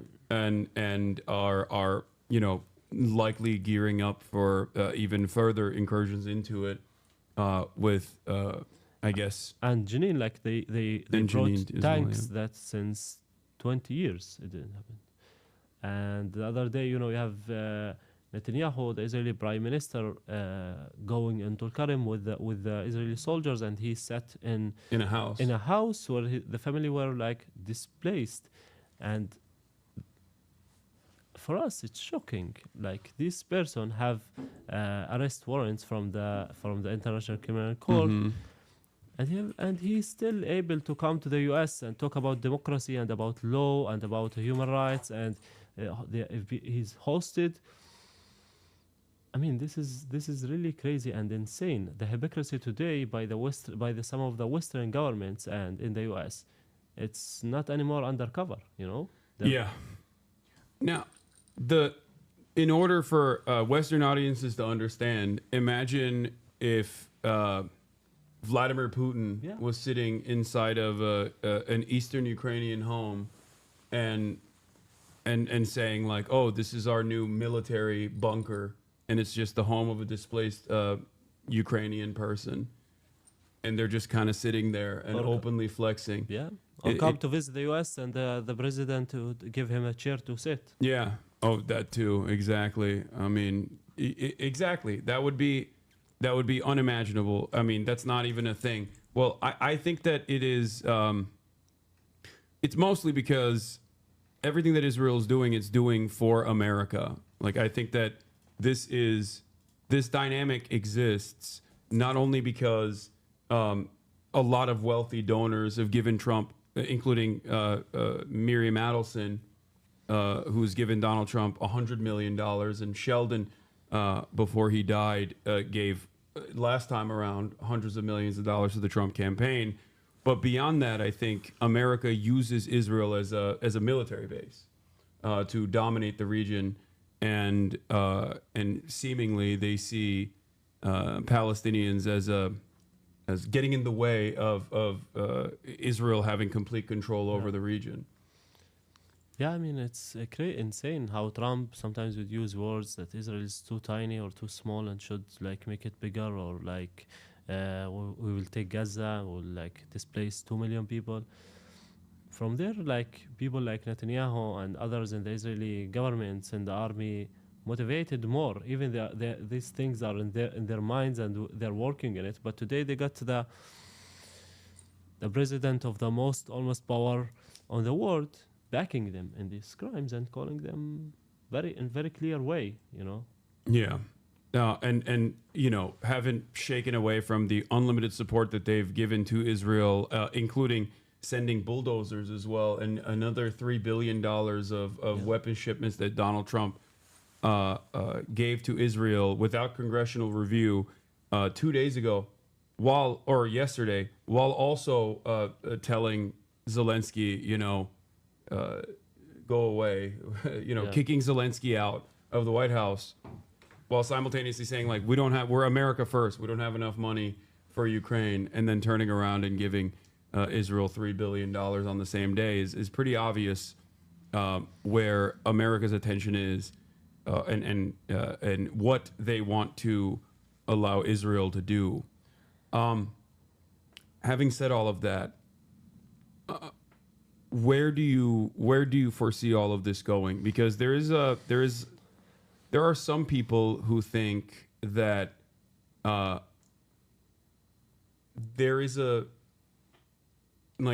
if Israel, without forcing every single Palestinian away from the West Bank or away from Gaza, and that's virtually impossible without a complete full-blown Holocaust style activities, would have to bring the Palestinians into Israel, like with citizenship, and then that would make it impossible for them to deny the apartheid. Do you feel like that's the worst case scenario? Like, is there? I don't think Israel will do that, and if they will do that, it's still apartheid system, because the apartheid system exists between the river to the sea for all the Palestinians in different levels, for sure. The Palestinians who hold even Israeli citizenship under the system of apartheid, because in the end of the day, Israel sees them as Palestinians and they treat them in that way. A lot of demolitions happening inside the Green Line for the Palestinians that having Israeli citizenship in the Negev, a whole communities. Yeah. One community called Al-Araqib, over than 250 times have been like bulldozers. And those are Palestinians with Israeli citizenship. But you would never ever see Israel doing this to Israeli kibbutz or settlement or whatever you want to call it, to bulldozer it or to kick like Jewish people out of it and to destroy their homes and then replace those villages with Palestinians. Exactly. That would never happen. So it's Oh, also we've reached double the amount on the fundraiser. It's now at $50,000 as of now for the No Other Land Rebuilding Alliance fundraiser. So congratulations, chat. Good job. You're making me a little proud after all the annoying things that you were saying initially about the audio and the microphone. So, we might not be the most professional system here, but we make do. So you don't have to answer this if you don't want to, but would you be willing to explain to a Western audience, like, what the dynamic between the Palestinian Authority and the Palestinian people are? Because from my estimation, it seems like the Palestinian Authority in many instances is operating as a part of the Israeli security apparatus, operating sometimes alongside Israel.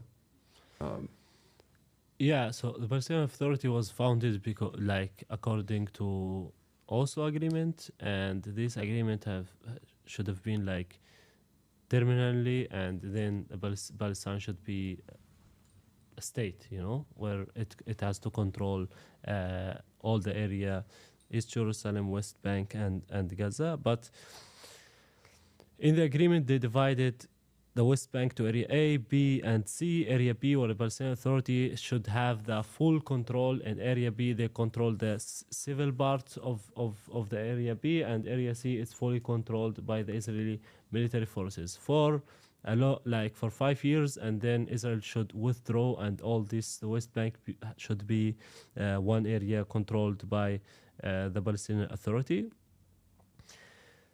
Unfortunately,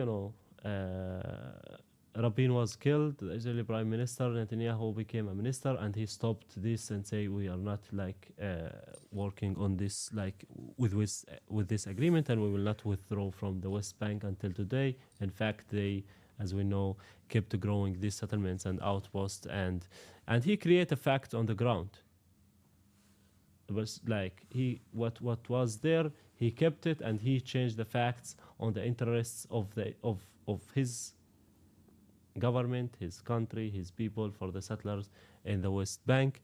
And the Palestinian Authority, unfortunately, accepted and continue to deal with the facts as much as they change on the ground, which is bad for the Palestinians. And until today, until they became very powerless in front of the Israelis, you know. And the fact that anytime the Israeli army want to go in Area A, and they does, before October 7th, every night there is invasions by the Israeli military forces toward Area A and arresting people from their homes, and no response from the Palestinian Authority. In fact, according to Oslo Agreement, they don't have to show up when the Israeli military are in the streets in Area A. They have to be in their offices. Yeah. And this is how it kept go on, the situation. Unfortunately, they start to say recently, before 2 months almost, that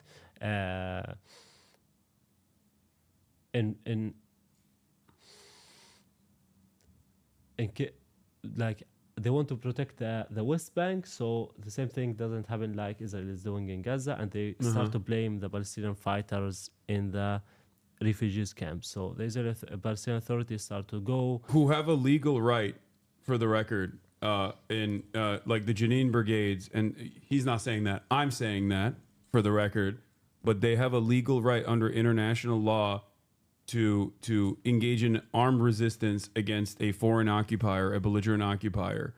That is like technically legal. What Israel is doing, everything Israel is doing in the West Bank is completely illegal. There is not a single thing that Israel does in the West Bank that is legal. It is entirely illegal. Not only is it morally repugnant, abhorrent, but it's also completely illegal. Whereas resisting against that is completely legal. Make no mistake. Yeah, so they start arrest people, and a bunch of people have been killed as well by the Palestinian Authority security. And even though they did this 2 days after the ceasefire took place in Gaza, Israel invaded the West Bank and almost doing the same thing as they were doing in Gaza. And for sure, since the invasion started, which is 2 days after the ceasefire in Gaza, the Palestinian Authority withdrew to give, like, the place is now under this like Israeli military campaign. Yeah. So aside from the additional, like the almost Gazification of West Bank in terms of Israeli military action,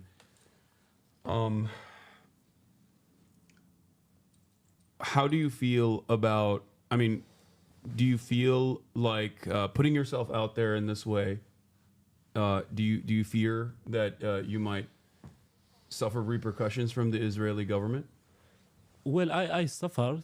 I was physically different times, not just me, but other activists on the ground, like, have been subject of physical attacks for holding camera and filming what's going on. My family was different times subject of physical attacks, arrests for me, for my father. Our homes have been invaded several times. They came sometimes particularly to confiscate cameras from our homes that we used to film in the field.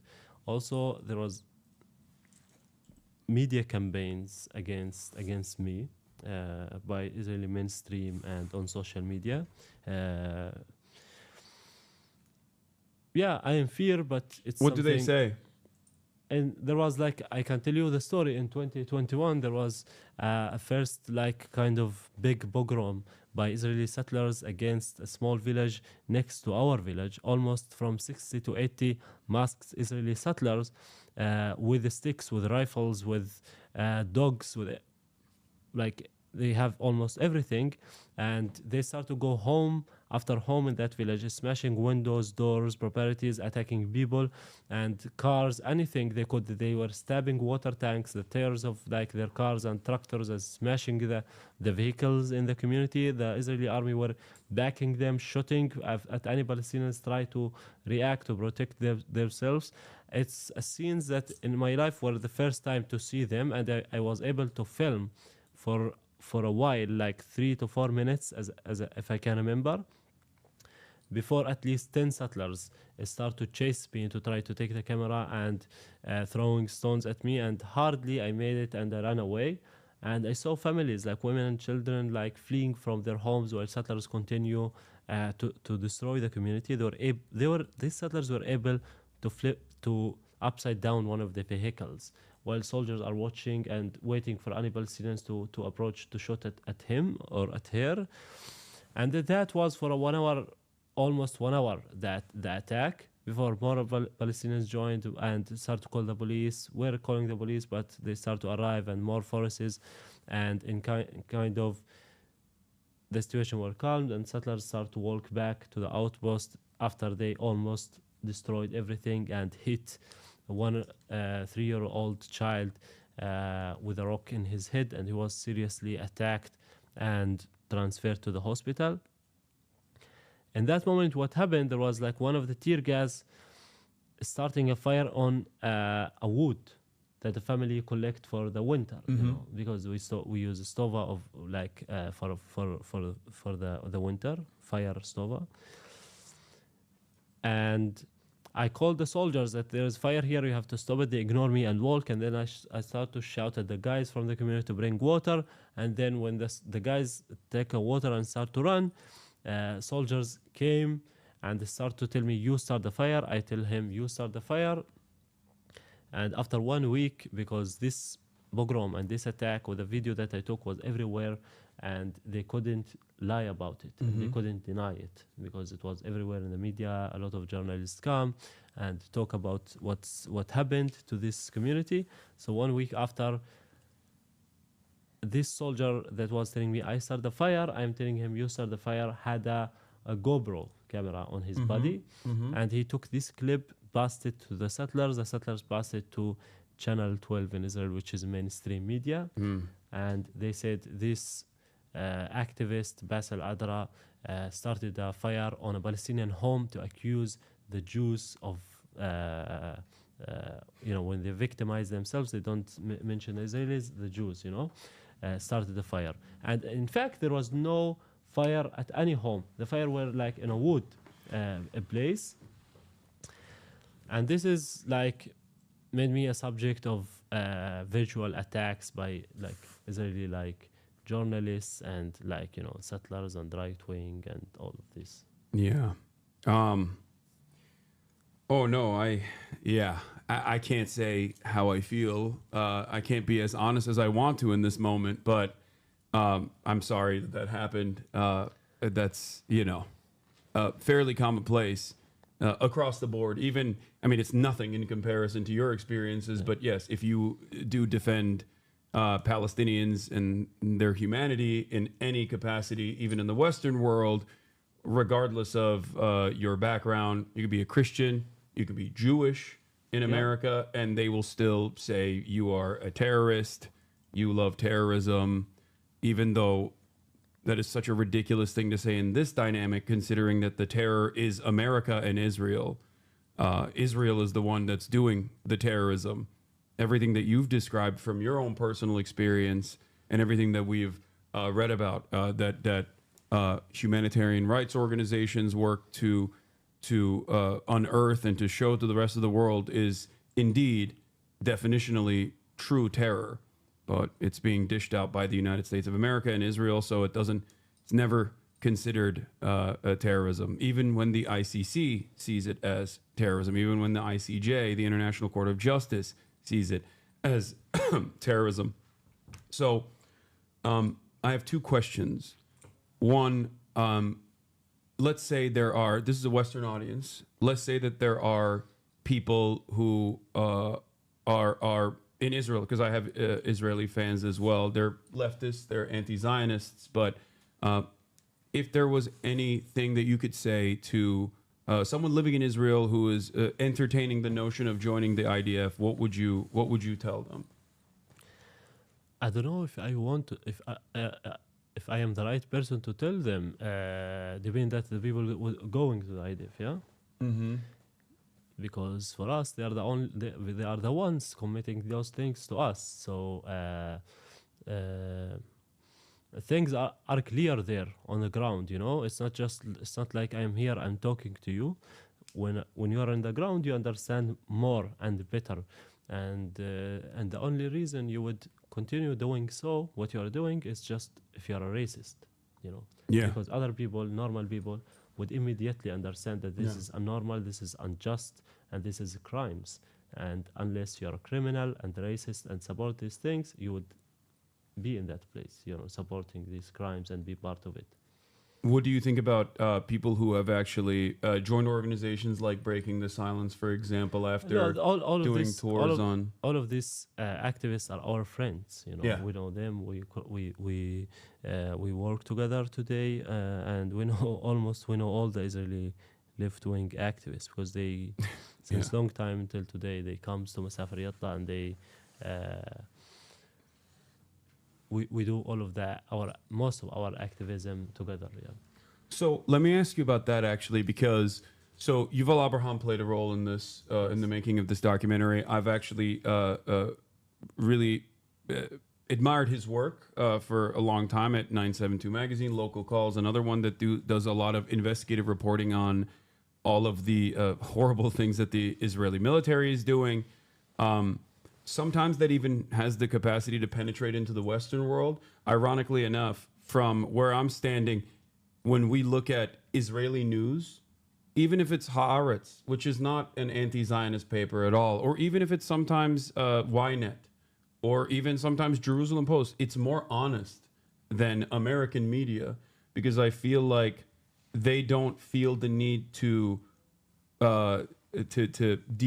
they don't feel the need to like make it seem like what Israel's doing is moral, because if your audience is already Israeli, they already have decided that Palestinians are not human and must be dominated. Whereas in the New York Times here in the United States of America, I think that they sanitize it. Because you're like, I think one of the reasons, and big reasons, because it's funded by the U.S. and the U.S. doesn't want to say that we're funding those things. Yeah, absolutely, for sure. It's predominantly funded by us, both our tax dollars, but also directly funded by American Christian groups. For example, there's the largest donors to the West Bank, specifically in settler operations, is the Christians United for Israel, CUFI. It's a evangelical Zionist group, and it is comprised entirely of Christians. It's funded entirely by Christians, and it's Christians like the guy Mike Huckabee that Donald Trump just put as in charge of the West Bank from the American perspective, that believe in these like insane biblical reasons as to why the West Bank must be given and the entire region must be given to Jewish people so that they can trigger a rapture, and Jesus Christ will come back to earth in their estimation. It's truly psychotic. It's insane. Now, another question I have, I guess, is there are obviously Jewish Israelis who put their bodies on the line as well. Do you feel like that is given the ethno-supremacist values that Zionists have, or given the ethno-supremacist values that Israel has, do you feel like when there are Jewish activists side by side with you, that there is less harm in general? Well, they sometimes been attacked and arrested a lot of times, but we are they don't face what we face as the Palestinians in most of the cases, because in the end of the day they have the privilege because they are Israelis. They are like, some of them are our friends, and we talk every day and we work together and go to the field. But still, they are Israelis. They know that they have the privilege. And not necessarily, they, like, in a lot of cases, there was Israeli activists, and still the harm would be the same. For example, in Beta, where American activists were shot in the head and killed, and there was other American activists, American activists, the Turkish American, and Israeli activists who were like side by side with her and the Palestinians, and still the same in Masafer Yatta. Yeah, almost all. Sometimes it would make the harm less, depends on the situation, but sometimes, like most of the times, no. You know, settlers would come to commit a pogrom and to burn homes or attack people. They would keep doing it even if they see Israeli activists. The Israeli Prime Minister's office says Israel agreed to a U.S. Proposal for extending the Gaza ceasefire in return for the release of hostages, but is claiming that Hamas is refusing. As of now, this just came out, which is of course a lie, and they have lied about this every step of the way. Yeah, they don't want to go to phase 2. They don't want to go to phase 2, but well, it's currently Ramadan right now. In many instances, at least historically, Ramadan is a time for Israel to really escalate its violence in the West Bank specifically. And as a matter of fact, many of the instances where Hamas has retaliated have happened during this time frame. In Jerusalem, maybe you mean? What's up? That they escalate the situation in Jerusalem. You mean? In the Yes. At the Al-Aqsa Mosque specifically, Israel will come in, will refuse for people to even visit the Al-Aqsa Mosque, and then will sometimes commit a siege on the Al-Aqsa Mosque. I'm sure you can speak to that as well from your personal experience. And then even harm Palestinians, sometimes even killing Palestinians in the process. And then there will be retaliation that comes from the Gaza Strip. And then Israel will use that retaliation to go and bomb the Gaza Strip. This is usually how this process works. Having said that, this time, considering that there has already been a siege in Gaza and ethnic cleansing that has been happening in Gaza, and Israel is already focusing its efforts on the West Bank, how do you think that this Ramadan period will play itself out? I think they still this year they have decided, I think, to prevent young people to attend to Al-Aqsa Mosque. You know, for the audience, the people that's watching us, we are from the West Bank. We can't go to the Aqsa Mosque anyway, because it's technically inside the wall, the separation wall, and we need a permission that we will never get to go there. So Palestinians from the West Bank don't go to pray in Al-Aqsa Mosque. In the previous years, some of the people would have permissions and exceptions to go pray in Al-Aqsa Mosque, and most of the escalations would happen with the prayers in Al-Aqsa. Today I see, and most of the Fridays, actually, since the beginning of the war, Israel is preventing young people to attend to prayers in the Aqsa Mosque. We're talking about people from East Jerusalem and 48, like from inside the Green Line, not the West Bank. We are at all prevented to go there. And I think today in Ramadan as well, they're preventing young people to attend to the prayer only from 50 and up that can go enter pray in Al-Aqsa Mosque. They see in this a chance, you know, that they can now control and change the situation in Al-Aqsa Mosque as well. Yeah. Here, this is what I was talking about with respect to Israeli media versus American media, where Haaretz says Netanyahu stalls stage 2 of the Gaza ceasefire and once again weaponizes Israel's grief. The inertia of stage 1 and the resultant dramatic change in the Israeli public mood will soon clash with the prime minister's plan to obfuscate and prevaricate. Their analysis also is still not necessarily speaking on the humanity of the Palestinians, but the anger that Israelis feel towards their own government. But then you look at the you look at the American news, and it says Hamas rejects Israel's request to extend phase 1 of Gaza ceasefire. It's bullshit. It's a lie. And when you say that it's a lie, people get mad at you. They say you're wrong. You're this shown also the cowardness of the American leaders when Biden set up a proposal and Hamas accepted, and then and Netanyahu rejected, and then the American government say, "Oh, Hamas rejecting it and refusing to negotiate." The Hamas like saying, "No, we are accepting it," and now the same thing, a proposal by the Americans that has phase 1, phase 2, and phase 3. I think phase 1 ended, and Israel refusing to go to phase 2, and American media says, Hamas is rejecting like to go to the face. Yeah. When it's you know, nothing to blame it's Netanyahu not it's for. not the Like, truth. in this country. you are not allowed to blame Netanyahu for anything. No. He's always right. No, of course. Yes. I mean, you know, going back to this, of course, this image says it all, obviously. So what else? There's some other questions that I wanted to ask you before I let you guys go, because thank you so much for taking the time out to come here. And we're also close to tripling the goal, by the way, for Rebuilding Alliance fundraiser. We are now officially at 70. Holy moly. We are at, mashallah, we're at $73,419 raised. Thank you. Since you guys got here. Do they know about anti-BDS laws? Oh yeah, that's actually an interesting question. Do you know that it is in 34 or I think it might be 37 now. In 37 states in the United States of America, it is illegal to protest Israel. It's illegal to boycott. Obviously, you know BDS, boycott, divestments, and sanctions. It's illegal. You can't get a job. If you want to get a job in Texas, for example, as a public school teacher, you have to sign a document that says you will never advocate for boycotts, you will never advocate for divestments, and you will never advocate for sanctions against the state of Israel. Yeah.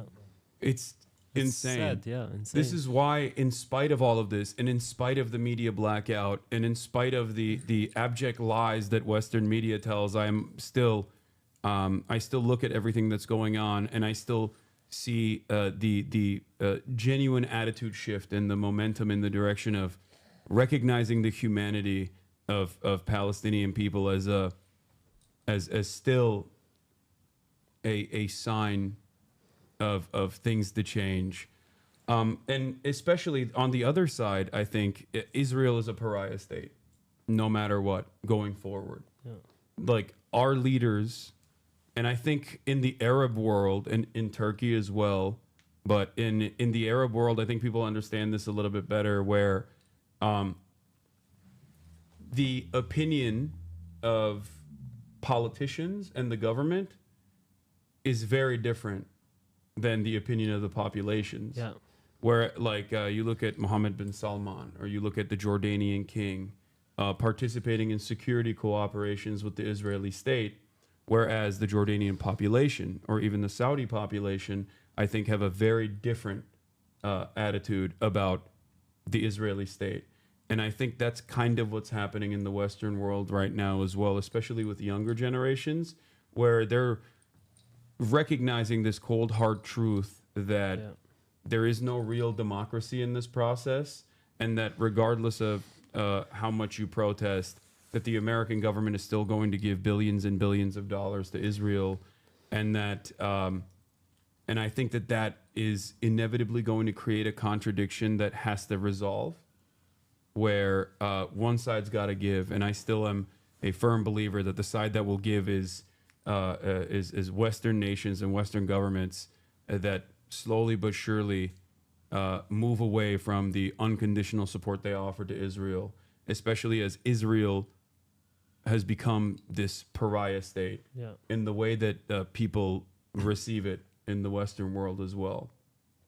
I say Western world because the rest of the world knows what's up, but you know, Western Europe is like one of the only places, in America is one of the only places where people have people have held this like loyalty to Israel, and they are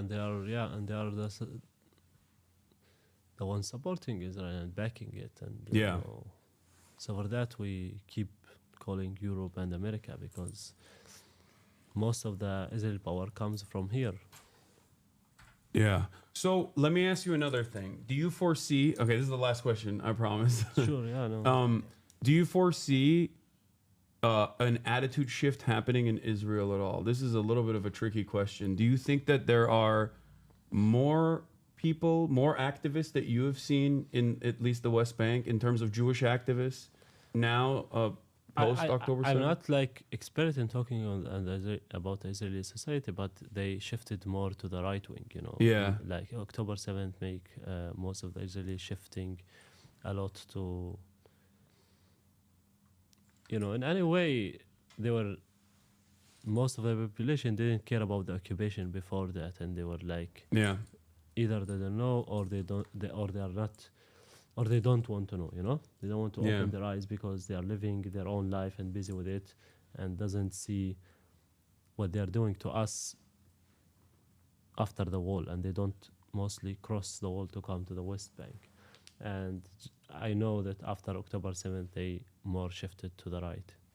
Yeah, and I think, again, this is my opinion, not theirs, okay?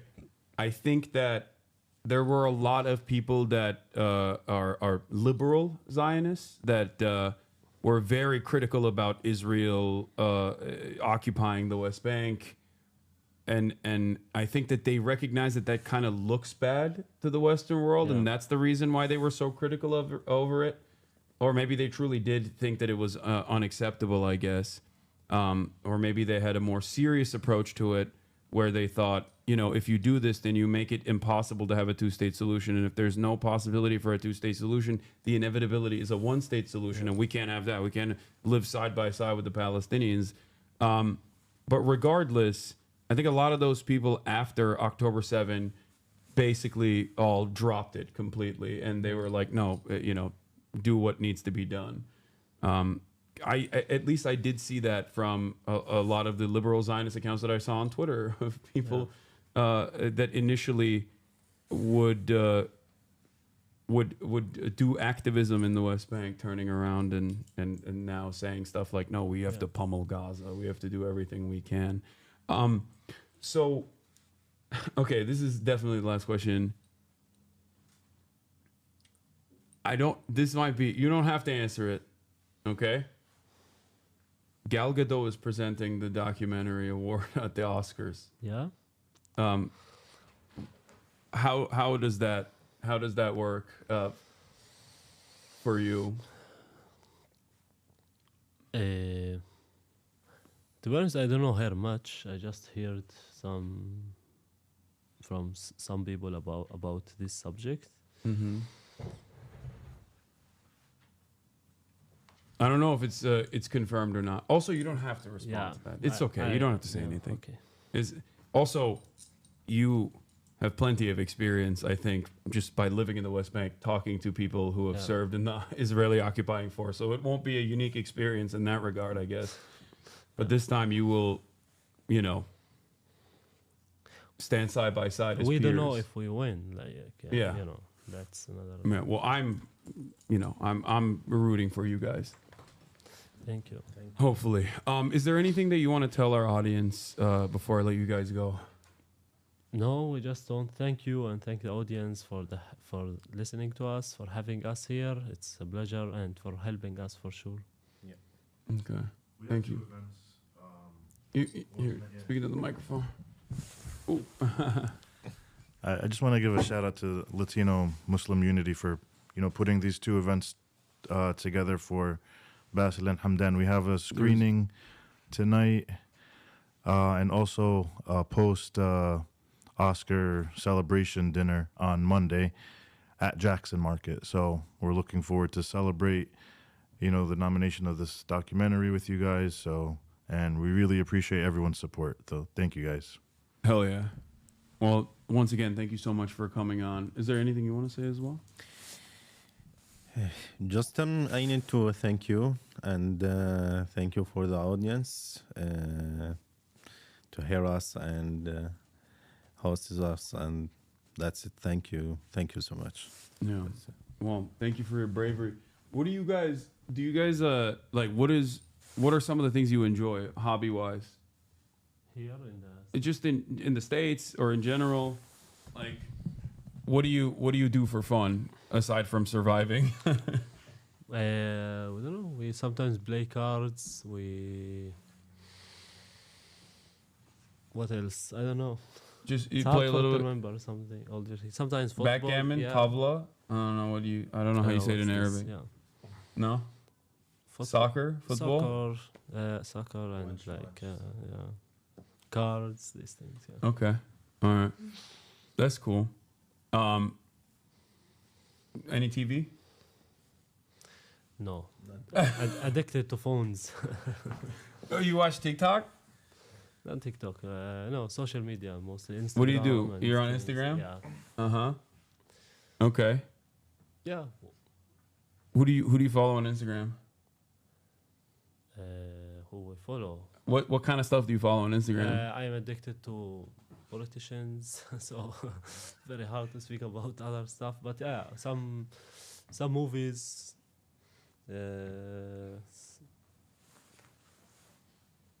Okay. Yeah. All right. I won't bother you anymore. We're fasting and very hard to remember. No, everything. I know. Thank you so much once again. All right, everybody. No Other Land, 2025 Academy Award nominee, Best Documentary Feature. Inshallah tomorrow. Inshallah. We'll see what happens, but yeah. Once again, thank you so much for coming. Sure. This was a real honor, and thank you for existing, and thank you for the work that you guys are doing in general. Sure, thank you. Yeah. All right. Okay. I'm gonna play. I'm gonna go back to the playlist. We're gonna talk about the disastrous Zelensky.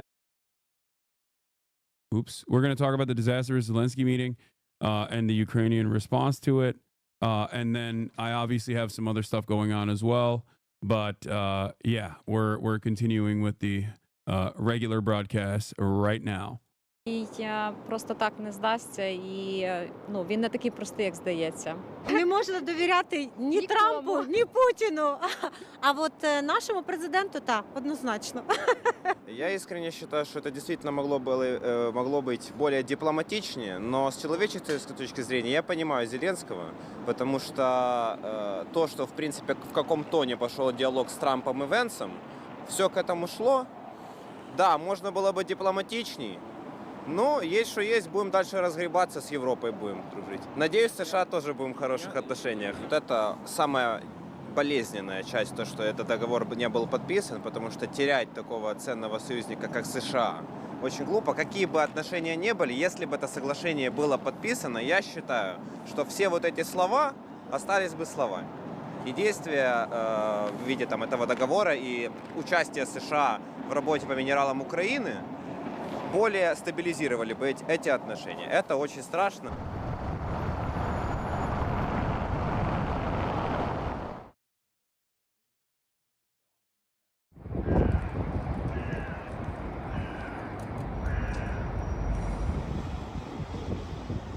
Коли нам давали перші 3 дні, і більше не давали ніяких шансів, і весь світ був проти нас, ми якось самі вистояли, самі справилися.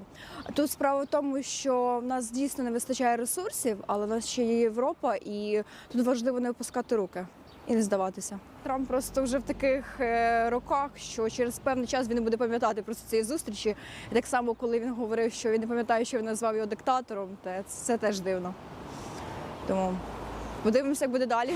Багато країн європейських висловили свою підтримку Україні, і ми, в принципі, сподіваємося на те, що це якийсь крок, якийсь поштовх до того, аби збільшити допомогу Україні, насамперед технічної, боєприпасів і так далі. Щодо Америки, насправді ми їм дуже вдячні за ту допомогу, яку ми отримували весь цей час і продовжуємо отримувати. Але наша гідність, наша честь, я думаю, зараз має стояти вище всього. Ми пройшли дуже важкий шлях насправді, аби зараз дозволити, можливо, це буде звучати дуже грубо, але витерти об себе ноги. Як було зазначено американськими журналістами, Білий дім ще такого не бачив. І, в принципі, також ми були не готові до цього. Це був такий, в принципі, дуже неприємний шок, як наче нас облили холодним душем. Так, це був дуже несподіваний формат спілкування, але є дві сторони медалі. Дипломатичність, так, в принципі, президент Зеленський мав би дотримуватися більш якихось норм, правил, але з другої сторони це була провокація. Чув, читав, скажу, що Зеленський красава і зробив все вірно. Ну, так як я чув і ти бачив, то все зробив вірно, не прогнувся під, як це сказати гарно так.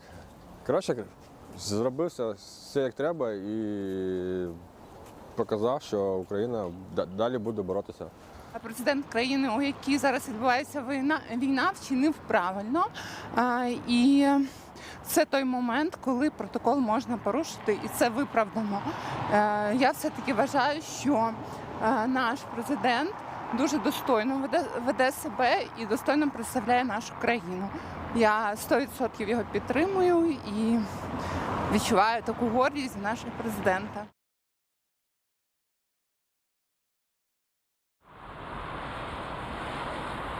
Зеленский с его такой, знаете, несколько авантюрной натурой, он, ну, значит, полез на Трампа, так сказать, со своим, так сказать, таким гонором.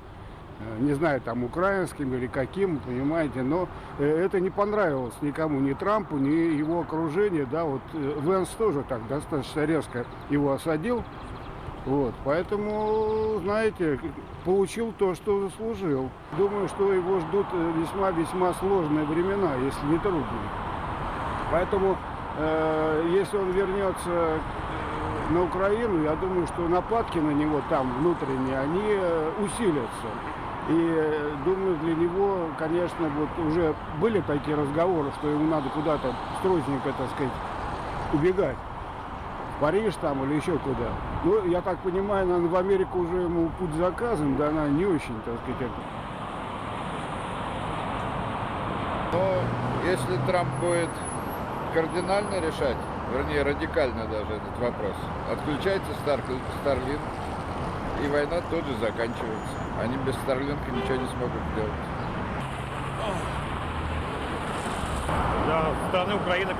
What do you mean? Fuck it, he's not coming back. I had to, you know, make sure that they were comfortable and walk them out and be.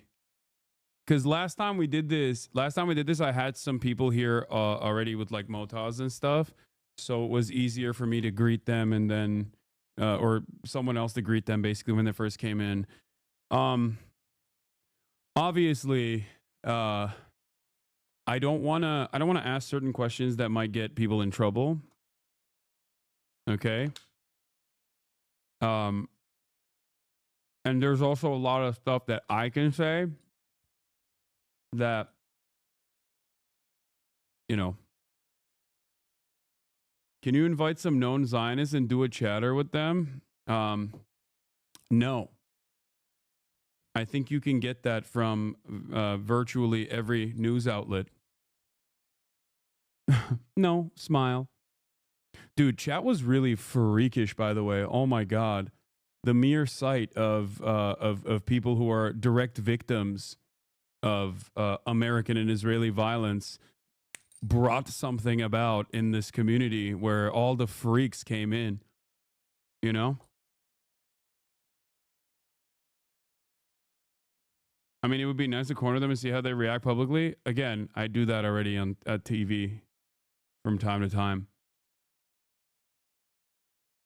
Ban all the high pitch noise people. This is what you remind them of when you came to. Okay.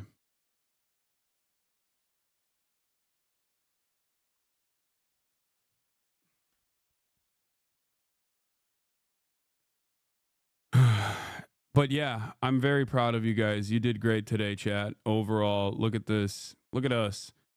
Raised over $80,000, $82,000 in a matter of an hour. Also, I have already had a conversation with someone who's pro-Israel. It was called The Leftovers Podcast. So it's not, I guess, not as much pro-Israel back then as it is now, but yeah. Tuning in late, did you watch the documentary on stream? No. And also Piers Morgan show.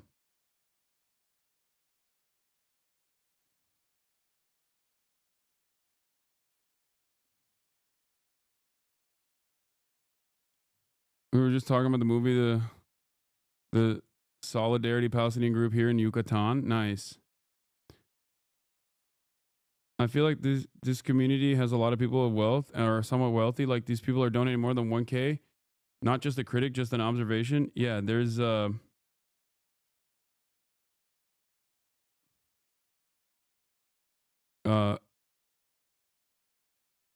there are a lot of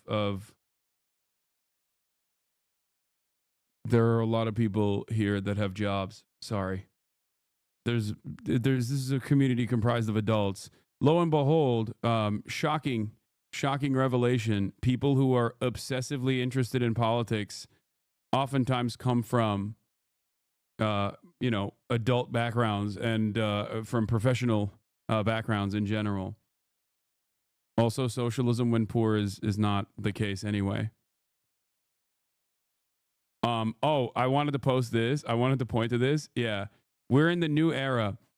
Cloudy says, if you're a white man in today's political climate and you're at least a little bit woke, you got to start wearing those obnoxiously progressive t-shirts. I'm talking transgender Punisher. Women feel safe around me. Graphic tees and tanks constantly. So I know you're chill with it. Yeah, we're bringing this back. Okay. And we're bringing this back too.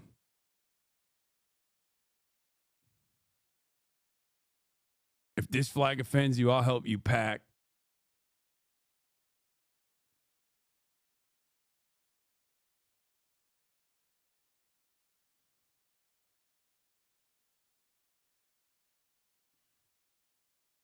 I am that guy. I'm still that guy.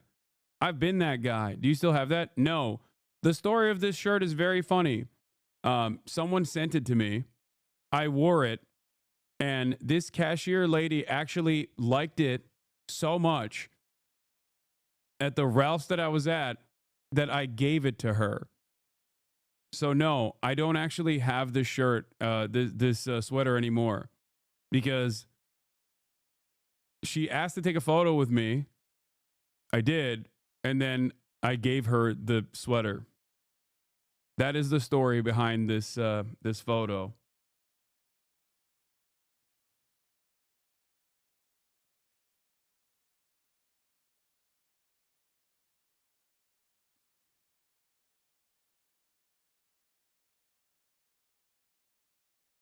Anyway.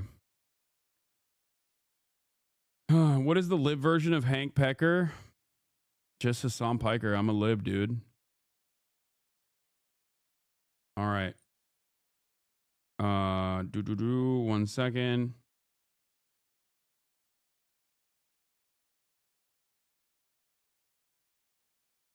We are liberal now.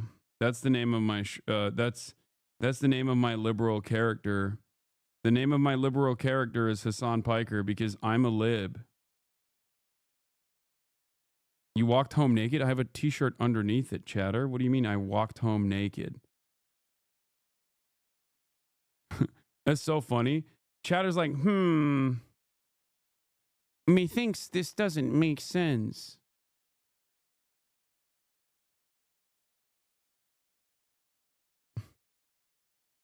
I feel like you're lying. I feel like you're lying. Brace Belden is lib Hassan Piker.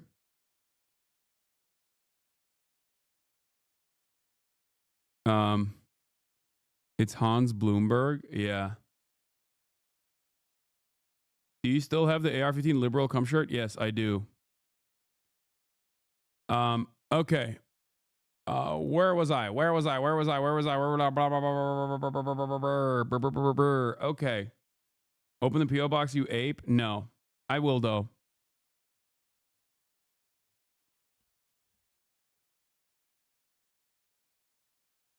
Talk about your goat Erdogan? No. Let's hear from the Europeans and how they're reacting to the Ukraine stuff and America's like slim moral argument basically falling apart in broad daylight. Okay? The Brits. Is the new Drewski Show app out? Can we watch it? I already watched it. I watched it as soon as it came out. Take a deep breath, actually. I just watched the press conference, and I was just telling the lady who answered the phone that I felt like bursting into tears when I was watching it, because it just struck me that it was like two horrible bully boys who are kind of in the sixth form of a secondary school, and they've approached, third or fourth year, and basically saying, if you don't give us your dinner money, we're going to beat the crap out of you. Oh, there's this too. Except I it was saw done in this. front of the world. How this YouTuber destroyed his career in 2 weeks, 300K in 1 day. God damn. This is one of the first times I've seen like a random expose that's not like immediately and directly. You really skipped over the opportunity to use the title The Destined Downfall of Destiny or Destiny's Destined Downfall. That is pretty funny. Homeboys read it in human form. Yeah, we got this as well on the docket. We can watch. Ceasefire won't last. Fascist state of Turkey will continue to oppress the Kurds and they will rise up in arms again. This is not even about socialism. This is not even about I'm not even talking about like I fucking hate this guy. He hung up on someone speaking positively of the BBC Gaza documentary. Freak.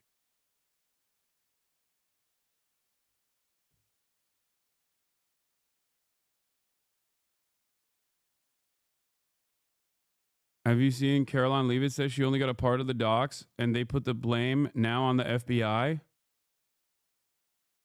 Okay. There's a new overzealots. Yes, socialism leads to dictatorship debunked. And how this YouTuber burned his career. But we'll do all of those. We'll do all of those. We got a lot. We got a lot. We got a lot. We got a lot. We got a lot. We got a lot. Hassan dodging Kurdish comments once again. No, dumbass. No, I'm not dodging the Kurdish comments. I'm saying that I don't know enough about Erdogan's intentions. Why do you cynically think that why do you cynically think that I would be hiding something when I've like very openly made my opinion on this issue known? The fuck? Dude, yesterday on the broadcast, I had a literal person who is considered a terrorist officially by the Turkish government for going and fighting in Rojava alongside the YPJ.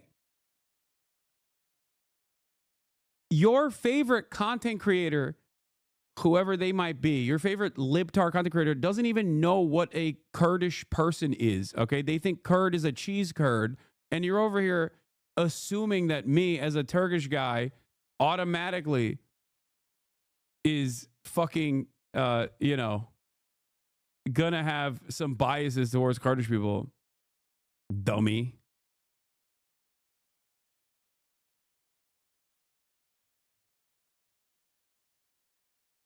Yes, this is an equal opportunity terrorism broadcast. You understand?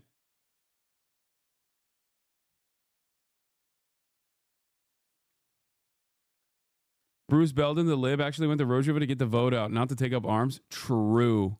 That is true. All kinds of terror. Just not the Western kind, you know? Provisional IRA interview when? Okay, you're joking, but like, not provisional IRA, but I will be... I'm looking to link up with I mean, that's not provisional IRA, but I am looking to link up with some wonderful Irish folks.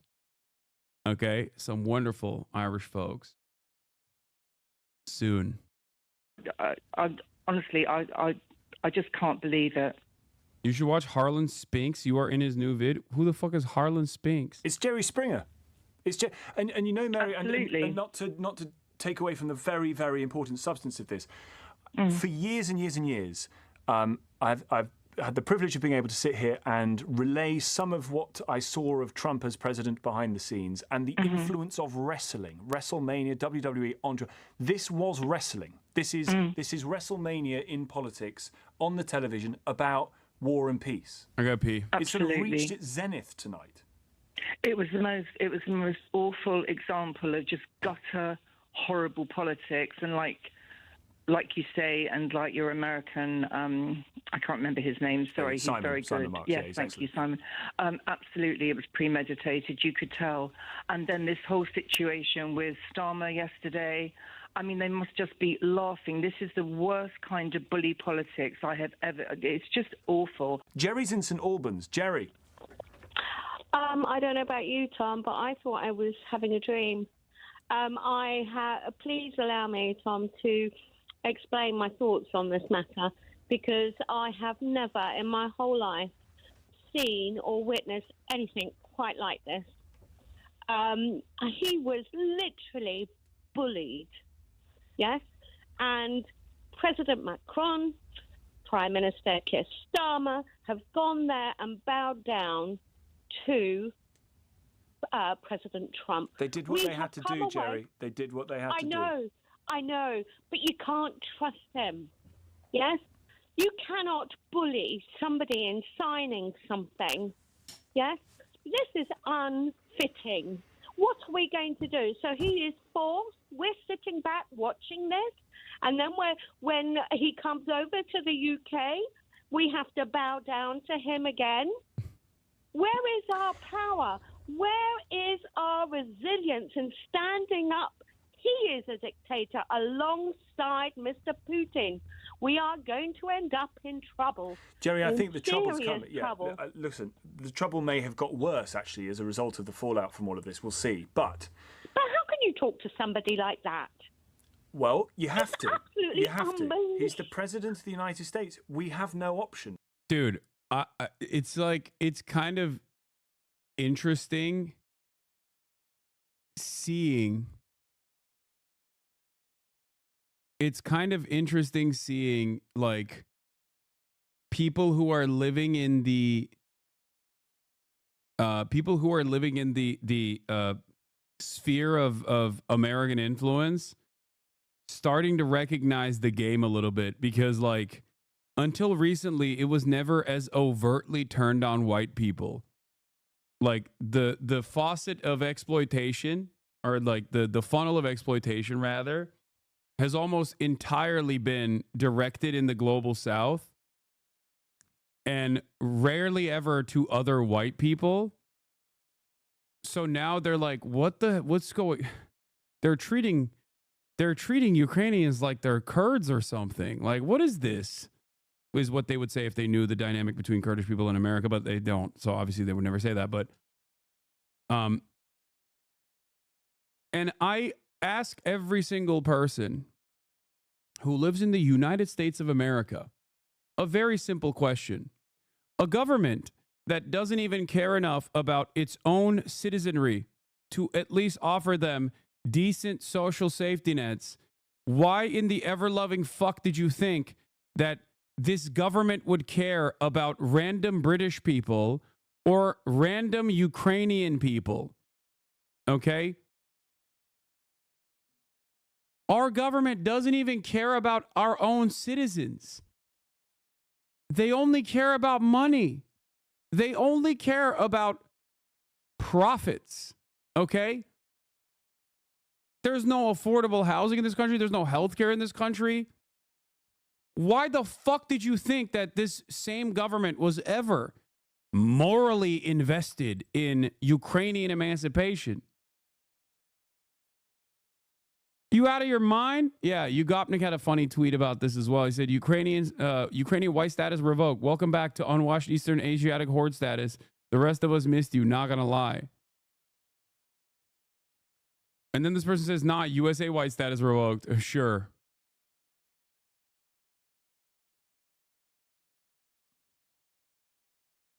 Not America, but this Trump administration? No. No. Don't do this thing where it's like just the Trump administration. You think the fucking Biden administration was doing anything different in terms of caring about its own citizens? What do you mean? Imagine a liberal Biden, okay? Hassan, you're dumb as dog, I say. Big Soda _TV. Yeah, big sodas, guzzling on those big sodas, and will get diabetes and will not be able to pay for insulin. And then it'll take him to recognize at that very moment why the American government doesn't give a shit about him either. Probably not, though. you'll, I don't know, maybe you'll turn around and blame immigrants or some shit. I don't know. And you'll just keep going, I don't understand. Far from fat. Okay. Okay, big soda. I'm a soda boy too. Don't worry. Okay. I'm a big soda boy myself.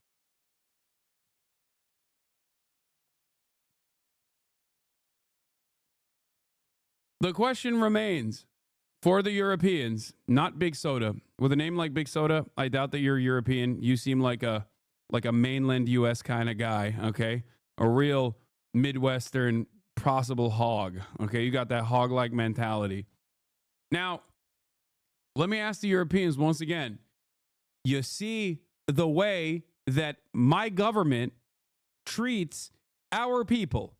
What made you think that this government actually cared about you? Let alone Ukrainians.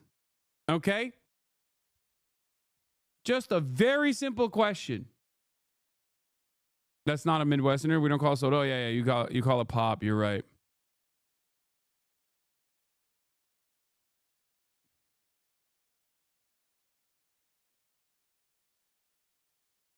I'm not gonna lie, I kind of blame Scheinbaum and Trudeau for bending the knee with tariffs. Am I misguided? I wish they stood 10 toes down and be like, we don't negotiate with fascist dictators, too idealistic. Come on, dude.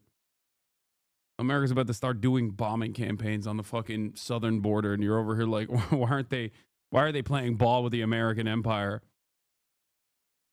This is also part of the reason why I think, at least for the time being, right now, given how much Europe hates China more and how scared they are of China, that there won't be like a serious shift.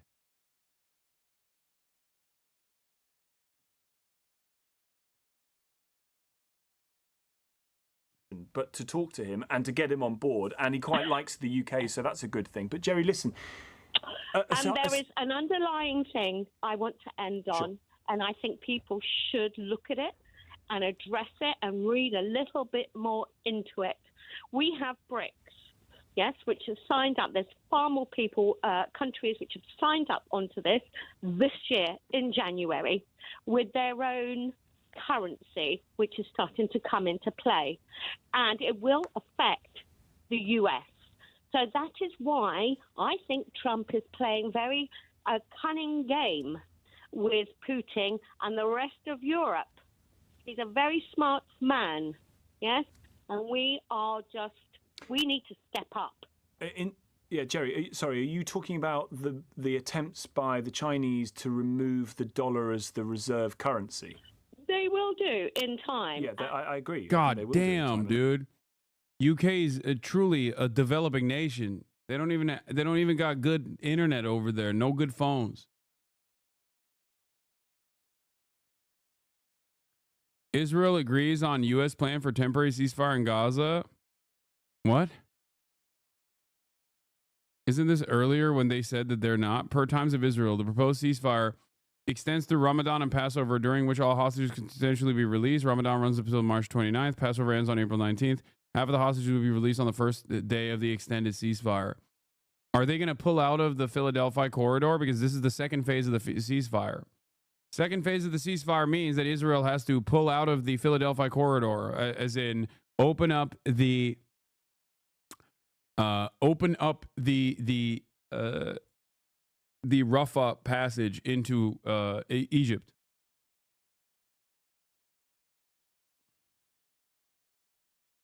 How is Trump going to make other countries pay the tariffs?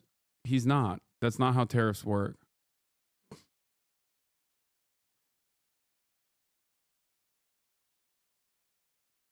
But I did say that they would. They've agreed to maintain ceasefire, but refused to move to phase 2. That's what Hamas rejected. Continuing without moving to phase 2.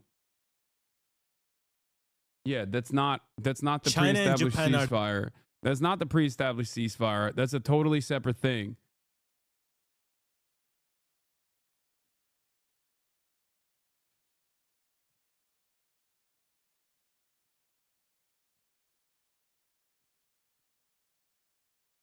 They don't have to open the oldest vault. They already did. It's too late. They already opened the world's oldest vault. Too late, big dog. You can't close the world's oldest vault once it's been opened, okay? Kaya's acting real different today, okay? She saw a bunch of guests, and all of a sudden, she thinks she's hot shit. You feel me? Getting up. Kaya. Yeah, you already know. You already know what's up. Don't look at me like that, you little cutie.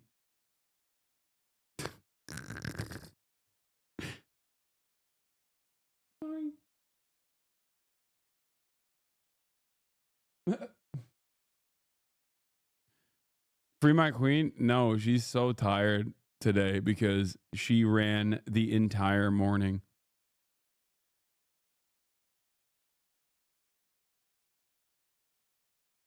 She got saluted by your guest. You would never do the same?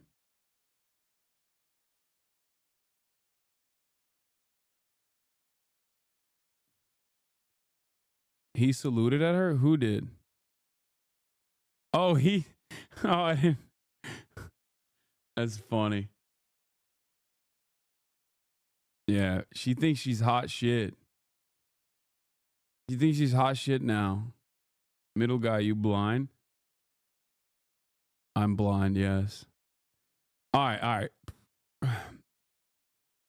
Socialism leads to dictatorship debunked. 3 times capitalism did.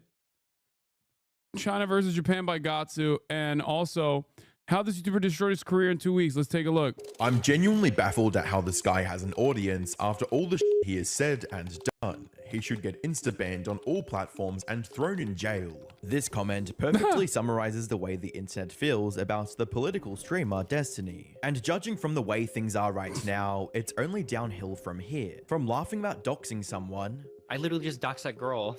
The one that tried to throw egg on me like a week or 2 ago. Like, I don't give a fuck about like doxing. To proud. Yeah, I mean, he is also a rampant brigader as well.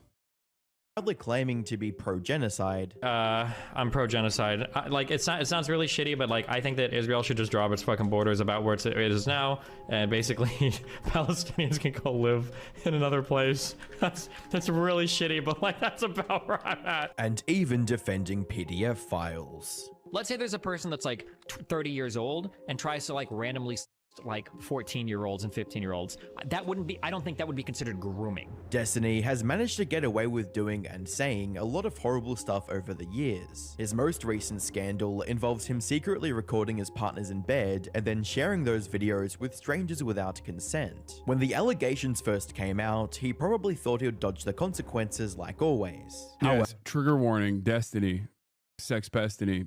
There's going to be a lot of horrible shit that he's done, I assume, in this video.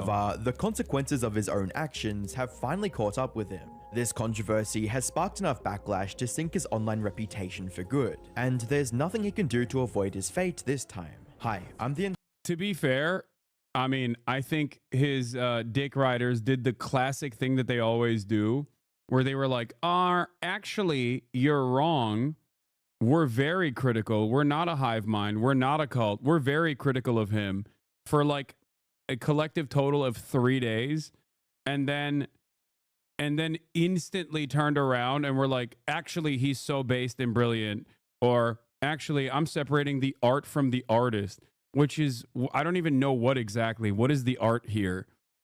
Like, it's literally, I feel like Destiny, also known as Sex Pestiny, provides a very niche role in the online marketplace, which is, aside from obviously duking it out in the marketplace of ideas with like some of the, I would say, dumbest people on the right, okay, the role that he's always filled is basically the institutional liberal that wants to say the N-word. Like, because his arguments and the things that he is defending, or the positions that he assumes, are not exactly positions that he's independently arrived at through a lot of research. He just takes a stance that is usually the MSNBC or CNN stance, and then, you know, he fills he basically comes to this conclusion beforehand, always playing catch up with whatever the Democratic Party is saying, and then defends it by going to a litany of different think tank backed research papers that he can point to say that this is the logical conclusion to arrive at. Which is why he is regularly wrong about domestic politics or foreign policy. It's just like he finds himself at odds all the time. That's why he was defending Joe Biden as a Biden dead ender until even videos that were released of him defending Joe Biden as a Biden dead ender were released after Biden had already dropped out, ironically enough. But none of this causes his fan base to recognize that perhaps he is not this incredibly brilliant person, but someone who is gifted with the art of yapping. That's it. He is very good at presenting himself as knowledgeable. He is also very good at finding certain talking points or finding key pieces of information to support his perspective. And also, none of that matters because all you needed to do was become a right-winger and you can clear both me and Destiny combined. That's right. Asmongold is the largest political content creator on this platform and perhaps one of the largest political content creators in general right now. So it turns out none of those things were necessary, okay? My many, many years of reading, writing, trying to understand American foreign policy, developing a fully fleshed out worldview that might not be considered acceptable within the confines of neoliberal hegemony, irrelevant. Going on, Vyvanse-induced 8-hour research streams where you can create beautiful talking points so you can destroy your interlocutors in the marketplace of ideas. None of that was actually significant or important or necessary. You just go, yeah, tits, they got to be big. Well. Video game tits are small now. DEI. That's right. All you needed to do was that. Anyway. Yeah, tits, they gotta be bigger. Or this chatter said it's true, so it must be. Yeah. In any case, all jokes aside, okay, and I am memeing a little bit here. I did see a former Destiny's fan speaking on my sub. This is not very commonplace. Usually it's people just kind of are too embarrassed to admit that. But this person said, probably going to get shit here for the title alone, but yeah, Libin, former D viewer. I'm a libtard and I used to watch D. Don't know if his name is allowed here, but I stopped after the lawsuit. Just wanted to say I'm completely starting to get the America hate. Better late than never, I guess. I never idolized Dems, but I had more faith in them than I should have. Recent events with the Trump administration and Dems in actions have really soured me, though. Don't really know the point of this post other than to say that there's libs that are starting to relate more with you guys, even in Destiny's sub. We're not going to agree on anything, but I'd like us to be more united, especially where things are currently heading. I would certainly take your guys' preferred candidate over any conservative. Thank God. Okay? And I think people like this will, most likely recognize that once liberals are not actually, responding in the ways that they thought they would, more people will actively recognize that perhaps there is an alternative vision here. There is a different way to go about it. And it's not designed around pure fucking spite for liberals in the way that liberals like Sex Pestiny or even now Ethan presented as. People literally think, I just fucking don't think that I can make coalitions with liberals or whatever. Like, I have always been very reasonable. That's why Bad Empanada and many others call me phony or, a centrist. The reason why they call me that is because I understand that for a lot of people's starting points, their worldview is guided by their social conditioning. And of course, they're at best going to be liberal. Okay? Many people here Many people here started off as liberals. Many people here also started off as basically Republicans. Some even alt-right, as a matter of fact. I recognize that. This is a very welcoming community to individuals with different backgrounds and different ideological beginnings. Okay?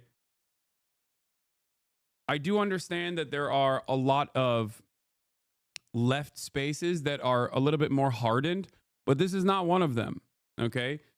And yes, I will not spend a good deal of time making enemies of other leftists who I might have disagreements with, or other liberals who I might have disagreements with, even if they attack me relentlessly.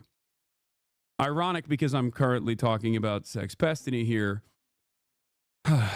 But this is a rare sight normally, no matter how much his community might behave as though it's not the case. It's usually a rare sight. And the big difference for me, at least, initially, like the reason why I started talking about him, hold on. Okay, my food's here. The reason why I started talking about him and decided to no longer do the no free clout principle, which was to, never really cover left-wing, liberal, any sort of like pro-Democrat content creator for the most part, was because I didn't give a shit. I don't think it's productive. I don't think it's productive to fucking talk about these people. I think it's infinitely more productive to spend all of my time and resources and effort shitting on the right. Okay? And in terms of my criticisms of the Democratic Party, when people say, oh my God, you criticize Kamala, you wanted Trump to win, blah, blah, blah, blah, blah. Like, I want the Democratic Party to be a party that actually resists against growing fascism. Okay? That's what I want. And I think honest liberals also want that as well. I hope.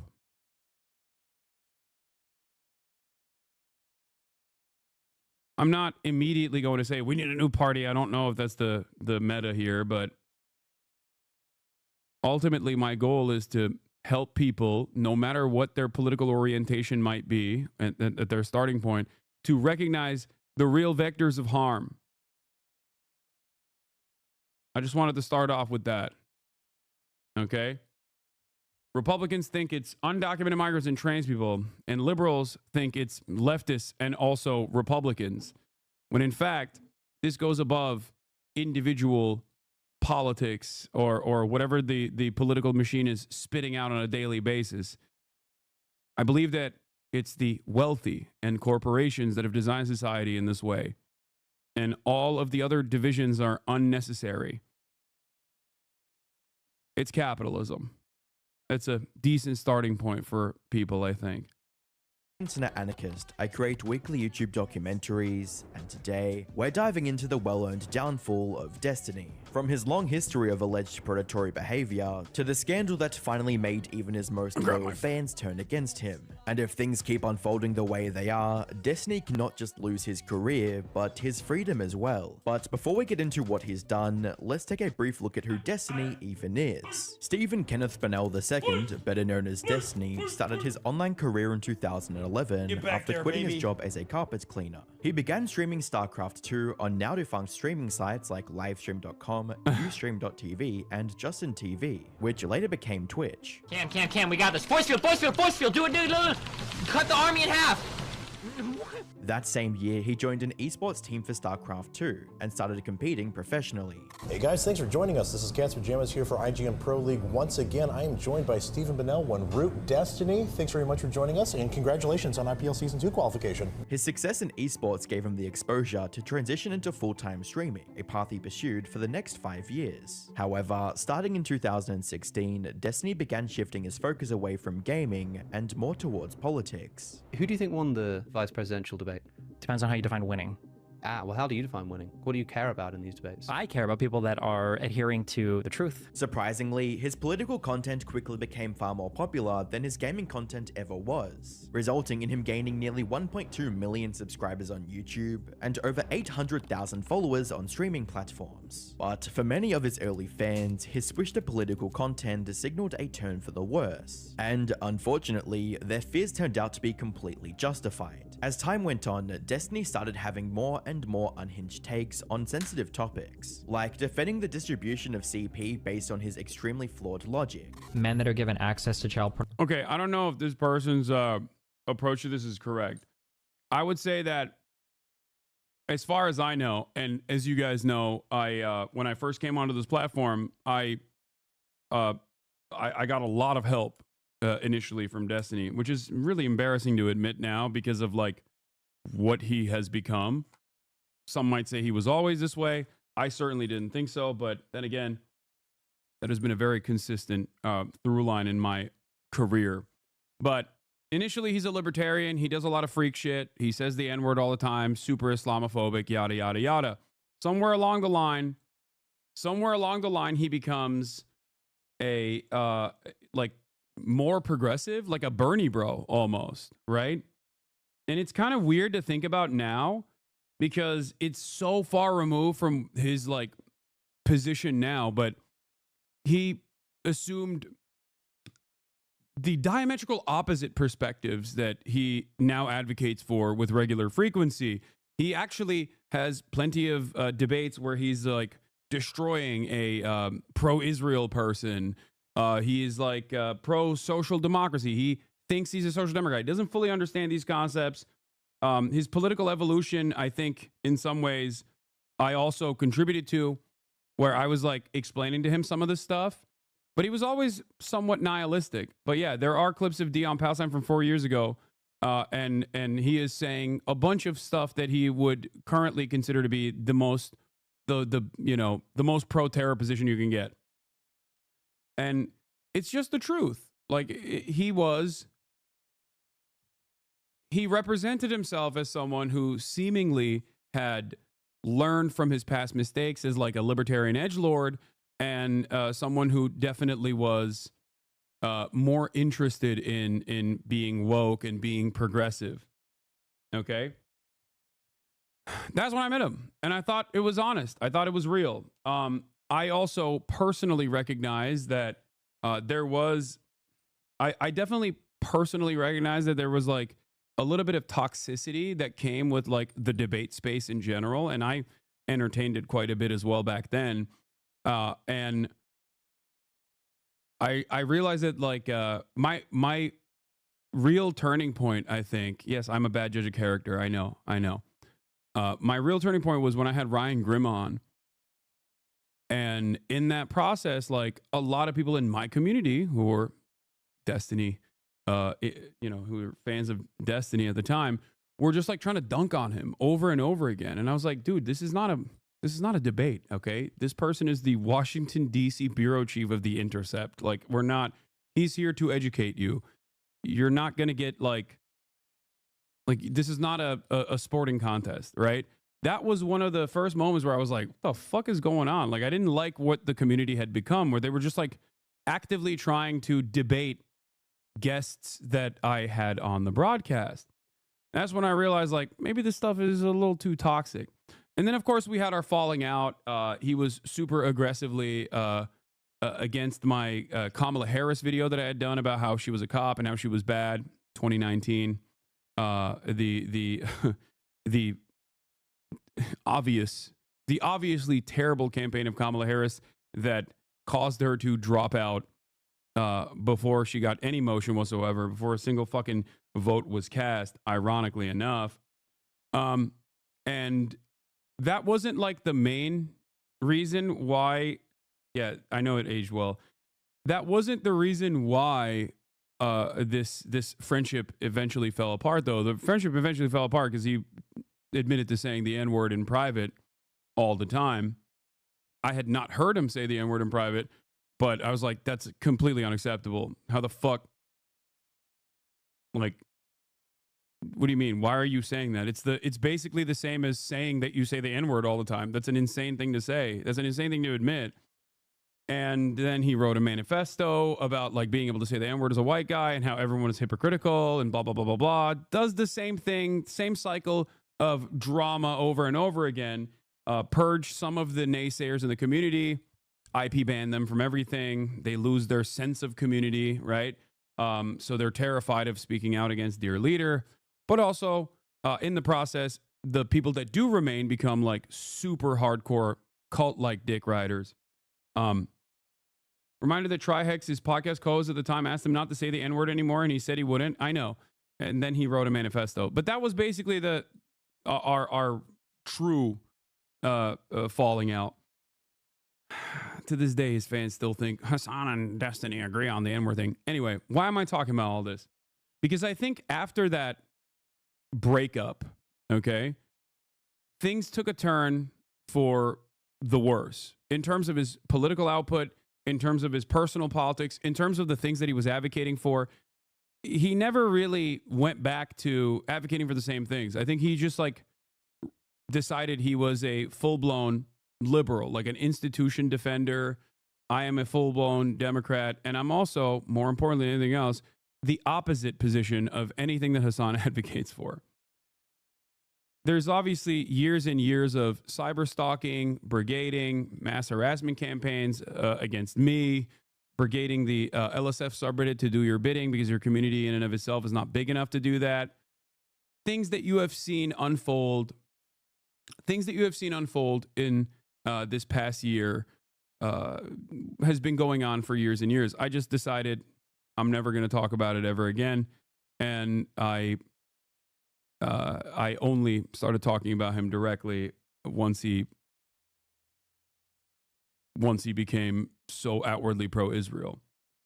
Yeah, initially he tried to outwoke me, but then very quickly he just decided to hit this from every angle.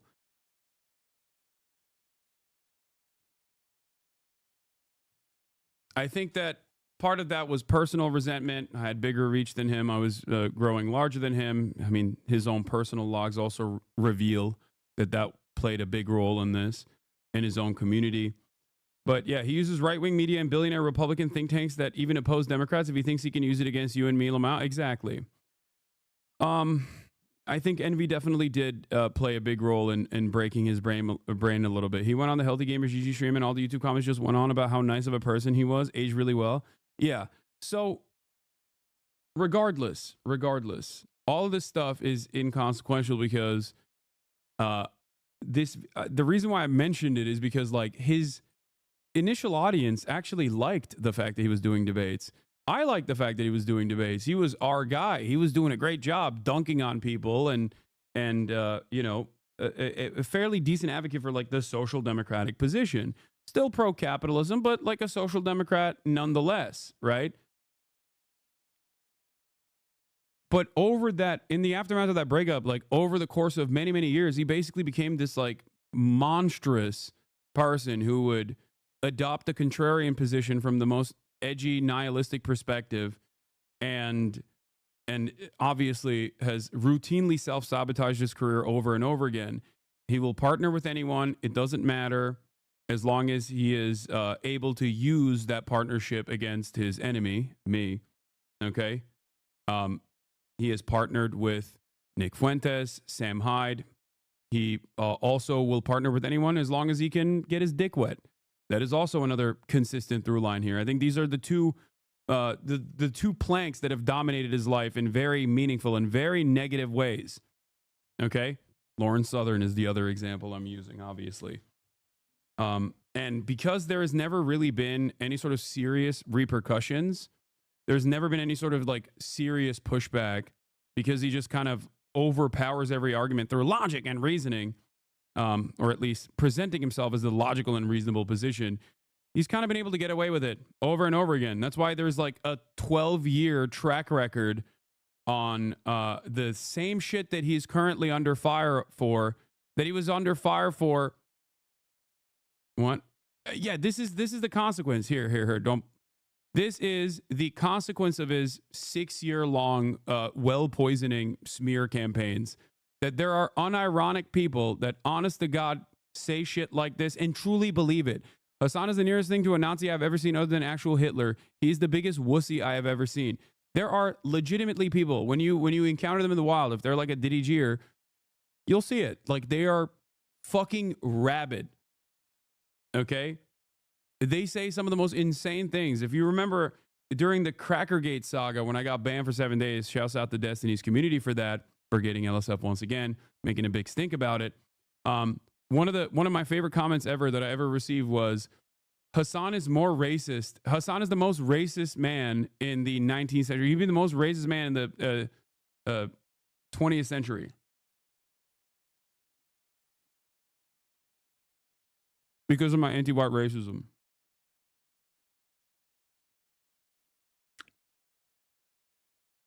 And I remember on numerous instances, his community said Nick Fuentes was, better than me in terms of at least following through on his principles.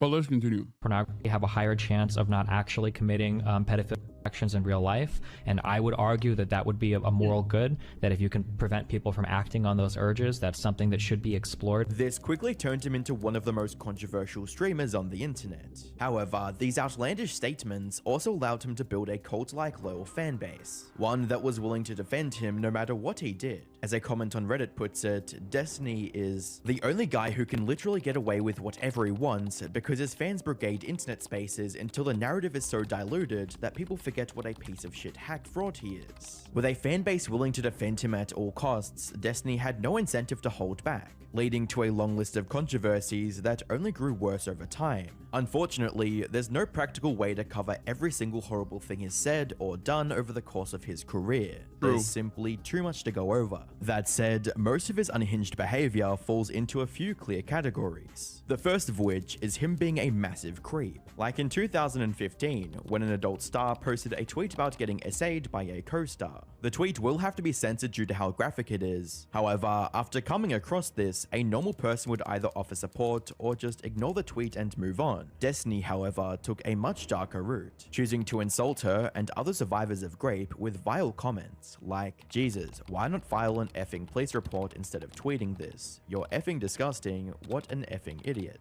When someone called him out for his unhinged comment saying, at Stephen Bonnell, why don't you write us a long list of everything you feel a survivor of Grape should do? Then I'll use it to wipe my ass. Destiny doubled down and made things worse. He responded with, survivor of Grape? It's Grape, not murder, not beheading, or not a fatal car crash. Everyone survives Grape. Get over yourself. From here, things only got worse. Survivor of Grape here, hello. Want to talk about how hard it is to go on every day? Where Destiny would respond with, blank yourself so you don't have to live with the pain. But his disgusting rant didn't end here. Right after this, Destiny got into an argument with another woman over the definition of grape. She posted an argument stating, at Stephen Bonnell, ignoring a safe word and not stopping when someone asks is ignoring consent and is grape. Go F yourself. And instead of presenting a counter-argument, Destiny completely flew off the handle, wishing violence on her in a horrific response. Yourself, you effing. I hope you get graped with a effing shovel until you bleed out your effing and die wholly. This, along with several other instances of him mocking and belittling assault victims, is why many in the YouTube community see him as a grape apologist. However, even this pales in comparison to his disturbing stance on PDF files, which includes defending their actions. I don't like predators, period. I don't care if you're offending or not offending. Okay, hold on. Who disagrees with Brittany? Who disagrees with Brittany? If you just because you molest a child doesn't I make don't you a pedophile. That's not. Claiming that an adult s**ing a minor is not grooming. Let's say there's a person that's like 30 years old and tries to like randomly sext like 14-year-olds and 15-year-olds. That wouldn't be. I don't think that would be considered grooming. And even debating the quote benefits of CP. Apparently, men that are given access to child pornography have a higher chance of not actually committing pedophilic actions in real life, and I would argue that that would be a moral good, that if you can prevent people from acting on those urges, that's something that should be explored. What about child pornography? That's kind of a different thing. There's like moral versus pragmatic sides of that. I've seen a little bit of evidence on the pragmatic side, and it seems like an okay thing. I probably shouldn't say that, or it sounds. He has also gone on record to say that he finds some underage girls hot. And again, like some of it, I guess, sounds uncomfortable. Some people, like if you're being real, like a 21-year-old, 22-year-old, like there are some 15, 16-year-old chicks that like look pretty fucking hot. Like I can't help that. Like some people mature fucking old. Now, some might argue that he's simply playing devil's advocate in most of these cases and doesn't actually believe anything he's saying. But even if we give him benefit of the doubt, there's no plausible justification for these tweets from July of 2022. It all started with Max Carson, who posted a poll on Twitter asking women, quote, "At what age should men start ogling/flirting with you?" And when a girl named Courtney replied to this tweet with 10, Destiny replied to her asking for pictures, stating, "You were hot at 10? Any pics?" She actually sent him the pictures. And after taking a good look at them, Destiny replied with one of the most unbelievably disgusting statements he could, reading, "Jesus, I've never wanted to bend someone over the hood of their little tykes so bad." For those who don't know, Little Tykes is the name of a mini car for children. Some of his fans tried to brush it off as just an edgy joke, but most people weren't buying it. They were rightfully disgusted and pushed back hard, writing, "Before people say it's..." The thing is, like, the method is always the same. You say some unhinged shit, okay?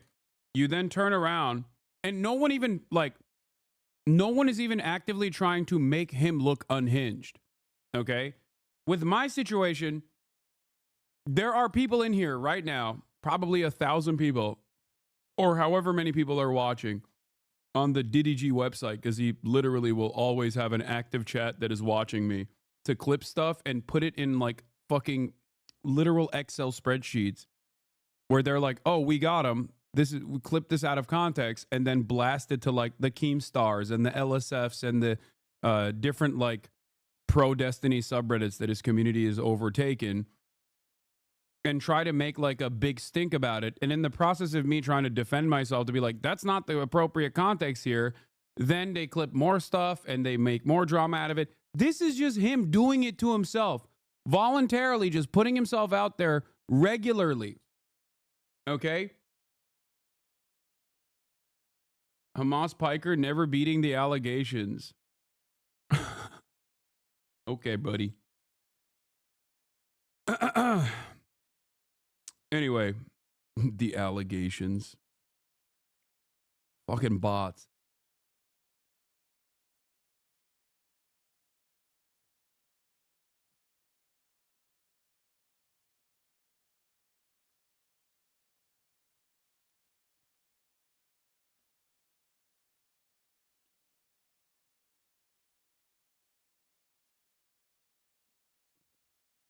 I have noticed that like his community has kind of lost its brain power though, the remaining brain power, because this is like unironically the only people that are still fans of him, I think. Just straight bots. Like back in the day, there were at least people that knew how to fucking piss me off in a way where they could get a good clip out of it. Nowadays it's just this. But they could technically could be an Asmongold fan, to be fair. Or an Ethan fan as well.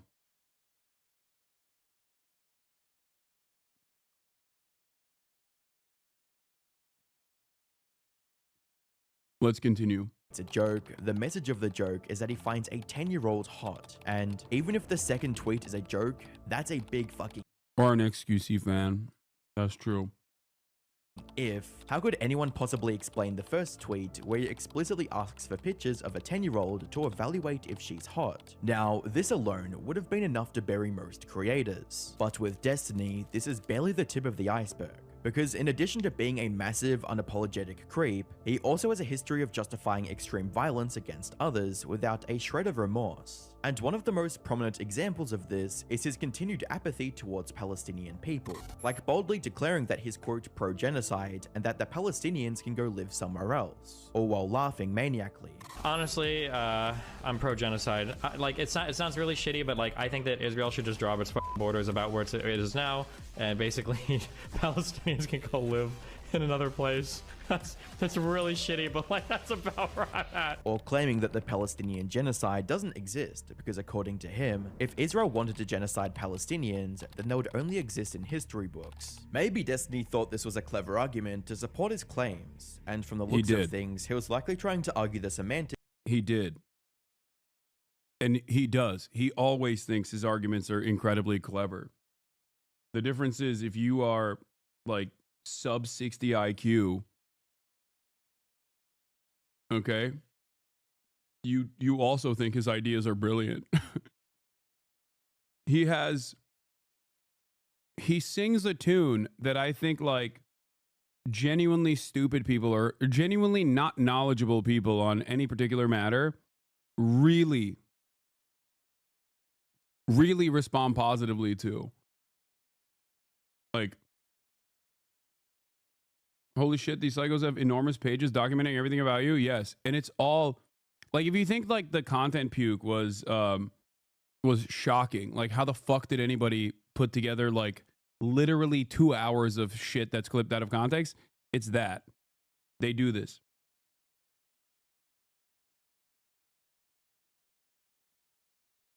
That's how. Of the word genocide, but it backfired spectacularly. Regardless of his intentions, many people online pointed out how tone deaf and cruel his comments were. Oh, that's a great example. Yeah, XUC thinks Destiny is brilliant. Good example of someone who is not very knowledgeable and just eats up everything that he says as though he's like brilliant. It's no different than Ben Shapiro, which is what I said in our initial fallout. I was like, you're fucking liberal Ben Shapiro. You're good rhetoric. You're good with rhetoric. You have strong rhetoric, but you are not very knowledgeable. That's it. You haven't done a lot of reading that defines your worldview, but you are very good at picking out certain talking points ahead of time. And you're very confident. This is true.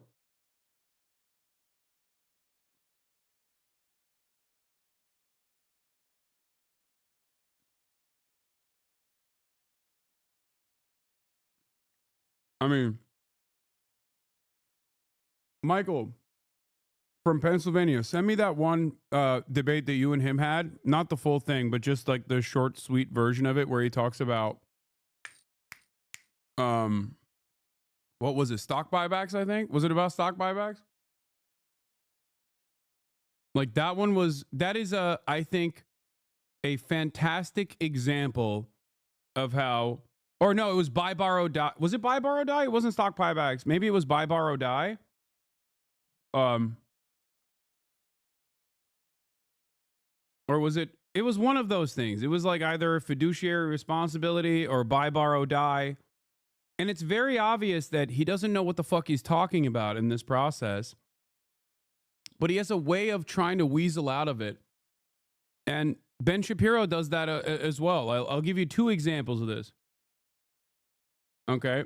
Hilariously, they try to project this onto you with a nonsensically morally lucky thing. I know. I used to always joke and say, I'd rather be morally unlucky than morally lucky then. It's a sweet spot where anyone who knows anything can dismiss him immediately. And so the only people who stick around are the people who are dumber than dirt, or people who are not paying a lot of attention, like people who are not paying close attention.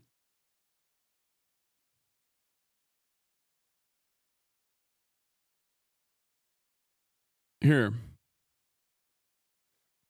This is one of the unbelievably this is one of the best examples of Destiny is the living embodiment of the Dunning-Kruger effect. He just doesn't know anything. You came in committed to a viewpoint that AOC was economically illiterate. AOC is economically illiterate because she said that the money spent on stock buybacks should be spent on labor. My dad ran a small business. And whenever we had a good year in the small business, we tried to pay our secretaries more, or we tried to invest more in things for the business. Which is a dumb fucking statement to make that shows you have no idea how anything in economics works. What would drive you to make these statements? First of all, it's not dumb as It is dumb as to expect a company to return profits to its workers. As a CEO of a major company, I can take that money and I don't have to do that at all, right? I can actually have the company buy its own stock on the market, right? Yeah. That would effectively increase the stock price, right? And I've done nothing to make my product more valuable, my employees more happy. I haven't invested in the training or the workforce, but I've inflated the stock price, right? Absolutely right. So my question is, how is this different from a pyramid scheme? No, that's a very good question. That's why I said AOC is a idiot. Not to mention, wait.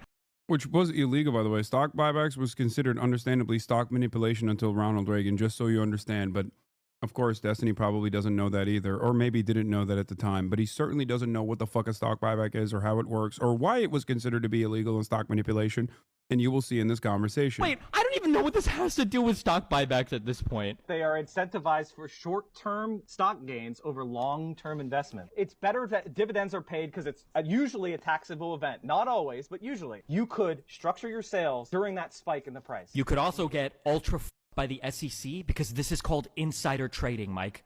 Oh, you could structure it. You just, no, you I'm going to sell. Yes, you can. Oh my God, it's just the most. Oh my God. Do you know how it works? I guess I don't, Mike. When these people sell their capital, eventually they will pay taxes on it. But again, if you want to talk about Why would they sell? Why would they sell? You borrow against the value of your shares. Yeah. It is both stock buybacks and buy, borrow, die.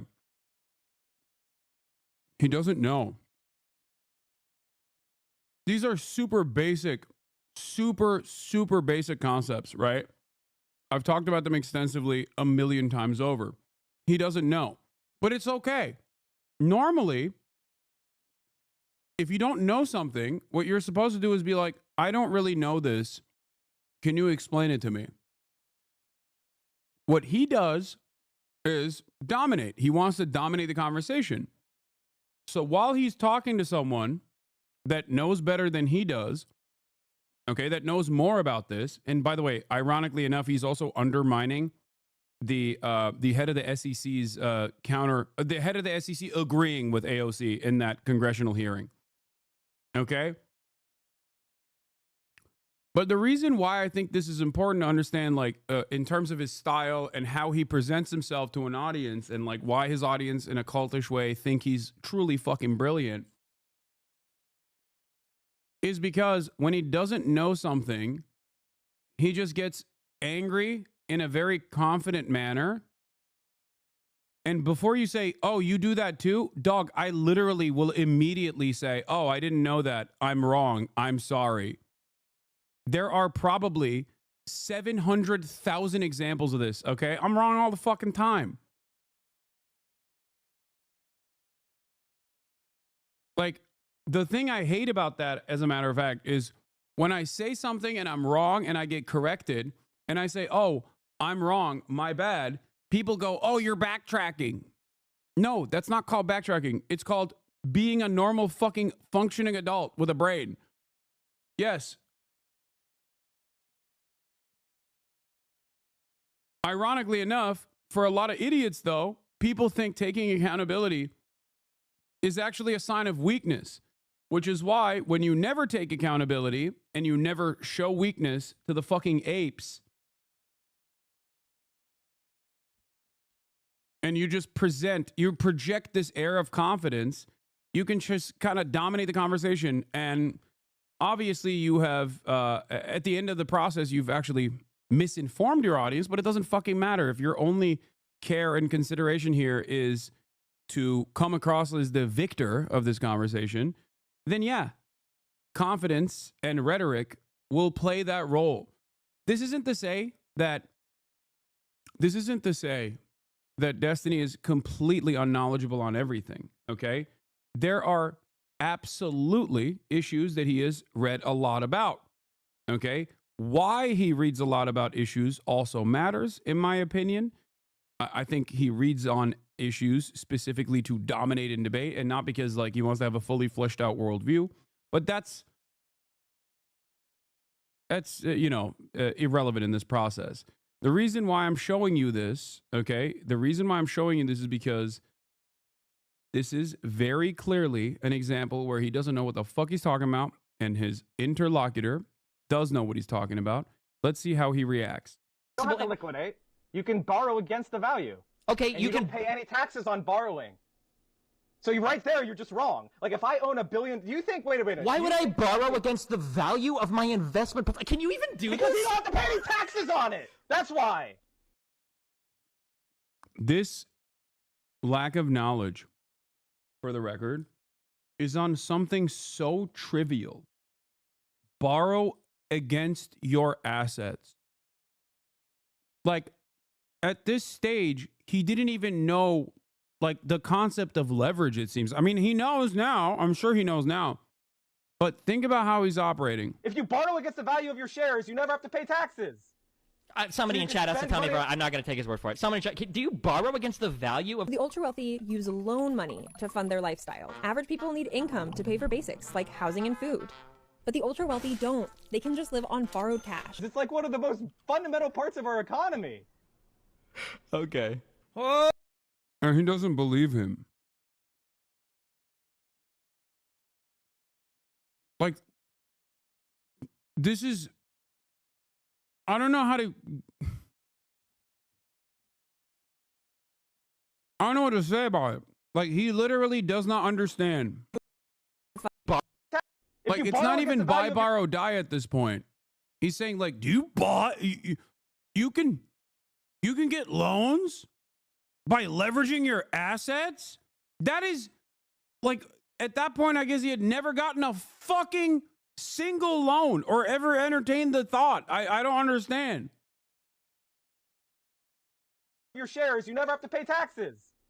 Somebody in chat has to tell me, bro. I'm not going to take his word for it. Somebody in chat, do you borrow against the value of... The ultra-wealthy use loan... Normally, people with Dunning-Kruger don't. are confident, but they're not, like, capable of presenting themselves as intelligent. Destiny is competent and confident and capable of presenting himself as a relatively intelligent person. That's it. It's a deadly combination. Sometimes he's correct. And in many instances, when he's like debating right-wingers, he's usually on the right side of that argument. So a lot of people think, oh, this guy's awesome. He's a fucking titan. He's a giant. But when he actually reaches a subject matter that he's not like well-read on at all, there are so many basic facts that he is oblivious to. But notice how he doesn't actually go, I didn't know that. Let me think. Let me reconsider. He just immediately doubles down and goes, oh, you're so fucking stupid. That is a deliberate way to get out of that conundrum. He does it. He's doing it on purpose because he knows he doesn't know what the fuck he's talking about. He's a little worried that Mike actually does know what he's fucking talking about. So he's just going to go, oh, you're fucking stupid, so that the audience doesn't trust him, even though Mike is 100% correct. It's like one of the most fundamental parts of our economy. Okay. Oh, he doesn't know anything. I can't believe you don't know that rich people take loans against their... I don't think any rich person does this. What? What? You can't just do that willy-nilly. Yes, you can. No. Of course you No, can. you can't. These are tax-advantaged investment accounts. You cannot just take loans against them. That's the whole point of these tax-advantaged accounts. Destiny, you're arguing against a position I don't have. If you are rich, if you're Jeff Bezos, does you think he liquidates his shares to buy? Yes, he needs liquid cash. Every now and then, Jeff Bezos has done that to buy the most expensive mansion in Los Angeles, for example. But outside of that, he never does that because buy, borrow, die has numerous loopholes created specifically so that Jeff Bezos never actually has to Jeff Bezos never has to pay taxes ever again if he doesn't want to. And also simultaneously, his entire net worth carries over to whoever he delivers it to when he dies. Cash, because that's how we purchase things in the United States. You use currency to do it. And I'm going to take out a secured loan against my investments? Yeah, why wouldn't you? Because I don't want to pay interest with cash that I already have. Why the would I pay interest when I have money in an investment? Why would I take out a loan from the bank and use my own investments to... Look at that. Do you ever say I'm not knowledgeable on a topic or need to reconsider it? Yes. Like today, people are like, hey, what do you think about the fucking Kurdish-Turkish negotiations? Literally today, I said, I don't know enough. I don't know what Erdogan's ambitions are here. It's ironic because people still get mad at me When they're like, why aren't you covering it? You must be hiding the truth. It's like, no, dude, I just don't know enough, okay? I am, at the end of the day, a goddamn human being. I'm not capable of knowing what's going on in Rwanda, for example. I can, like, kind of figure out what the hell's going on. But when people ask me stuff, like, I have areas of weakness, okay?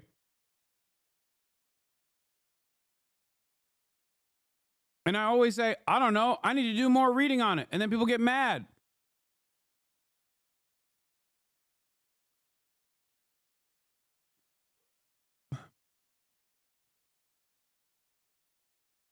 Having said that,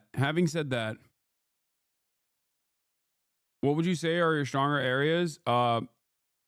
Shit involving the Middle East and American foreign policy, American imperialism.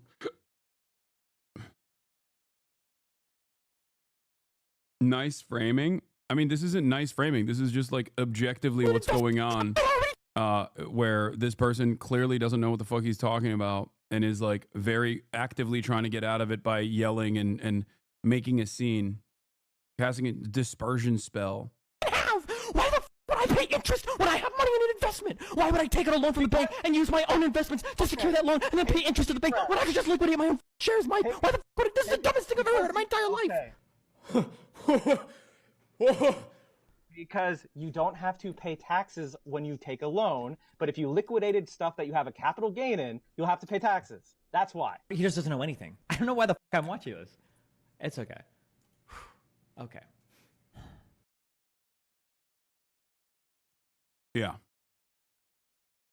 So that is probably one of the best examples of, at least that I can recall, where he just doesn't know what the fuck he's talking about, but he'll actively try to get out of it by presenting himself as like the moral arbiter or Mr. Logic.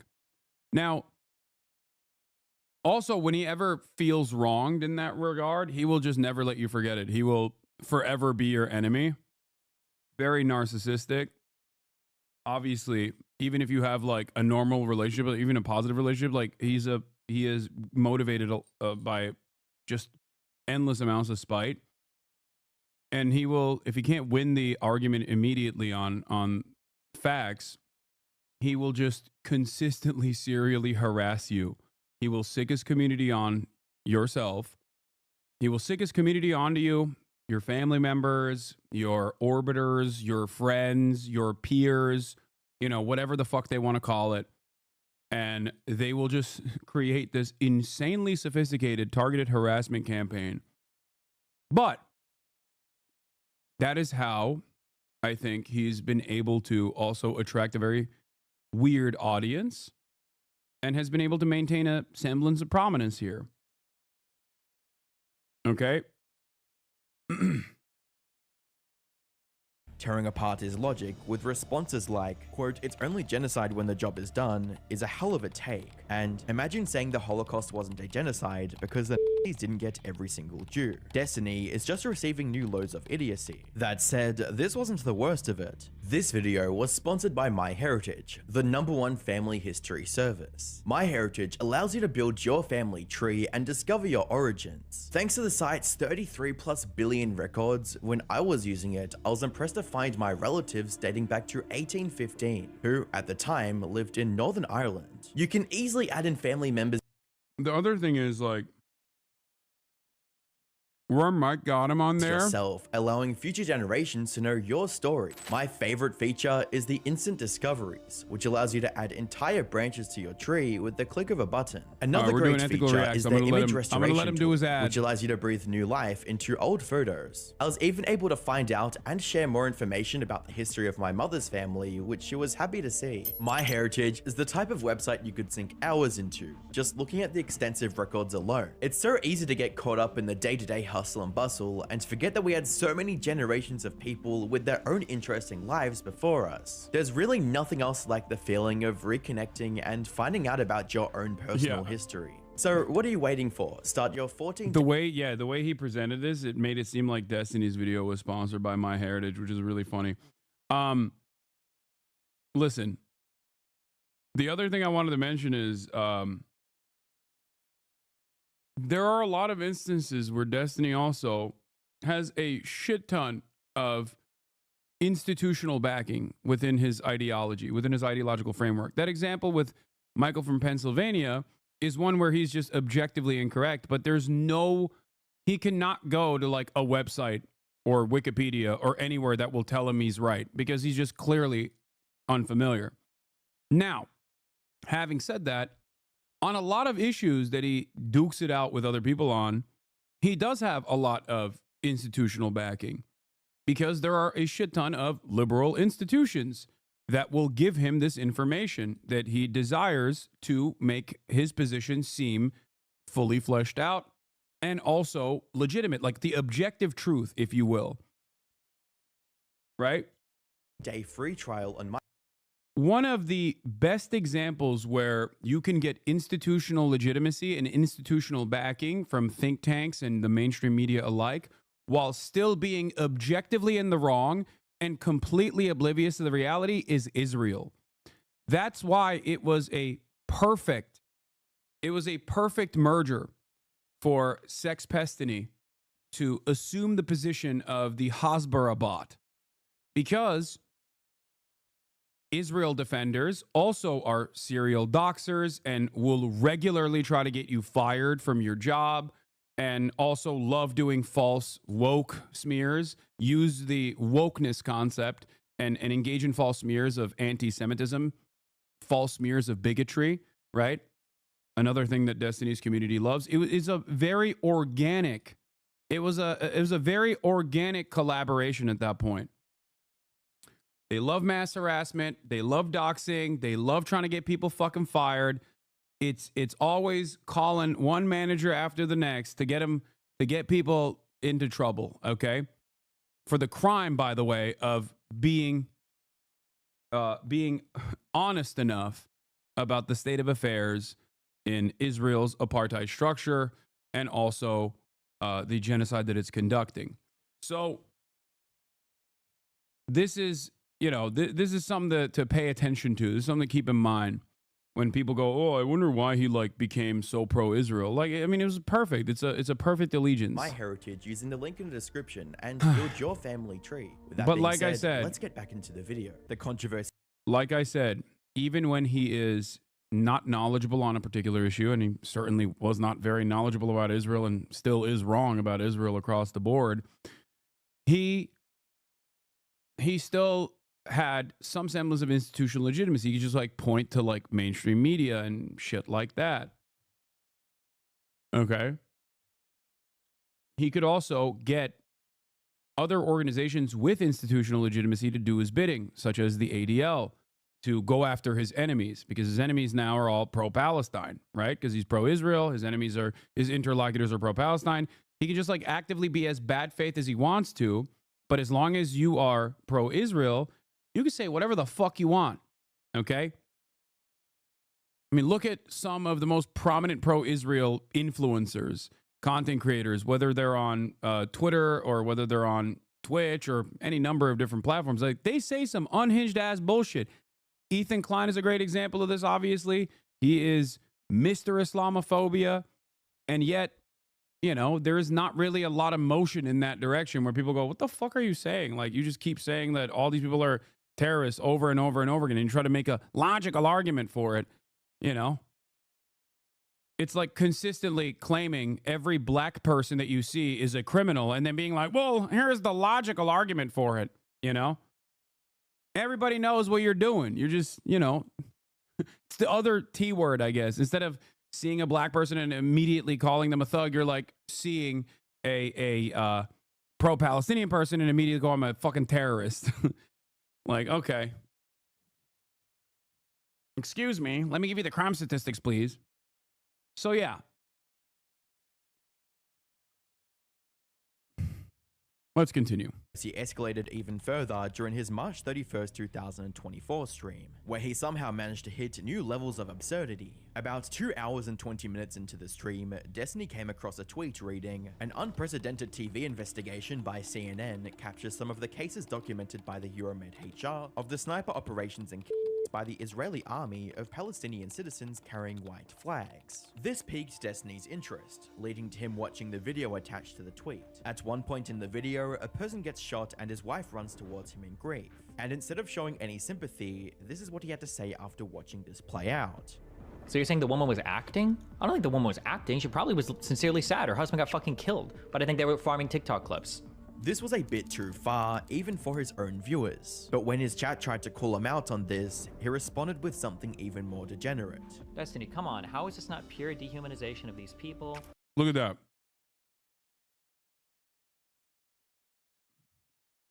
Look at the clip in front of him. And this community has the audacity to fucking act like they don't serially harass me. Look, he's talking about something completely different. Even look at chat's reaction. This is fucked. Because they're doing it to themselves. You're dehumanizing yourself. You're suiciding and sacrificing your civilian population. A comment on YouTube also points out the irony of a streamer claiming that the people in the video were farming TikToks. Reading, "Holy shit, Destiny just watched execution footage and said that the very clearly innocent civilians who were doing everything in their power to get to safety, being shot at, were farming TikToks. This guy is watching this on a live stream, which he is definitely making money from. What is this?"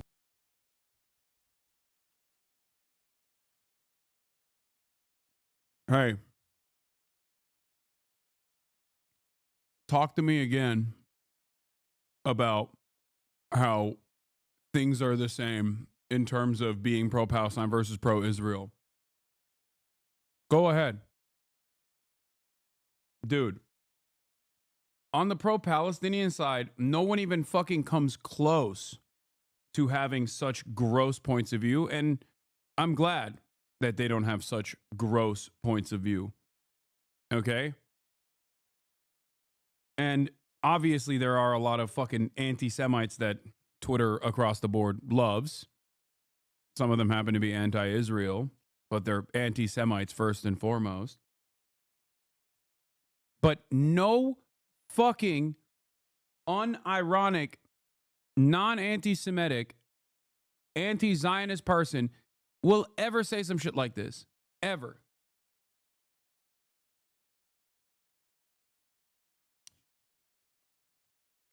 Candace Owens? Dog, Candace Owens is an anti-Semite. As a matter of fact, that is precisely the reason why so much of Ethan's commentary, for example, is literally clipping me out of context to make it seem like I have this level of depravity towards Israeli civilians.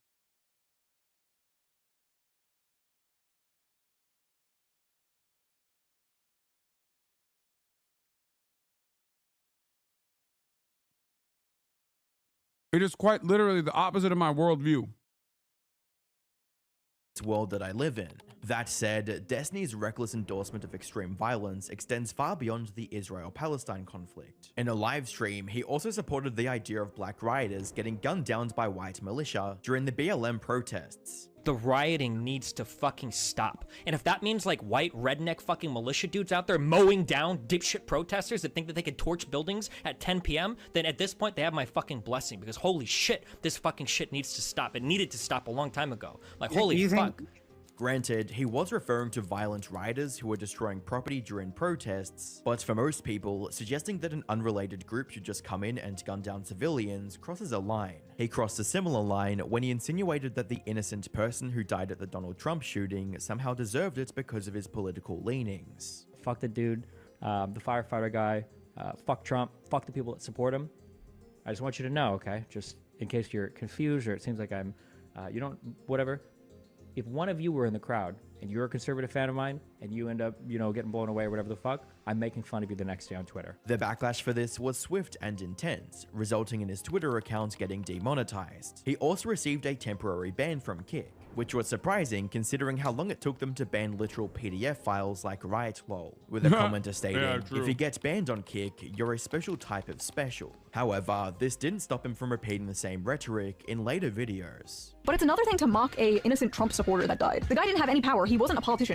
It's so funny because now his community is actively talking about how they're partnering up with libs of TikTok to fucking his supposedly liberal community, or at least members of a supposedly liberal community, actively partnering with Asmongold and libs of TikTok to try to get me fucking banned because I said if the Republican Party was honest about caring about doing something about Medicare fraud, they would have fucking done capital punishment to Rick Scott, who is a Republican senator and a prominent figure within the Republican Party. He also happens to be the single largest fraudster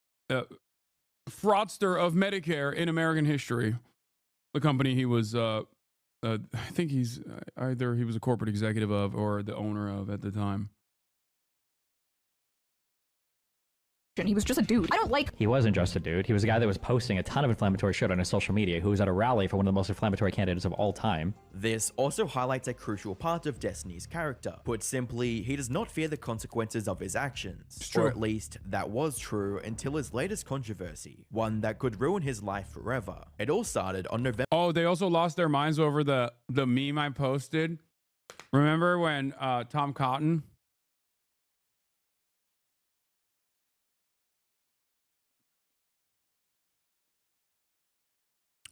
Okay. Destiny thinks Black Lives Matter protesters should be fucking gunned or mowed down by white supremacist militias. Why?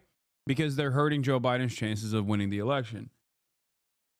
His community also, on the other hand, however, after actively saying, it's awesome that the firefighter got shot, which, by the way, I don't really care about that much in terms of like criticizing him for that. I feel like, yeah, he's being fucking edgy. He's an edgy boy, okay? It's ironic. He says unhinged shit all the time, but the one time he says something unhinged about the right, immediately they're like, oh, you have to get banned. They love it when he says that about, like, I don't know, trans activists or fucking BLM protesters or whatever. But yeah, God forbid you get edgy, not in the racist direction, but instead edgy in the direction of someone who is a Republican. So that's why I kick banned him. This is not a defense of him. I don't really give a shit. I'm just saying that's just how it is.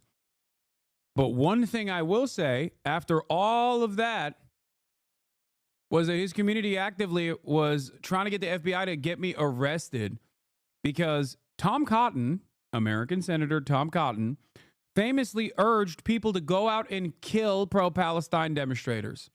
He said, if you're blocking the streets as a pro-Palestinian demonstrator, people should kill you. That's what he tweeted out. So I quote retweeted that with a meme of the doohickey, the famous doohickey meme. Okay. Tom Cotton, who had also famously advocated the murder of Black Lives Matter protesters too with the military. He wrote about that in the New York Times. So lo and behold, they freaked the fuck out about that too. So much so that someone in my chat just said this, and I don't know if this is confirmed. I haven't watched this. Someone said Ethan Klein put it on his fucking... Ethan Klein put that on his fucking content puke? Are you serious? The Shinzo Abe doohickey. There ain't no fucking way. You are a piece of shit Hamas propaganda dealer. Fuck your opinion, which is horrible. I'm from Poland. I don't give a fuck about Israel, but I'm a human and you are not acting like one. Wait, what? What did I say that just now that caused you to think that I am not acting like a human? Is it because you're Polish and my name is Hassan and you just immediately, what's going on? I don't want to assume that you're being racist. There are plenty of wonderful Polish people in this chat, but maybe you're not one of them. Polish people, notorious big fans of Muslims. I mean, the ones that are in here are.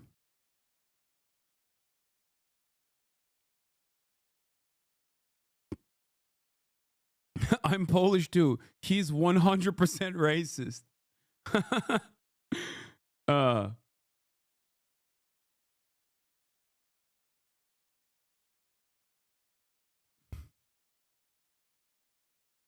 So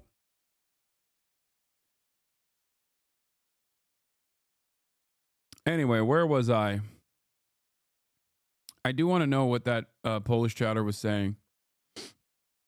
Like, I want to understand where he was coming from. But I refuse to believe that Ethan Klein unironically, XDXD, we have no Muslims at all.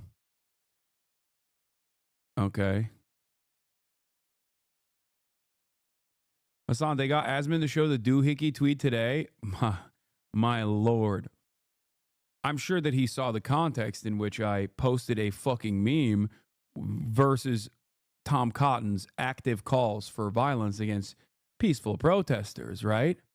Considering that one is a direct call to action from the position of a senator, the other is a meme of a doohickey.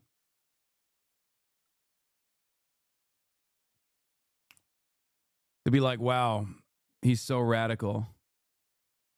It was put in the content puke to claim you were actually a violent extremist that supports terrorism. Wait, please. Okay. I know I said I don't want to watch it, but I kind of want to watch that part now. God damn it. Every time you guys tell me something new about the content puke, I'm like, fuck. Like, that's so stupid. I feel like you're teasing me. You know what I mean?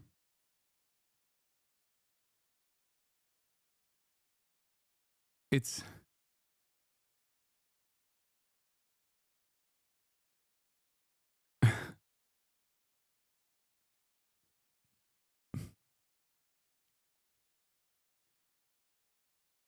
finish this video, don't do it. No, I'm not gonna watch it. I'm not. Mostly because it really pisses off Ethan. And also because I said I would watch it with him. I don't want to spoil it. If he ever, sacks up and agrees to talking to me. If he ever, move beyond Instagram stories and his comfortable little hug box, then he could show it to me for the first time ever.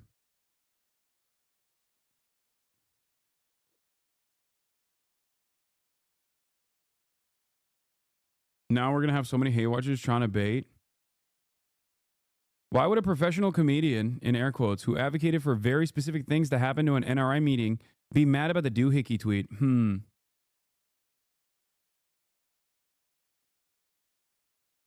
Interesting. That's a really interesting question. A person who actively said some really aggressive things about the NRA building and what must happen to an NRA building.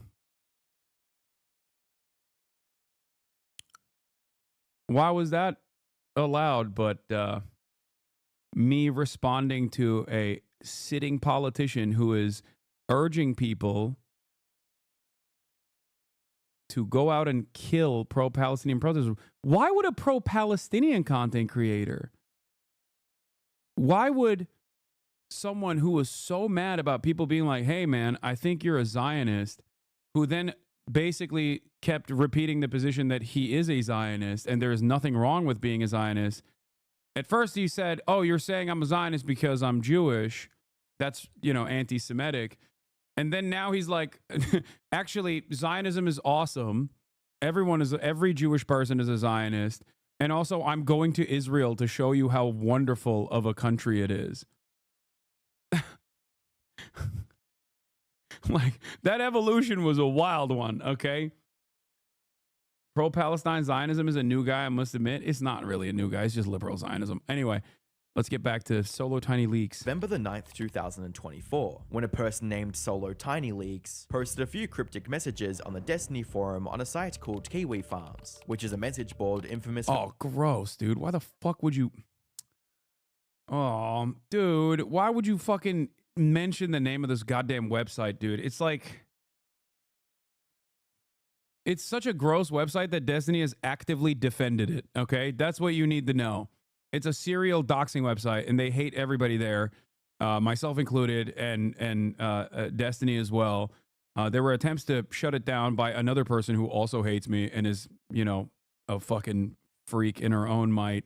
And at the time he was like actively trying to keep it afloat. But now he wants to sue the website. For doxing and leaks. These messages read, "Is this stuff public yet? Not sure if it's any interest of you guys. Yeah, they have a suicide leaderboard on there. They try to actively harass trans people to get them to kill themselves and then flex. To a few streamers. What exactly can I leak here? I want to dump everything. It's about to be a very white Christmas." Alongside these, Solo Tiny Leaks also uploaded dozens of attachments, including screenshots of his conversations with multiple people and explicit videos of him and his partners. But before we get into these leaks, we need some important context involving Destiny and his ex-wife Melina. Melina and Destiny were in an open relationship where they were allowed to see other people as long as the other partner knew about them. However, in mid-2023, rumors began circulating the internet that Destiny was secretly dating another creator by the name of Lauren Southern. This was quite... The only reason why I know what this name is because I heard that Destiny's trying to dox this guy too now. He just like has openly become more... I mean, he was always unhinged, but like recently, this last month or so, he is just actively... He's just actively become even more unhinged where he's just like... will straight up be like, yeah, I'm looking for the dox of this specific person to dox them. Like anyone from his community. Because like, I don't know if this guy is one of them, but like most of the people that used to be his orbiters, and they called themselves this, not me, I'm not saying that. People that used to call themselves orbiters of Destiny have left the community in droves because they were also content creators themselves. And like the people that he fucked over, quite literally, were also content creators that were his quote-unquote orbiters. So obviously those guys now have turned on him, and now Destiny is using his community actively to seek out the dox of people who were formerly members of his community, to harass them into submission and to harass them into silence. Which is a wild structure, and I suspect that a lot of them, because they hate me first and foremost, will now become like Asmongold fans or something. I suspect, despite the fact that they claimed that they were liberals for the longest time. Kui and JSTLK have been on a big crusade, and this is one niche. They're on the side of the angels, but in every other respect, they're still absolute shitters. Yeah.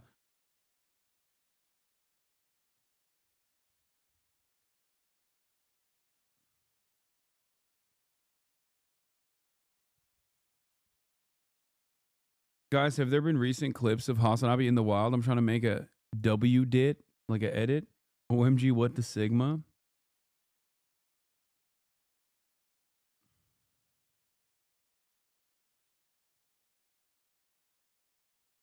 You mentioned this freak once and his loser-ass community starts flowing into the chat. Yeah, because James Gray is correct. It's because they watch my stream from his website. So a bunch start responding when he gets brought up. Every single time, like clockwork. There's like, at any given moment, there's like 1,000 people at least watching my stream on his website, specifically to come in here and immediately start talking shit. They can't help themselves. They love the debate. I do think that, maybe I have too much confidence in them, but I do think that there are people that watch and then accidentally realize like, maybe I'm not, that much of a fucking villain that they've designed me to be.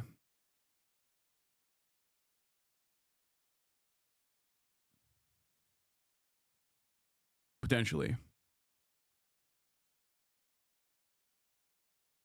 What is this? This next arc is wild as fuck. Oh yeah, there's also glaring similarities between Sex Pestiny and of course his #1 fan, Ethan Klein. Ethan Klein pulls up a hater's Instagram live on air and starts looking through his family/friends pictures while seemingly insinuating his fans should go send hate to him. His mom, his friends, his employer, and then later on a bomb threat was allegedly called into the school his mom works at. I don't know about the bomb threat side. I feel like that's a little bit far-fetched. But who knows? I don't know if that's the case. But I do know, I did see, on TikTok, I did see the dude talking about how like, they were actively pursuing him. It's not far-fetched. No, the bomb threat seems far-fetched. I only saw him talk about how like they pulled his shit up and then he started getting swarmed by haters. It's because he said Hayla was going to hell because she got a Star of David tattoo. I'm sure that there's more to the story than just that. Especially because most of these people are former fans of Ethan and Gila.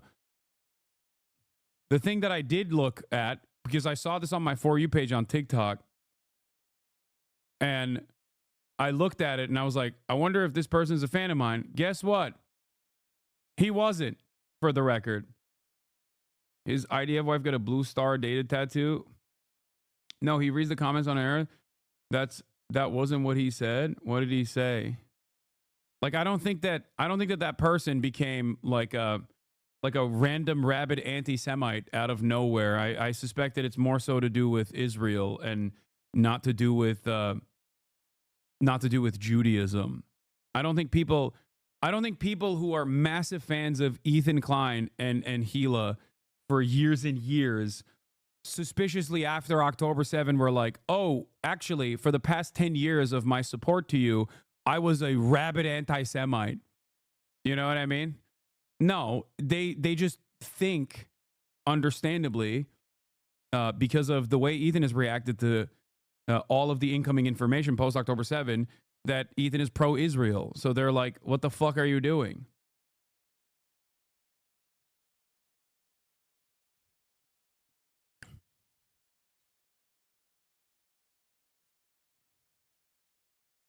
Odd, considering Lauren's political leanings towards being a white nationalist. They just blame you for turning these fans against Jews, Lamont? Dude, that is crazy. These motherfuckers are not even my fans, bro. They're your fans. Half of them don't even like me like that. That's what's so funny. Half of them don't even know me like that. Half of them don't even fucking follow me, including the guy who was talking about this shit right here. Yeah, this I saw. This is one of his posts I saw on my timeline. So my first thing was to look and see if he fucking follows me, because I was like, oh, I saw this. This is the one I saw. Update, guys. I'm officially beefing with H3H3. Or maybe not this one. Or it might have been got on this Instagram one. for the first time in like a year, and I saw they were at the top of my feed being Zionist douchebags, and I called them out for it. I just said some shit like, can't believe I used to look up to you guys, rotten hell or whatever. And then I get off Instagram because I'm never on there, and then my friend sends me a screenshot of my 4th of July party thing from 5 years ago. On the H3 stream, he stalked my page and sent his fans on a witch hunt to comment and berate my family and stuff on Instagram. Super cool stuff. Honestly, it changed my mind. I think Zionism is good now. he said he posted this on the picture of Hila's tattoo. Man, I remember being obsessed with you guys when you only have 50K subs on YouTube. Glad that's behind me. Enjoy hell. I can see why someone would think that that's anti-Semitic. I can understand that. Now, because none of this is appropriate, though. Obviously, sent your millions of fans to harass me and my family. You fucking loser. Vape Nation, y'all. Oh. Nothing was debunked. The guy deleted probably because he tried making a joke about what Israel does to schools in Gaza, but emotions are running high and everyone took it more seriously. It was still targeted harassment of a random person, and Ethan should stop. Yeah. I still don't think we should just attack the Star of David. It's tricky because it's literally the flag of a genocidal state, but at the same time, it's a symbol for all Jews. No, I agree. I don't do that shit. I do understand why, like, anti-Israeli posters and shit will feature the Israeli flag on it. And if you fucking complain about that, like the people were doing in Colombia, you're ridiculous.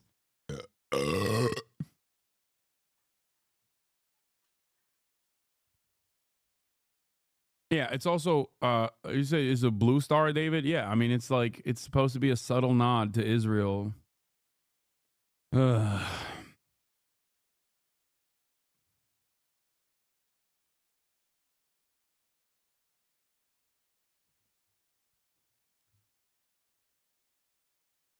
Bro, learn some manners. I ain't got no manners. All right, let's continue with this. I don't know why I sidestepped here. Destiny, on the other hand, claimed to be on the liberal left, essentially the exact opposite of Lauren. So if the two were actually dating, that would go against everything Destiny was preaching through his content. Viewers also began speculating if Melina was aware of this supposed relationship and began asking her for answers. And even though she was appearing more and more in his content as time went on, Destiny continued to deny any romantic involvement with Lauren. During this time, Melina and Destiny also got divorced, adding even more fuel to the rumor mill. However, for the next few months, it just remained that, a rumor. That is, until these leaks by Solo Tiny Leaks, which included screenshots of messages between Destiny and Lauren, confirming that they were indeed a thing. The leaks also included a transcript of the last message Lauren sent to Destiny before breaking up, showing just how close the two were. More importantly, the messages revealed that Destiny was actually cheating on Melina without her knowledge, something she later confirmed in a video.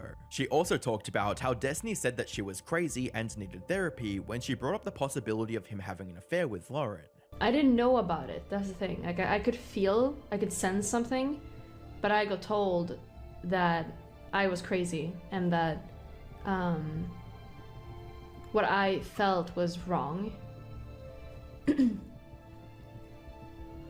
Why does it keep popping up and say DGG foot soldiers? Told to go to therapy. Put simply, these leaks confirmed that Destiny, 1, didn't care about politics as much as he presented in his streams and videos, and 2, that he was a liar who managed to cheat on his wife despite being in an open relationship. This enraged most of his loyal fans who felt like they were being lied to for years, with one viewer referring to Destiny as a quote, Weasley little liar dude. However, the backlash from this cheating drama was quickly overshadowed by something far more sinister. You see, the leaks also included dozens of videos of Destiny being intimate with his many partners. Most people assumed that Solo Tiny Leaks somehow gained.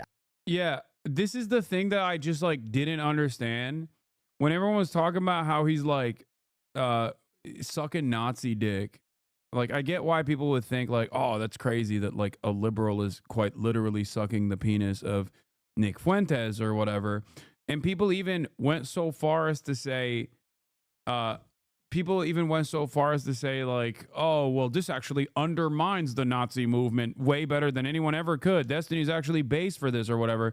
What I couldn't comprehend is like, and I said this at the time, I was like, why the fuck is nobody talking about the fact that this looks like either A, revenge porn, or B, how the fuck did people arrive at these videos? Why is Destiny filming all of these things, and why is he sending it around? Like, that is the thing that I didn't understand. That's part of the reason why I didn't even fucking talk about it initially. Because I was like, this seems not appropriate to be out there. And what's wild about it is I think he thought he could get away with it by basically shifting the attention to Nick Fuentes. Because, like, he owned up to it. Not that he sucked Nick Fuentes' dick or whatever, but he basically owned up to it and was like, yeah, I'm bisexual. Like, you guys knew this already. Like, at the time, I think he just like entertained the idea that it might be Nick Fuentes because he realized that this was some really fucking heinous shit that he had given to other people. Except, did you say that? You made your mods ban chatters for sharing links to the leaks unless I'm misremembering? Your major mods, yeah, I did. Yes. Of course. The fuck? What do you think? This is the fucking Destiny community? Yeah, I know. I did do that.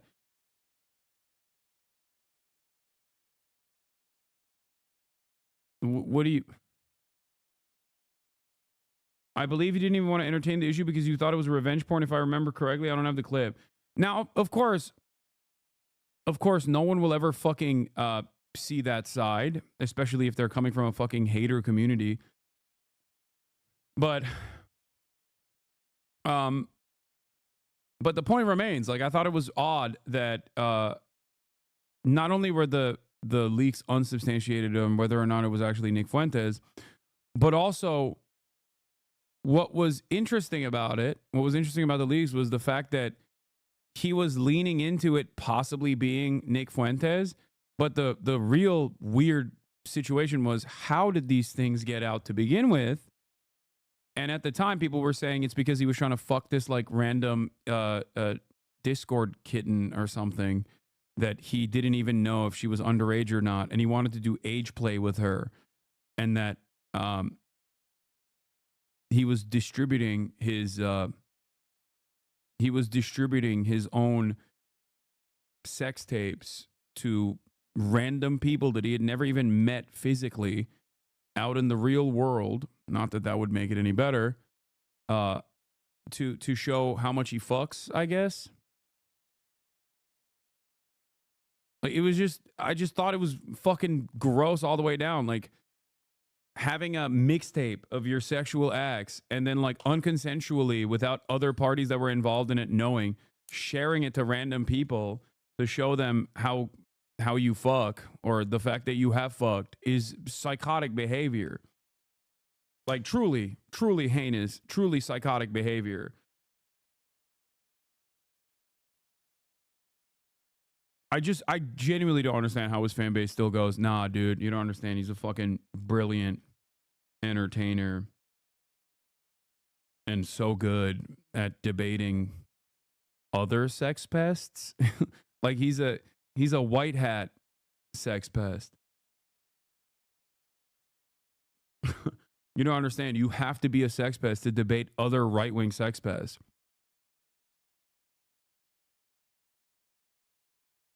That's what it is.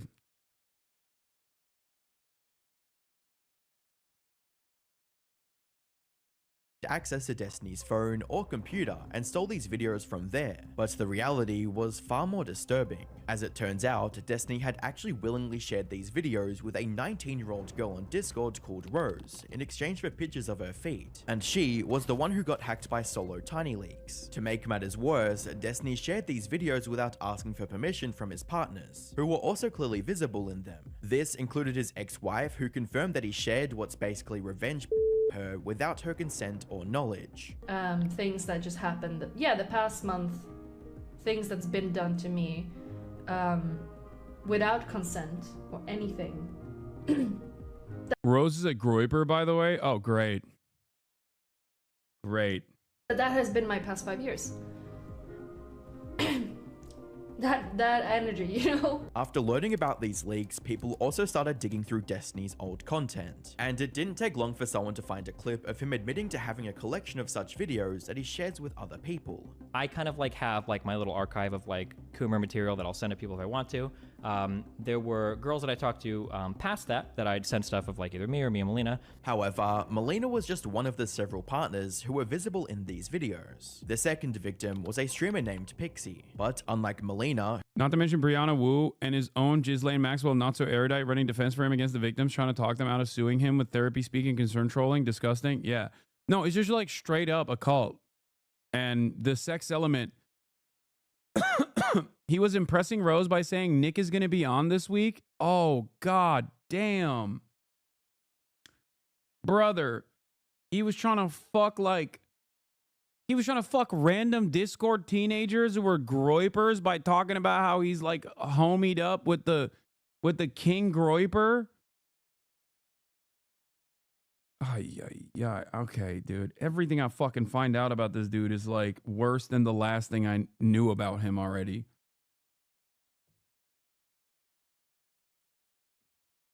Why are people like this? Why are these people like this? Why do they hate being private? I think when you reach that level of depravity, it kind of doesn't matter. It's the Milo Yiannopoulos conundrum, you know? You're so low on the fucking, you're so low on the self-respect that it doesn't fucking matter. Like, your audience expects that of you, kind of. Not So Erudite is only able to live in the US because she got a visa from his podcast company. Oh my god.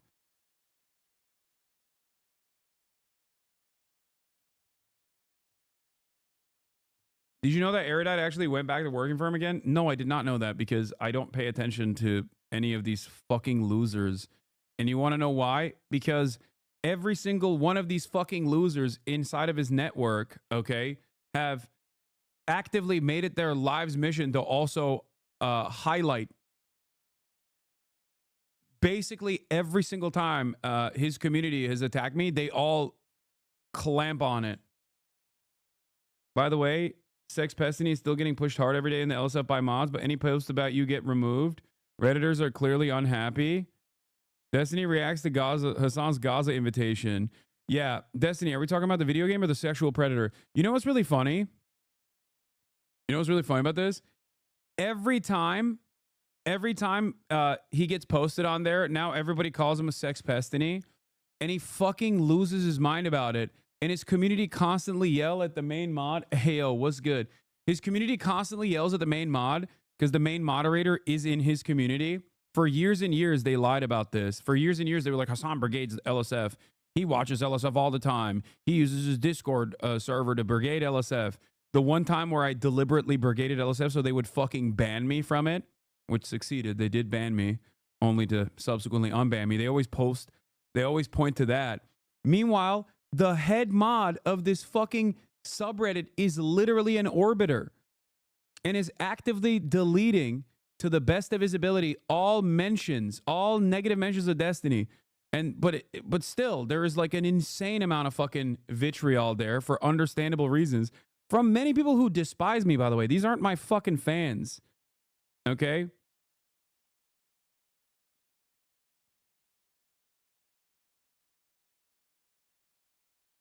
Yeah, former Twitch employee who now literally runs this fucking subreddit. They say it's off topic to point out he's a sex freak. Yeah, it doesn't work that way. You can't just like off topic or hand wave that shit away. That's crazy.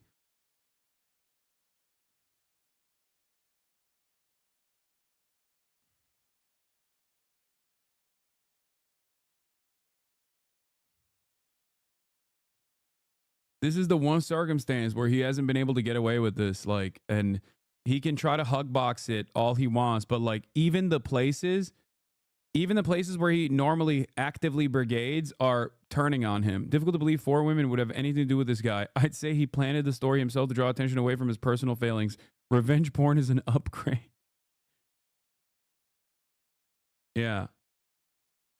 XQC spoke to the head mod not knowing he was a Destiny fan. Oh, I'm sure he didn't fucking know any of that. Yeah. If you literally go, so LSF now at this point basically just deletes all mentions of me, because, you know, that's the one way that they can be like, oh, I hope that nobody says anything positive about Hassan. You know what I mean? That's like, that's the one way that they can like try to control the narrative, to be like, oh, please don't say anything positive about Hassan.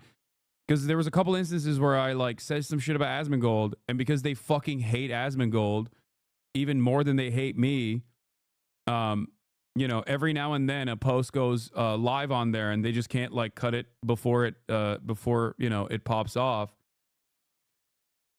But oh, the mods did an AMA yesterday, and they're getting destroyed by Epstein questions. Oh yeah, I'm sure the mod team consisting almost exclusively of people who that same head mod added in September after removing everyone else's shining light on checks and balances. Yeah, Gisephus used to be a mod. I know. He used to be a mod at LSF. They fucking kicked him out. And now the head mod has entirely changed the fucking team to be Destiny Dick Riders. So far, I've never seen Tarot Card make any Destiny related decisions that I didn't also agree with.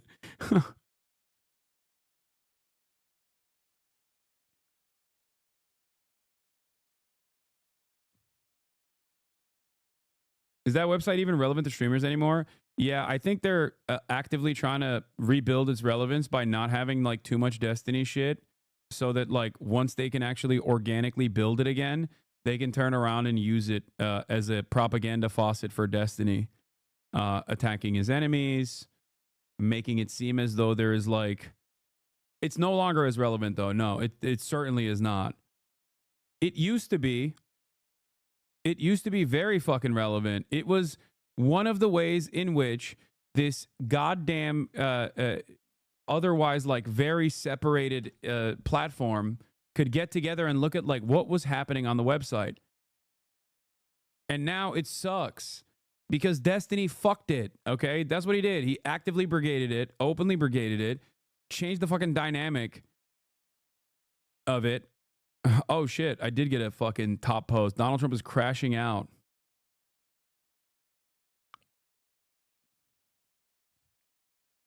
Can you explain Reddit to us old heads? No. This is it. Cuties or rewatch videos do that for me now? Yeah.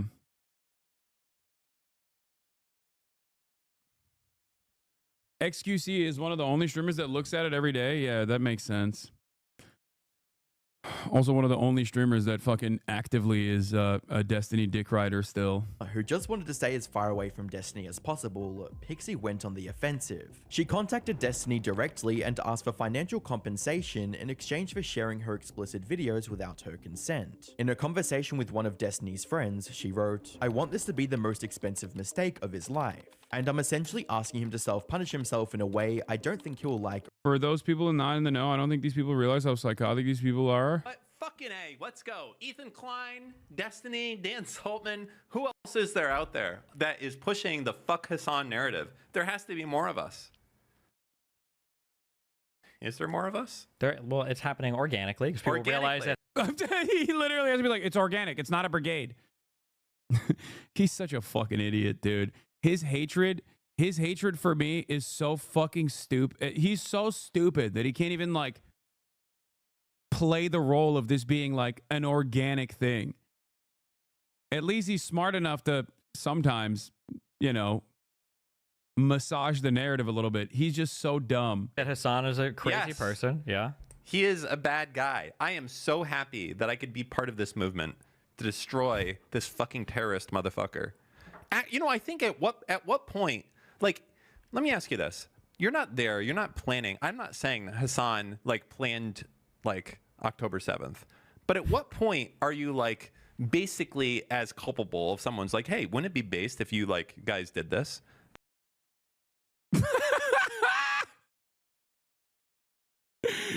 Bro. Just a beacon of mental sanity here where you got a fucking 60-year-old dude being like, Hassan basically did October 7. Or he could do an October 7. Come on, just think about it. Why is there an Asmongold JPEG in this clip? He was just reacting to shit and going, oh, based. That's why. Agreed to without the law involved. When this conversation became public, some people started hating her for trying to extort Destiny, while others fully supported her plan, with one person writing, maybe I have shitty morals, but I don't take issue with her attempting to extort him in the way she did. There's no guarantee that she would have gotten anything the legal way with the power and money imbalance he has over her, and I would guess that if it went to courts and fans found out, she would be endlessly harassed compared to if he paid privately. However, the backlash from people who disagreed with her approach caused her to do a complete 180, which she announced in a tweet reading, on November 29, the streamer Destiny non-consensually shared my nudes, making me a victim of revenge porn. I will be suing him in federal court. Alongside this, she also shared a lengthy statement detailing her story and the exact charges she plans to bring against Destiny. That said, at least both Pixie and Melina were aware that they were being recorded, even if the videos were later shared without their consent. Destiny's third victim, on the other hand, didn't even know that much. On January 21st, 2025, streamer Cherry shared her side of the story on Twitter, stating, "Today, I was made aware of an intimate audio recording taken of me without..." Dance Alma 56. One is pushing 60, the other is pushing 40, and the girls of the DMing are fucking 19, and they spend every goddamn day talking about when they're not doing this kind of coercive, horrifying shit. Yo, I heard you can't moderate your chat, so if I call you an idiot and a terrorist, I'm going to get timed out or banned from chat, right? First of all, I never said I can't moderate my chat. As a matter of fact, I moderate the fucking shit out of my chat, okay? You're too stupid to understand. My point was to Ethan many years ago at this point, almost, I mean, a year and a half ago almost, was there's only so much I can do in terms of moderation. If you keep saying Zionist shit, people are going to assume you're a Zionist. That's it. There's a difference between someone that I'm talking to actively saying pro-Israeli lines and then people going, okay, you're fucking pro-Israel. What the hell is this shit? That's it. You can whine about it all you want, but it seems like it's not like Ethan is hiding that he's pro-Israel. Why don't you go say some nice things about the Houthis? You Houthi lover, go on, say something nice. I have. The Ansar Allah movement, regardless of their fucking domestic affairs or their, understandably, you know, that is anti-Semitic, their banner is anti-Semitic, have done a very positive thing in terms of trying to stop Israel from doing a genocide. I don't know why you guys think this is like something that I hide as an opinion. Ooh, okay, got it.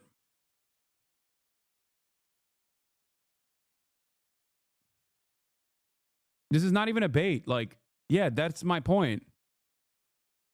That has been my point. God, Chad is so dumb. He keeps glazing terrorists. No, I'm not glazing Israel, dog. I'm not glazing America. I'm not glazing Israel. I'm not glazing terrorists at all. My consent. That was also shared without my consent. I'm upset right now, and I'm going to give myself time to process. In a later tweet, she confirmed that she was also filing a police report against Destiny. Destiny's initial response to this whole thing, however, was more nonchalant than it should have been.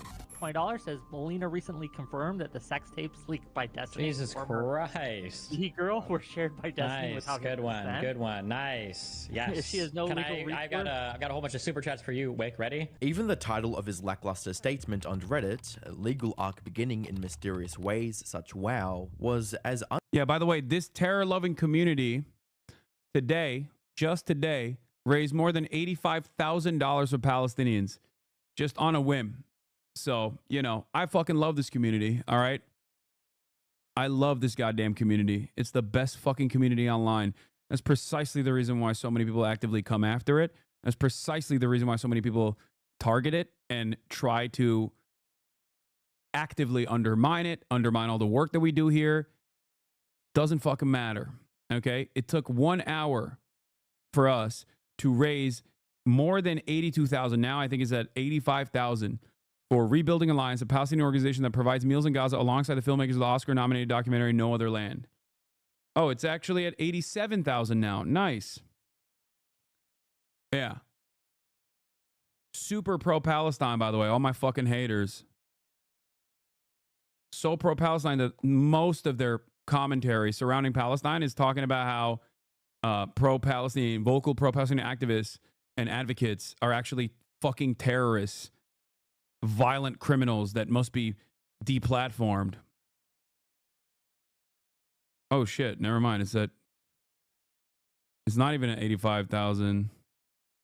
We're nearing 100,000. Holy fuck, it's at 87,000. Let's go. Yeah. People can fucking cope and seethe all day, every day. Okay? It doesn't matter. If you are still wondering why people just simply don't see the truth about Hassan, perhaps you are misguided, okay? unserious as possible. More importantly, it didn't provide the answers people were looking for, with a top comment under this post reading, "I want one answer and one answer only. Did you send Pixie's blanks non-consensually to someone you were chatting with on Discord? Your post does not answer this." However, while most people criticized him for this weak and incomplete response, one person chose to give Destiny the benefit of the doubt, writing, "The evidence of that is clear in other places. The answer is yes. What is unknown is if Destiny had some conversation with Pixie that would lead him to believe he could share these videos privately with others. What this person most likely didn't expect at the time was that their speculation might turn out to be the truth." On the 21st of February 2025, Destiny came out with his second response, which is a lot more comprehensive than anything he said before, suggesting that he's finally taking the matter seriously. He shared a lengthy file containing his statement, including links to screenshots supporting his claims. He also went over the whole thing during a live stream. On January 20th, 2025, Pixie created a Substack post, which you can see here, signaling her intent to sue me. She has since filed her lawsuit in which she claims I shared explicit material we created together without her permission. One of the first points he addressed is why it took him this long to come out with a statement. And according to Destiny, a big reason behind it says a lot that he thinks he can manifesto his way out of this, but honestly, he's not even trying to actively defend himself, I think, through this legal battle, and instead is very clearly trying to hold on to the remaining sycophants.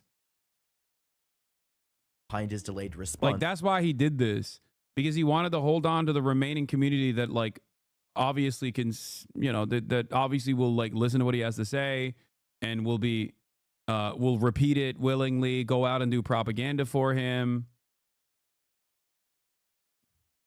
Is because Pixie asked him not to confirm that she was part of these leaks. Reading, once the leak got published and hosted all of my explicit content on Kiwi. And obviously like attack the victims as well. Classic.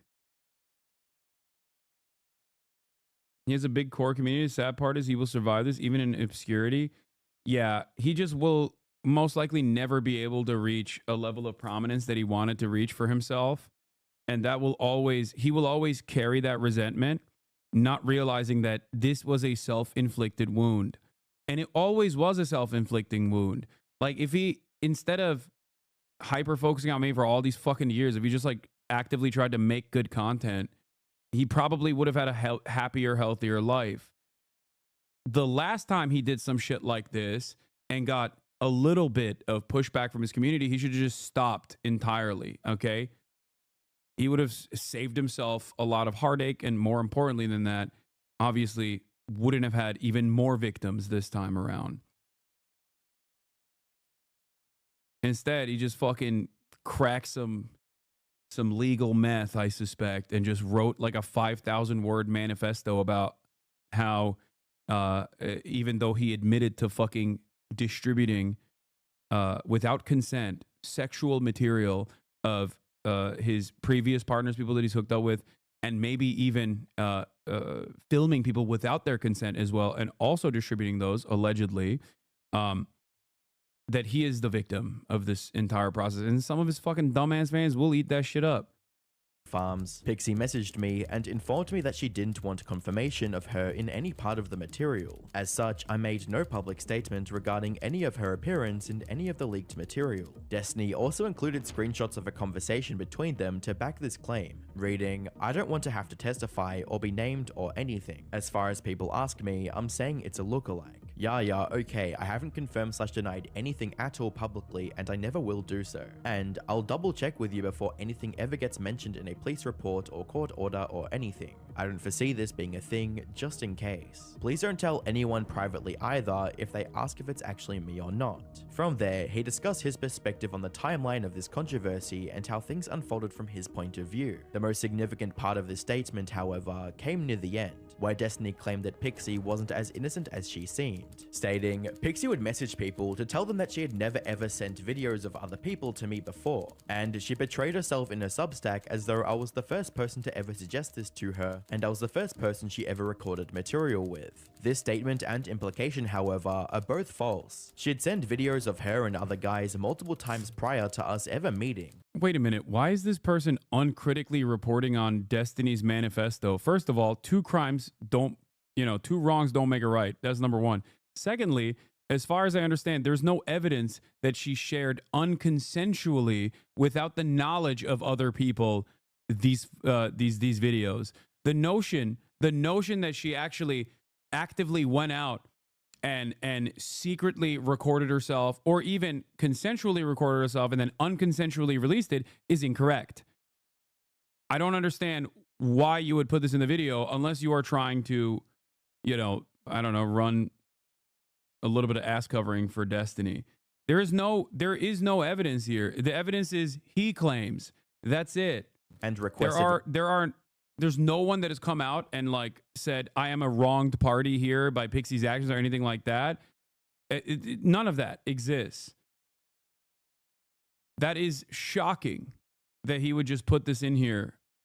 Material from me as well. It was also her who suggested multiple times that we record stuff when we meet later in 2020. Destiny also alleged, dude, there needs to be a revolution of SlopTube, okay? SlopTubers literally just fucking scour Reddit and make videos off of like videos that other people have made, okay? That have done a little bit better research, or just stay fucking pumping videos full of Reddit comments. It's truly is truly bad. That she never mentioned having consent of the men who were in these videos with her. Put simply, he's claiming that even though there was never any explicit consent to share those videos, Pixie's past behavior made it so that consent was assumed. After all, according to Destiny, she was repeatedly sending explicit videos of her and others to him, and possibly others without consent, and wanted to record videos herself. He then ended the statement by providing some behind-the-scenes updates on the lawsuit, including the fact that Pixie asked for a $15 million. Bro, this is just literally his defense. That's crazy. He just he talked about how shit Destiny is, and then at the end, but also this is Destiny's defense, and I'm just gonna put this in here uncritically after telling you how horrible of a monster he is. Like, what the fuck? Compensation during early negotiations. Now, while this response did manage to win over some fans and bring them back to Destiny. Yeah, Pixie sent him videos of one man. He was her boyfriend at the time, and he gave her permission. She clapped back immediately, and it made him look so much worse. Yeah, I don't know why. I don't know. I hope he at least at some point fucking talks about this. Destiny implying that I'm guilty of the same crime he is. This is false. The guy was my ex who consented to sharing. I was not recording random one-night stands. Destiny knows the truth. He's taking screenshots out of context in an attempt to twist the narrative. I hate the fact that I'm being forced to humiliate myself like this. I was sexually struggling. My ex suggested me experimenting with others to see if I could increase my confidence. I wanted to make my partner happy, but I didn't want to try things with random people. So I chose someone who was an expert without consent and boundaries. She thought that expert was Destiny, by the way.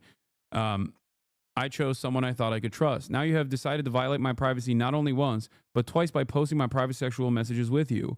I never wanted people to know about my sexual struggles in the past. I never wanted to litigate my sex life. This was supposed to be private. The details of my sex life are supposed to be for my partner and for me only, not random strangers on the internet. Destiny, you were the second person I ever slept with. I thought I could trust you, and now you're using my intimate details of my life against me. I need you to stop. You already shared some of my most intimate moments for the world to see. Why are you forcing me to share more? What do you gain from this?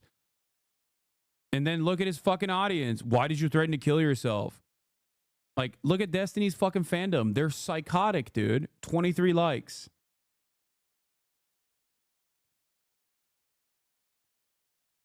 What he has to gain from this is developing a stupid enough counter narrative for the dumbest remaining fan base to actually cling on to. I mean, this is just like true unrestricted evil. He really has a genuinely evil audience. I don't know what else to say. Side with comments like, I mean, not gonna lie, the fact that Pixie shared a bunch of other people's shit completely changes my perspective on the matter. Fucking That's cult. effing insane. And not gonna lie, while Destiny's brought this— Like, what is this? What is this fucking video, man? Bro, please. Are you serious?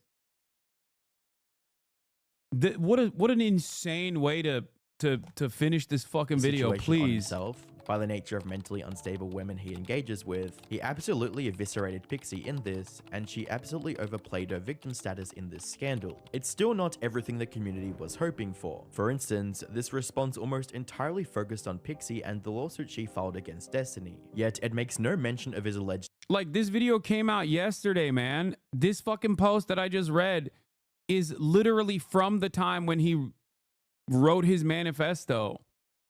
That's crazy. I'm going to assume that this person is not actively sweeping for Destiny, but instead just straight up didn't do a lot of research on the matter. You gained one hater? Oh my God. Welcome to the fucking pile, dude. affair with Lauren Southern or Cherry, who claimed if she didn't want her sex life to be exposed, she shouldn't have sued him. He exposed her being a liar and not a victim. Yeah, if you're a fucking moron, you think this. You just literally read her saying that this was not without consent. Like, what the fuck is wrong with you?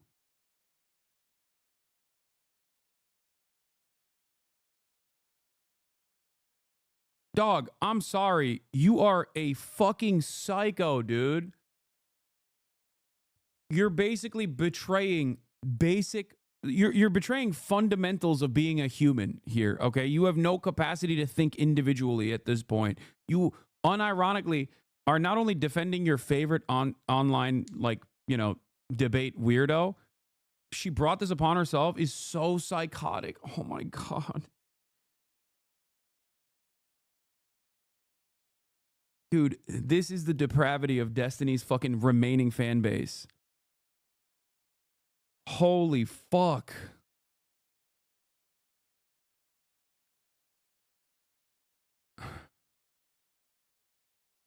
Not only are you gross, but you're also fucking brain dead, dude. She did not bring this upon herself. Okay? The fuck is wrong with you? Destiny violated her consent. What do you mean? Like, what is your... Can you please explain to me how it's her fault here? It's not like this was known because she sued him. This became known before she sued him. She's suing him for that reason. Because Destiny violated her consent and sent sexual materials of herself and him to random groypers online, okay, that he wanted to fuck. That's what you're defending here. That is insane to me.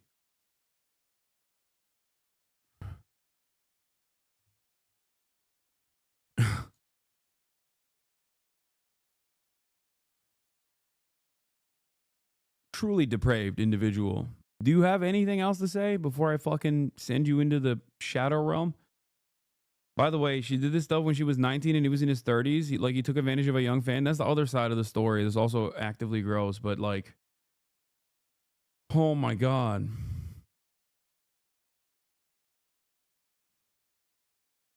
Anyway, I got the fucking Crash Dummies. I got Pat from Crash Dummies here. I'm gonna finish this video and then we're gonna move on to going and play basketball with. How would you argue this against people who pulled the October 7 rape denial card? What do you mean, dude? What do you mean? This is a direct first-hand account of someone being victimized. Okay? A direct first-hand account. Claimed that she didn't even know she was being recorded by Destiny. That said, recording and distributing explicit material without consent is a serious crime. If Pixie's lawsuit succeeds, Destiny could face up to 5 years behind bars and be forced to register as a sex offender, effectively destroying his future. Even if the lawsuit doesn't go through, Destiny is not coming out of this unscathed. The damage to his reputation is already severe and will have long-lasting consequences for his future as a content creator. But given the somewhat positive response to his latest response, maybe he still has a chance to bounce back. Only time will tell. That is terrible, dude. That was a terrible ending to a video. It unironically makes me question the veracity of the anti-Destiny shit. That's how fucking bad it is. Even though I know the anti-Destiny shit that he brought forward in the beginning are actually correct because, you know, I think he just took that not just from Reddit comments, but from other YouTubers who had made more comprehensive arguments that were better researched. Jesus Christ.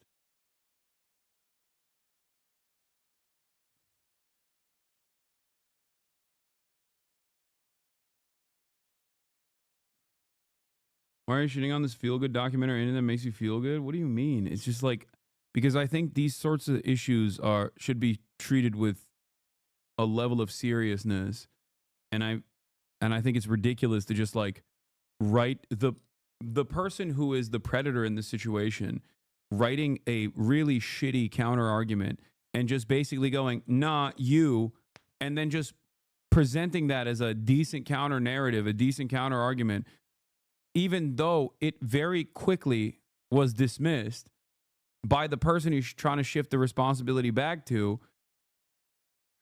I mean, you're just not doing a good job about an otherwise very serious subject matter.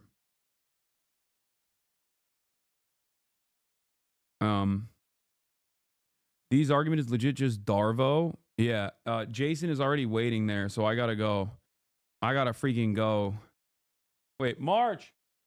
Oh, the camera in the bag is here. All right, I'm going to change real quick.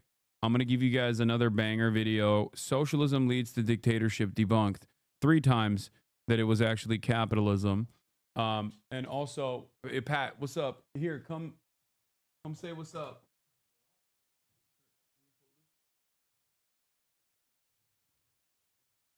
I think it's number 3. Yo.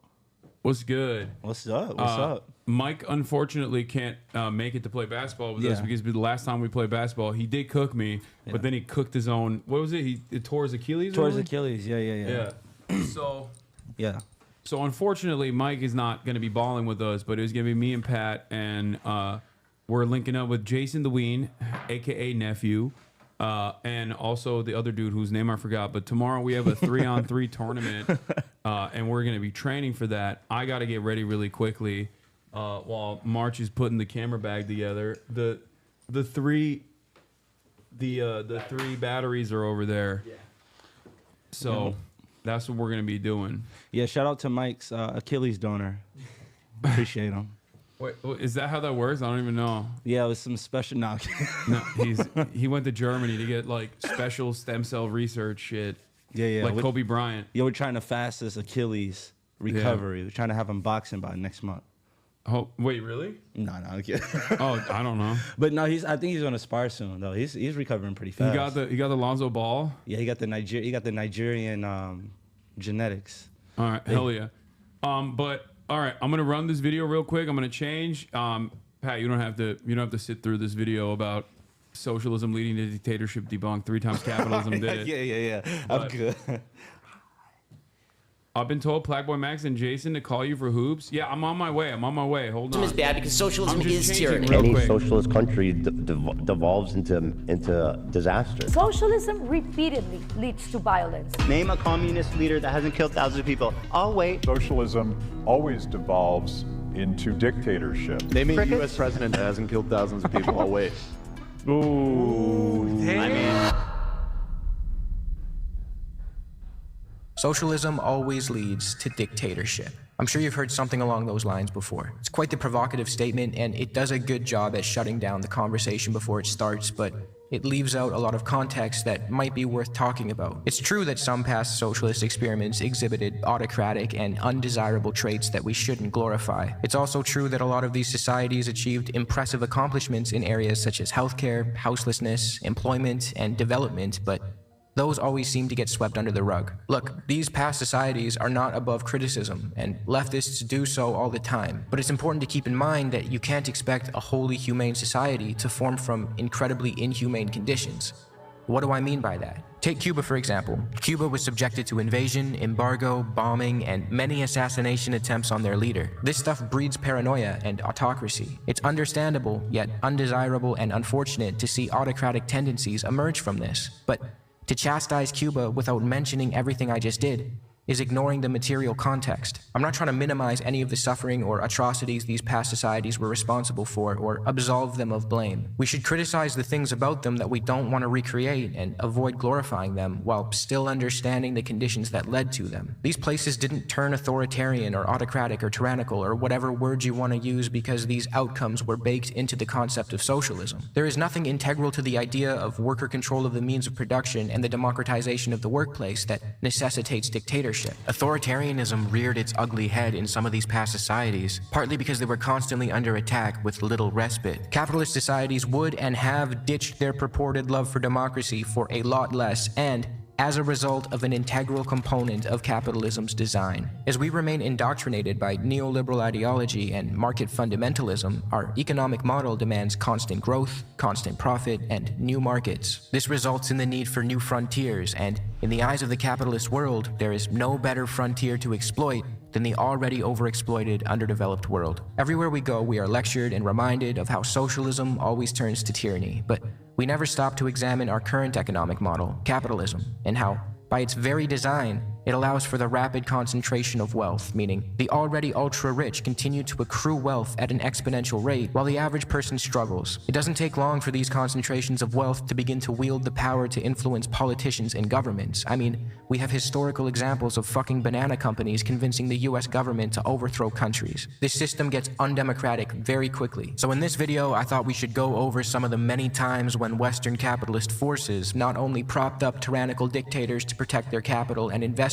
around the world, but overthrew democratically elected leaders to do so. In other words, the times when the democracy-loving Western capitalists protected democracy from what they called communists by overthrowing democracy. Quick disclaimer, on this channel I've already gone over examples of this happening many times. I've touched on the overthrow of the democratically elected Marxist president of Chile and how he was replaced by the murderous US-backed right-wing dictator Augusto Pinochet. I've also spoken ad nauseum about Jacobo Arbenz, the democratically elected leader of Guatemala who was overthrown by the CIA and the United Fruit Company to protect US profits. Both of these incidents resulted in thousands of innocent deaths. If you want more on these two specific cases of US intervention, I have videos dedicated to both topics. I won't rehash all the details here. With that out of the way, you may be familiar with the company British Petroleum, or BP. Well, it used to go by a different name. It was originally called the Anglo-Iranian Oil Company, and it was a British corporation that had a very strong presence in early 20th century Iran. It tightly controlled and exploited Iranian oil while only giving a very small percentage of the profits to Iran. It was another classic example of a Western capitalist power exploiting another country and practically stealing its wealth. To quote American journalist Stephen Kinzer's Aldous Shaw's Men, the wealth that flowed from beneath Iran's soil played a decisive role in maintaining Britain at the pinnacle of world power, while most Iranians lived in poverty. In the early 1950s, a man by the name of Mohammad Mossadegh sought to change that. Mossadegh rode to power on a wave of anti-colonial sentiment and promised to push back on British control of Iranian resources so he could use the oil and its revenue to help his people. He requested an audit of the British-controlled oil company because he suspected that it was cheating Iranians out of the profits they were owed. But the oil company refused. It would not open its books to Iranian auditors. This led to Mossadegh convincing the Iranian parliament to agree to his nationalization plans. Britain was obviously pissed at this and led a global economic boycott of Iran, but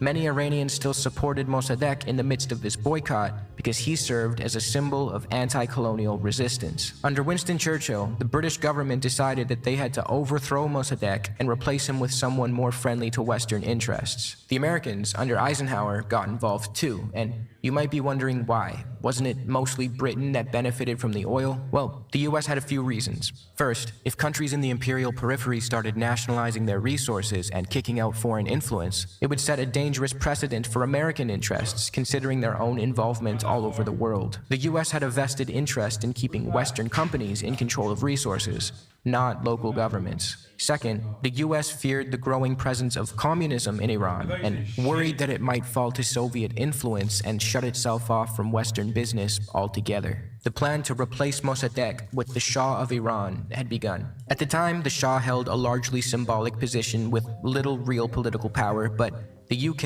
and the US wanted to change that and turn him into the supreme ruler of Iran because they felt that he could be molded into a pro-Western puppet. In preparation for the coup... Oh no, it was echoing this whole time because I left the fucking third mic on.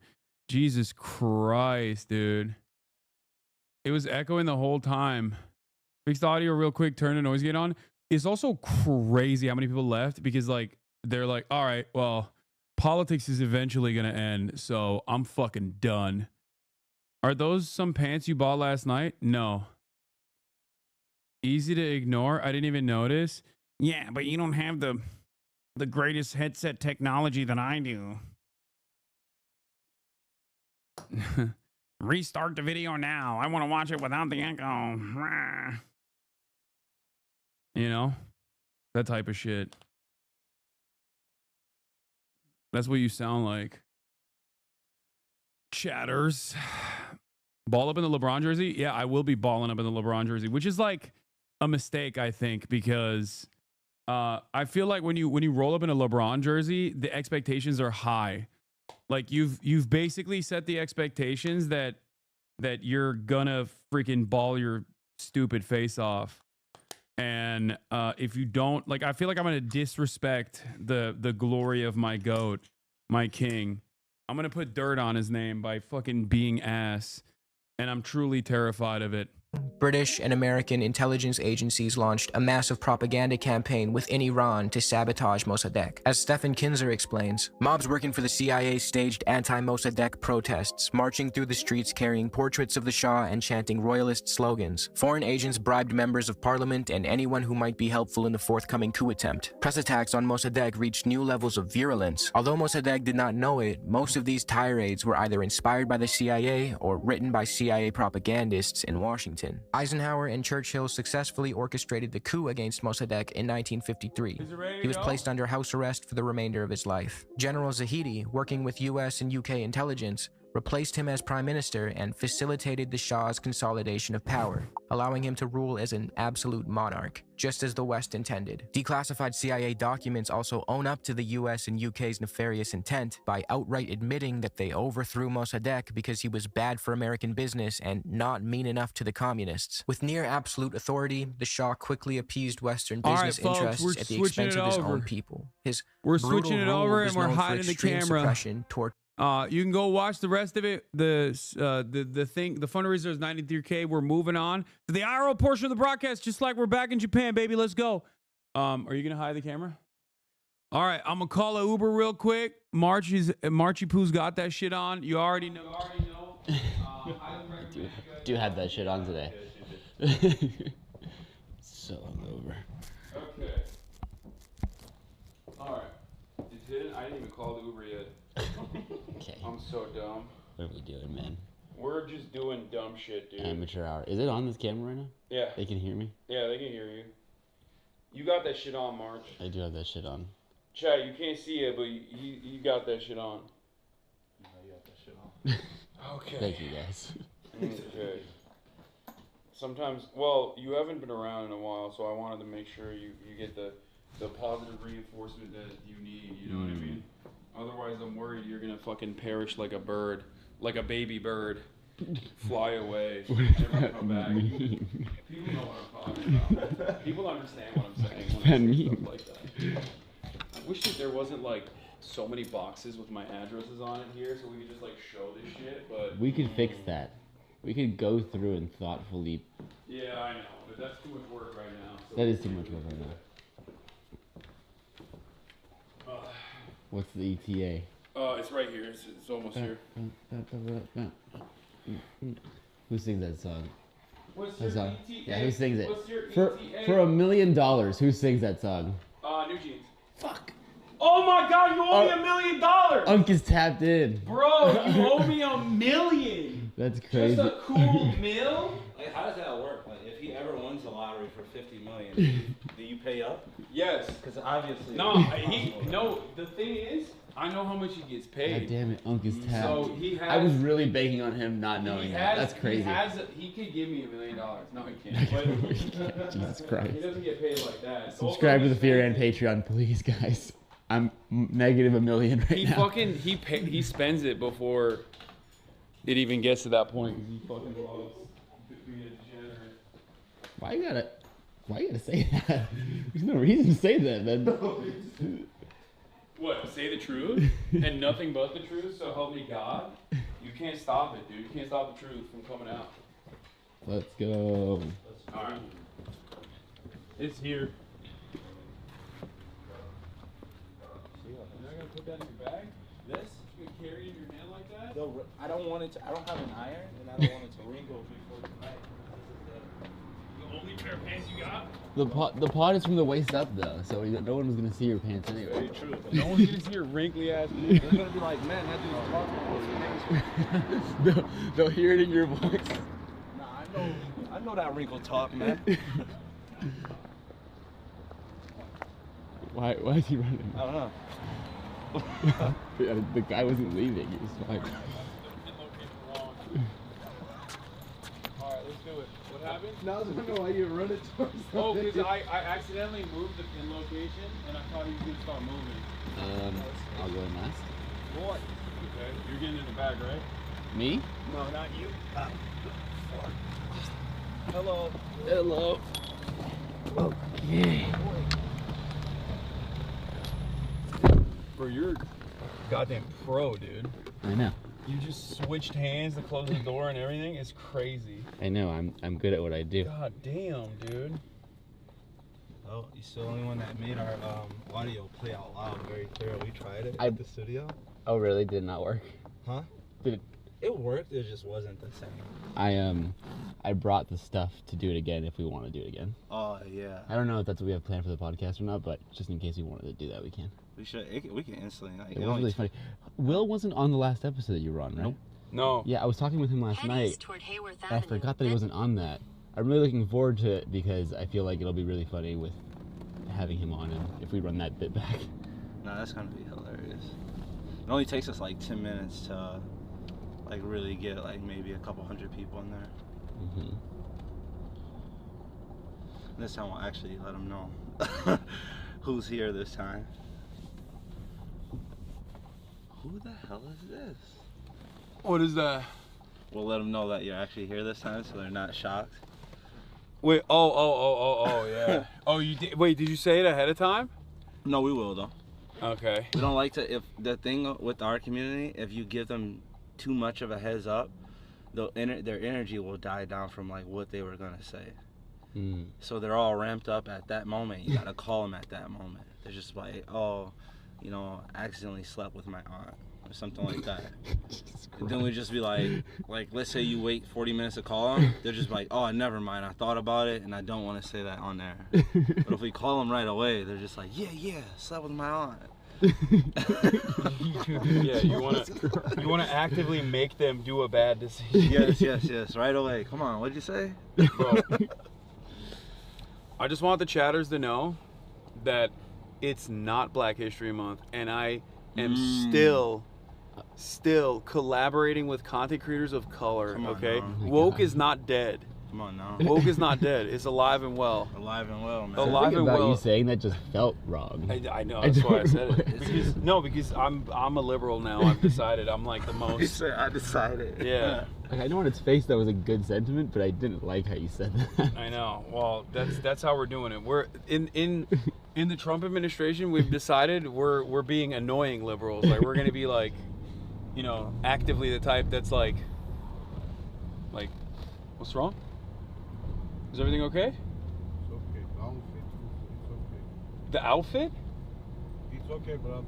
Oh, okay. My bad. I wasn't touching anything. If that's what you're looking for. Feet down. Oh, down feet. Oh, okay. Okay. I misunderstood. My bad. Didn't mean to disrespect the car like that. As I was saying, in 2020. In 2025, under the Trump administration, I'm gonna be annoying. Like when I see a person of color, like if I see someone that's like a little tan, I'm gonna be like, I'm so sorry about this administration. I hope your family is okay and not being deported. You know, just over the top. Overcorrect. Yeah, which is, you know, and also being racist that way, ironically enough. You ever see that the Michael Che thing? Should I reveal the camera now? Yeah, you can. Yeah. Wake For the up. record, Wake up. I didn't have my feet touching anything. I'm not gonna put it Oh up God, again, why but it's so blue. Hold on. the white balance. Oh, we're good. You know. Yeah, definitely. Tough times 2025. Yeah. Why are they? I've never seen anything recorded like that. What? Like Zelensky and Trump? I've never seen anything. Yeah, like it was crazy. I felt like I shouldn't have been in that room. Yeah. No, normally stuff like that happens, but it just like happens behind closed doors where like, you know, and it's not usually the president. It's like the fucking CIA director or the State Department guy is like surrounded by a bunch of nerds who's like, this is why you need to shut the fuck up about your position and listen to us or something like that. Whereas Trump was just like, you suck. Like literally. He said, you're not shit. Your bitch is not bad. You're 5'3", and you know it's over. It's done. I don't know. Is he being sarcastic by tweeting all those thank yous, or is he? No. He's just desperate. I mean, what can he do? You know what I mean? I don't know. That felt like a little sarcastic to me. No. The rest of the European leaders have been on his side this entire time. So it's not that bad for him on that. So he's just like saying thank you. He's just in a really bad spot. That's what happens to, bro. That's what happens to America's allies. Okay, that's what we do. If you're our ally, you're just riding on some time until you're sold out. Here, Chad, I put the seatbelt on. Are you happy? Is that what the chat was on? Yeah. Chat's crazy. I like the safety first. Yeah. We don't do politics. We don't do politics in that IRL portion of the broadcast. Who said? Somebody said pause. No, politics. I'm saying. Oh, I was like, what? No, not pause. No, we're very homophobic. Yeah. Don't get me wrong. We. That's like that's like the old school rappers when they say something that people take weird. It's like, we don't do pause in my era. It's like, bro, you literally just said. Yeah. We do pause. Yeah. We do it actively. The pants I'm wearing, for those of you in the chat that were wondering earlier, you were asking where I got it. I got these at Anime Expo. This is a Hasanabi head that gave them to me. He made these. They're sick. Yeah, they're like Evangelion, I think. Yeah, they are. I can recognize nothing on the pants, but everything looks familiar at the same time. Yeah, it's a very popular anime. Let me tell you, being old, which you can relate to. Whoa. Which you can relate to. I don't know if my age is Googleable. I tried to call like the celebrity birthday people to see if they can take down my age. Just lie to them. just like, hey, come on. Yo, you move that upper 90s, please. I'll slide you $100. 98 seems cool, right? Yeah. You're like, yeah. Can you give me something where I can't remember 9/11? Yeah. Like, please. No, dead ass. Yeah. I hate how like the new generation doesn't really like. They don't know the most impactful moment in American history. Like whatsoever. Like we watched our president throw a baseball and everybody cried. Yeah. Well, I wasn't in America at the time. I was, except for 9/11, I was dancing on the rooftops. But other than that, I wasn't in America at the time. You, bro. Why? That's what, literally 3 for 3 with that. Bro, it's a Zumba class. I told our first episode back, I told our community, I was just like, you know, whatever Hassan says. Oh yeah, I saw I that. got his back, and oh my god, my DMs was like, you stupid bitch. Like, you know what you just did? I have, unfortunately, I have some very rabid haters that just like are incredibly invested in trying to portray me as a bad person. But it's so funny because, like, I mean, they come from like a variety of different backgrounds. You got liberals in there, you got a lot of Republicans, you got Nazis. So they try to tackle it from every avenue, and it's really funny because, like, you look at who they're supporting and the dude is like, there's like a whole asshole, you know what I mean? Like who they're doing this at the behest of. It is what it is, you know. You know, it's just a part of it. You're doing the right thing, man. You feel like you're doing the right thing. You're always gonna get haters. Oh yeah. Big time haters. Oh yeah. We're now in that phase. I think everybody loved us for a minute, but we're now in the. Like, oh, y'all are getting haters now? Oh man. What are they saying? No. They're saying everything's scripted. They're saying this one old guy said, all they do is laugh. Put me on that show, I'll make it better. And I like clicked on his his page, and it's like he just saw his daughter for the first time in 10 years. I'm like, bro, you got bigger battles. Oh my god. You get that family. Okay, well he's on the up and up. Yeah. What were you doing for a decade? He was in the mines doing comedy work. Yeah, he was at the Laugh Factory every weekend. He's at the Improv. Honing his fucking craft so we could destroy you. He improv'd for a decade and it didn't work out. So he's like, where's my daughter? Yeah, time to improvise being a good dad. He played the deadbeat in every scenario. Actually, I'm gonna go deadbeat dad here. Yeah. It's really easy for me. Oh man. What are you guys doing in LA this time? We had a meeting with a production company. Damn. Yeah, we're like in negotiations, so everybody is just like, wow, taking like their final shot. Okay. Yeah, and we're just kind of like chilling out. Like the best thing, like honestly, like obviously I'm not rich, but like if I needed money, I would have probably accepted a deal already. Like, let's go. Yeah. So thank God I'm in like a position where I can actually think. Or more like, thank God you live in fucking with Milwaukee. Oh, we were just talking about that with the reps from the company. We're just trying to tell you, like, I live in a luxury apartment. It's like $2,700 a month. Yeah.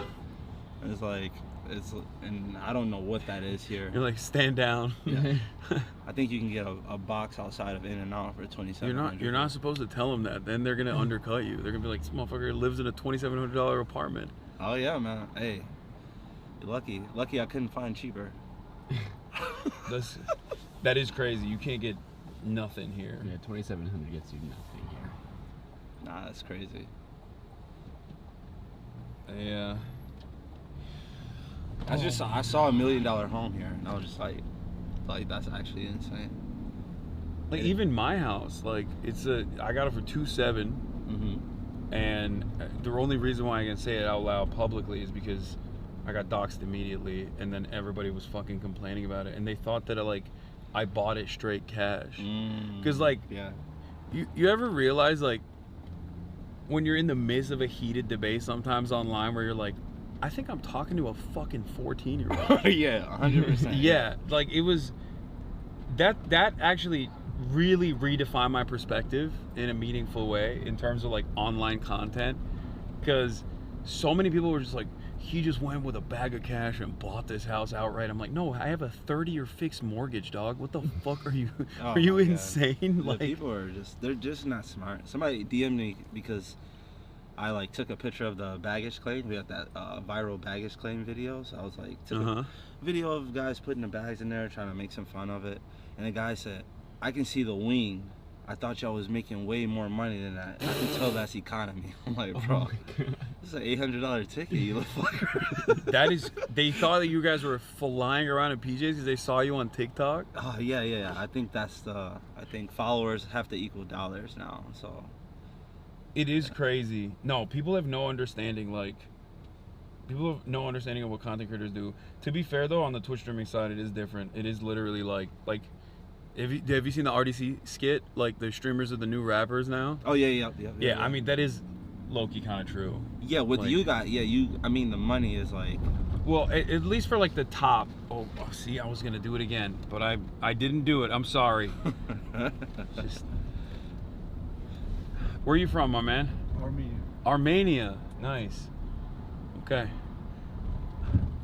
I always love crossing my legs on accident sometimes. Yeah, that's my I take the centerpiece from the driver when I'm a passenger. That's a bad habit of me. What do you mean? I take the centerpiece with my elbow on accident sometimes. Oh. Yeah, you can't do that. Yeah, I'm just so used to having that centerpiece as mine. That's why I like to drive. I usually like to drive. I don't like being driven. Yeah.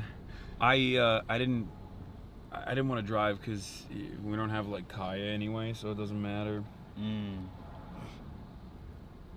Real haters like me not mad at the house, but do you locked in a 30-year low interest rate? That's true. I did get it specifically because I knew interest rates were slated to go up. You did buy it a really good time. I did.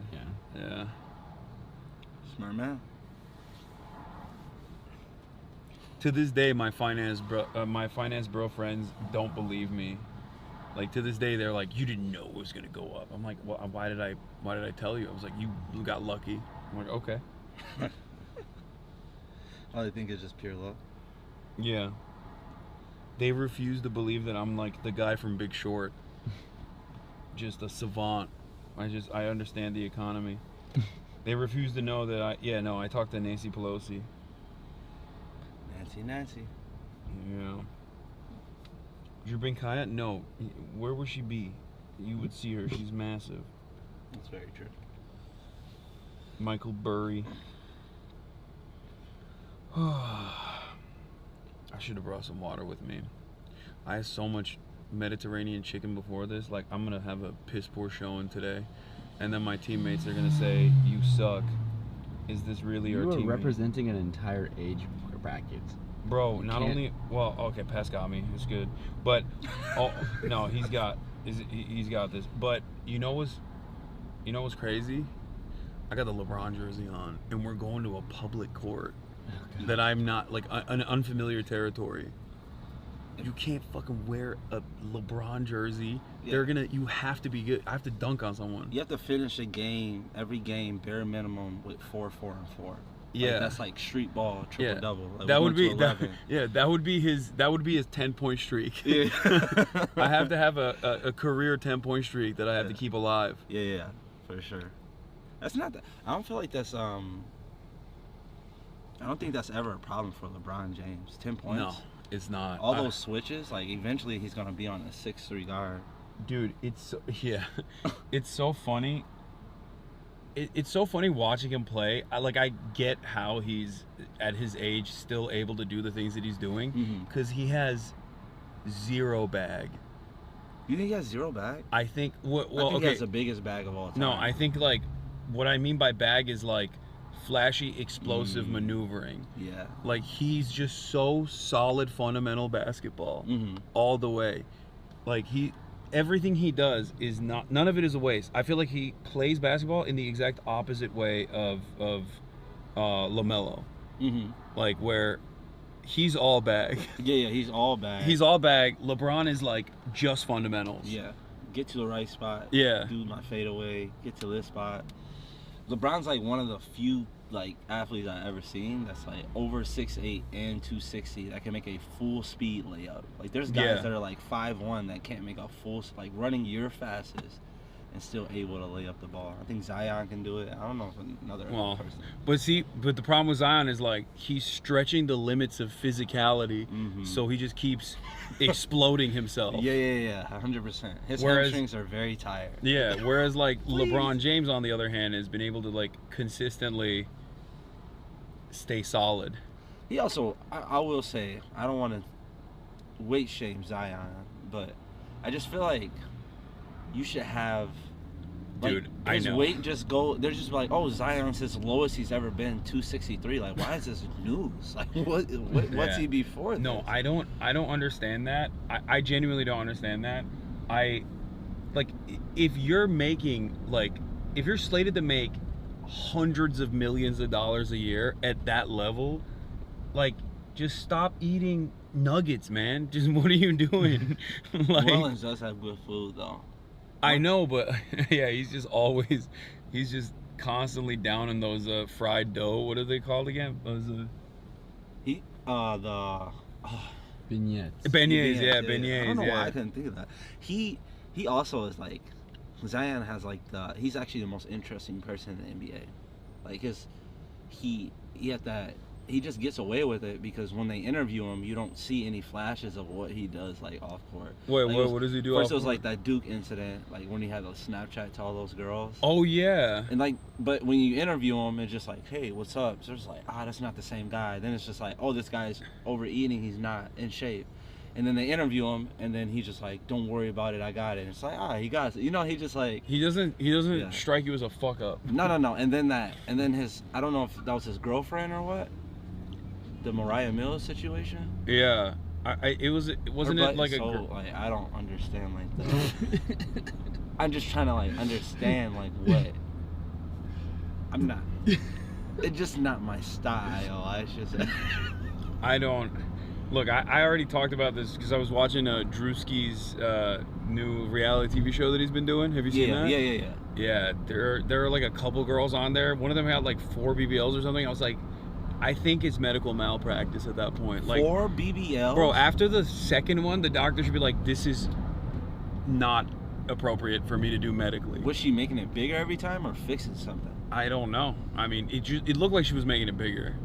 It had its own gravitational pull. Oh my God, 4 BBLs? It's just 4 championships. She had a punch card. 4? Yeah. She's LeBron. 4 for the price of 3. LeBron of BBLs. 4 Yeah. ships. Jesus. Is that okay?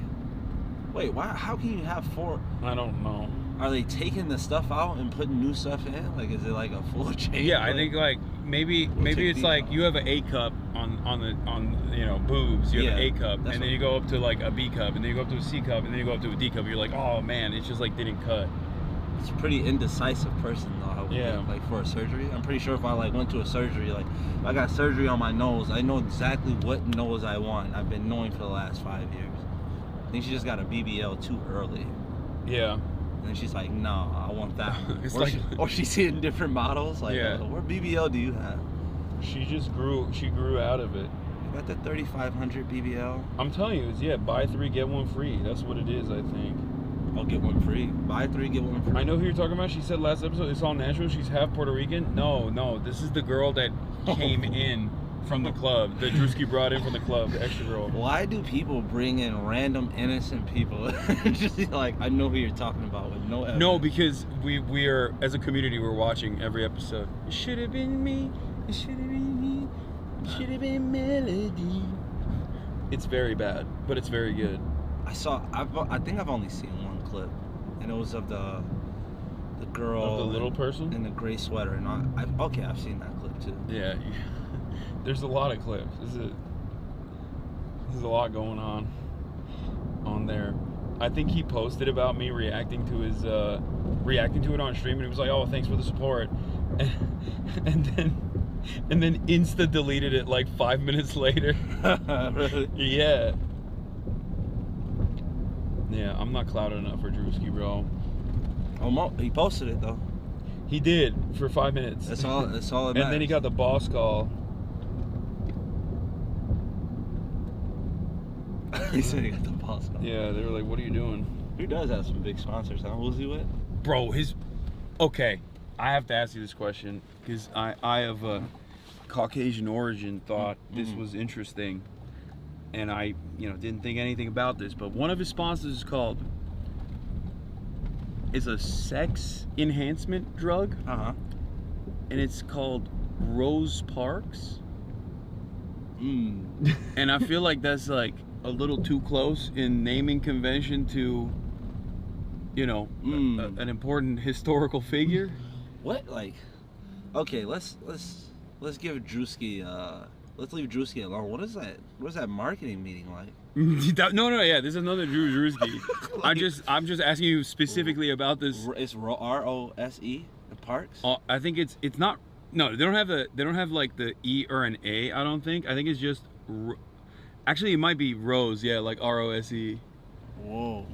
Like it's just one letter. Rose Parks. Oh no, they're saying it's RO. Space Sparks.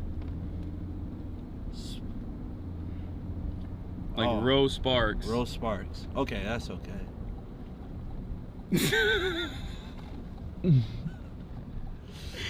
I just thought, when I first saw it, I was like, whoa, that's a weird name for a, That's kind of close.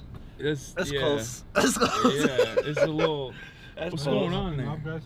Oh yeah, this is perfect. Thank you. That's it? Thank you. Yeah, I think. Wait. I don't actually know. We'll figure it out. No, it's inside, but I don't know. We'll figure it out. Thank you, sir.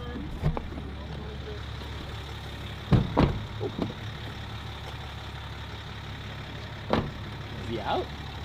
Oh. Oh. Oh, he's coming out from the other side. Where the fuck is it? No. Wait, this is not something that you can like not figure out where it is. It's I think it's a LA Fitness. I think that guy might just dropped us off somewhere random because he didn't fuck with us. No, he fucking, bro, he can sense the Turkish in me. Okay. Let me tell you. He knew something was up because I just talked to him and we just laughed like crazy.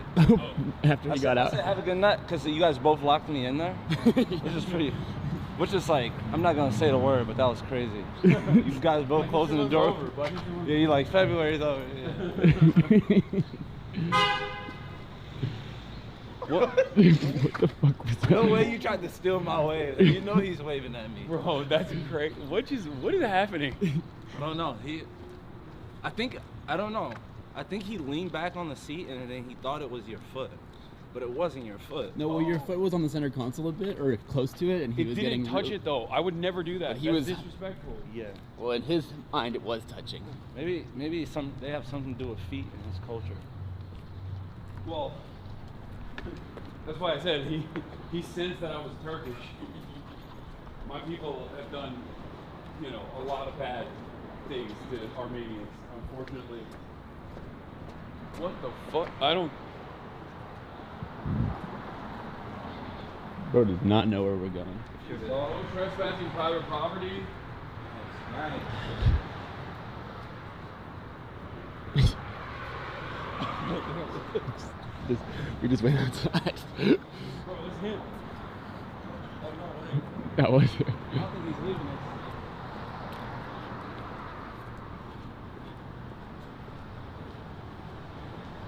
Bro, we're gonna be so late to the pod, but I guess Will's not. We got nothing else to do. Yeah, I wasn't even considering you guys. I was not even being considerate. No, we're good. I literally would go to bed if we weren't doing anything. I'm tired. There it is. Me too. So what's up, dude? How do we get in? I don't know. Like, cause don't you have to have a membership or some shit? Like, I don't have. Bro, I just realized right at this very moment, I don't have my fucking basketball shoes. Oh. I forgot my bag in my car. Oh. Okay. I'm so cooked. All right, I'll just fuck around. It'll be fine. Hopefully. You got a LeBron, you just got to go high post. Bro, I have Sambas on. These are the worst shoes to ball in. I'm gonna put the camera down for a sec. Thank you. Hello, we're here to play basketball. Hi. What's up? Oh, hell yeah. Is there a basketball court here apparently? It's upstairs. Can we just go up? How does it work? Do we pay? Yeah, it's $20 for day pass. Okay. Yeah, I'll just get it. Every day pass. Is there like a store around here where I can buy shoes? There's no like here. Basketball shoes? Let's do it. Top of my head, I'm not. Alright, whatever. It's fine. So I just got to ring you Off the top of my head, I'm not sure. It's so crazy. Such a You guys good. all have to fill out liability forms. What if I'm not participating? I'm just here to film and hang out. Oh, you said I Okay. in case you get hurt up there. Okay, for sure. Just in case they need one more and you retire. March can ball. Can you march? I cannot.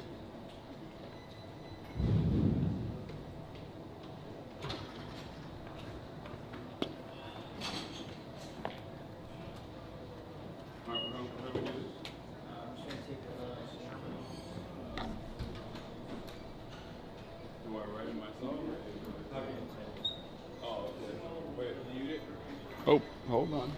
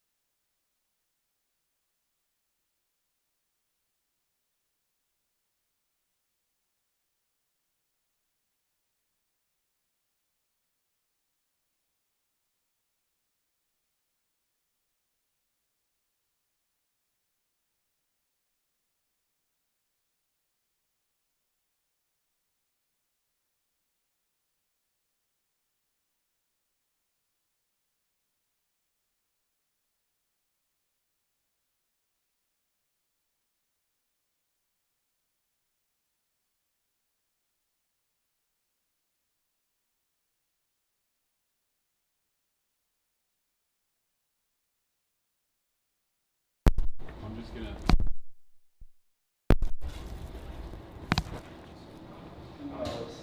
23 miles away. Oh, there's a store? What is it? Oh, there's a shoot now. 23 miles away.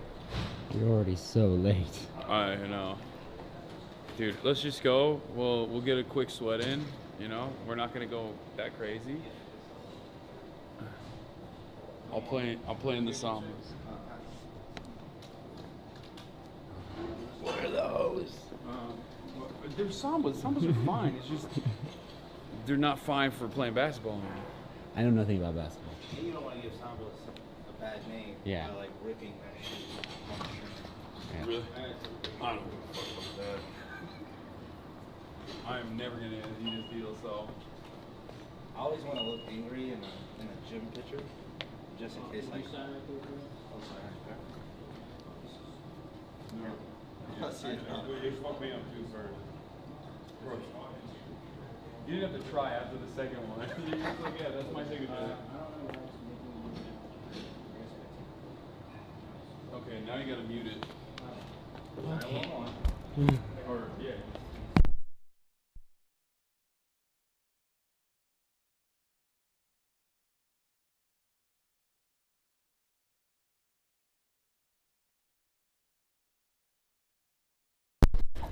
I just used a fake Milwaukee number. Good luck to that resident right there. I was like 4 and 4 is believable for me.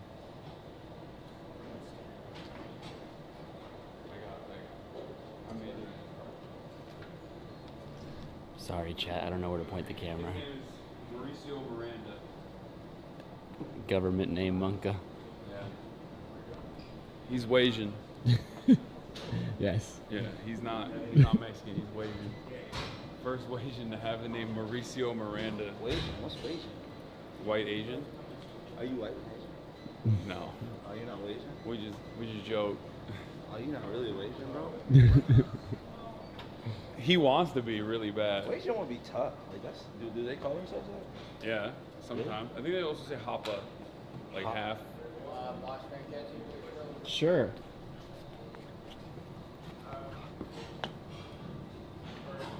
They say you're supposed to pose as if you were getting kicked out of the gym. Why is he saying GG's raps?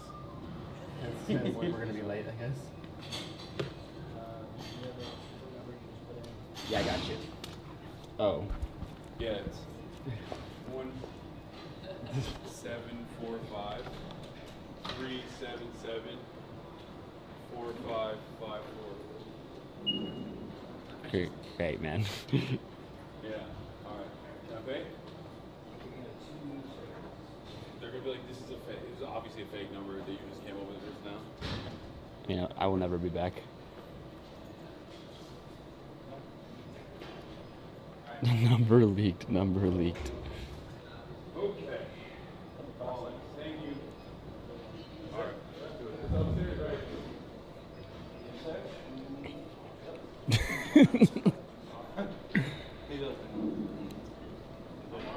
I know about this floor.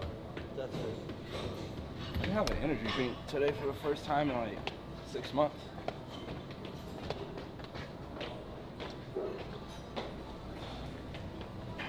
Seriously, warm up.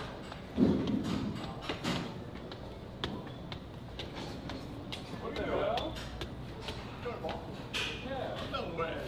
Good. So sweaty. Dude, we been playing. Is it good in here? Is it good runs? It's dead? Literally just died. If you guys gonna play, I'll come play. Pat. Hey, how you doing? How's it going, Jay? It's March. Streaming. Oh, you're gonna stream play? We've been streaming. We're live right now. And they're also probably streaming in there too. There's no one in there? There's literally no one in there, man. Wait, what? You sure you're the right LA Fitness or what? What the fuck? Where are these guys? Bro, there is no I saw what's his name was here like yesterday. Who? Max? Yeah. My John done. Bro's coming in 5 minutes. He's not even here. Oh, he's here. Hey, that's nice. That's I mean, can we? It's 0.3 away. Is that? I don't know what that is in Cali.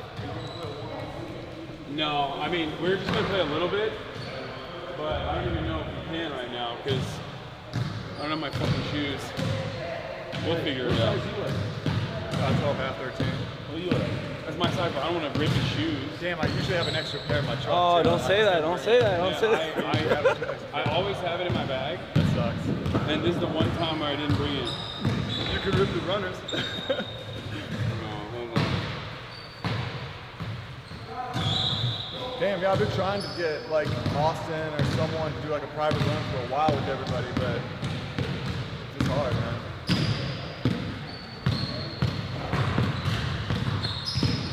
Wait, we're not pushing the pod back. Why does he think the pod? Because we said 7 for the pod. Yeah. There's no way we're starting the podcast in an hour. What are you talking about? I mean...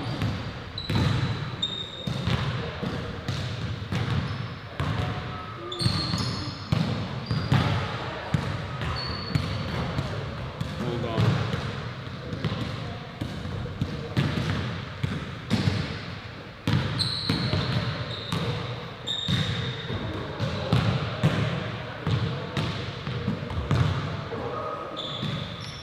I like when people that work here come in and hoop. That's what I would do. That's what I would do. Like, all day. Usually they don't. Every once in a while they will. I went last night and played the one over there. There was a worker in there like in his full attire playing. Oh, really? Come, hey. Yeah, that's what I would do. I'd be sweaty as hell every day. I'm going on break. And the court. I can't believe they're not even here. There might be runs, I thought we would do like a quick fucking 30-minute, you know, ball session and go back. We can. Streamers are late, always. I cannot believe they're late this much though.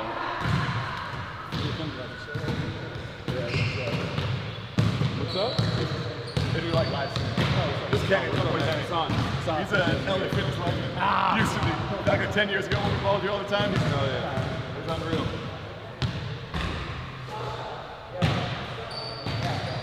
All right, he said he's going to the gym. So, no shoe power. I mean, I guess we could do it. I don't know. Hold on. I'm gonna call Jason right now. I cannot believe how late he is. What the fuck?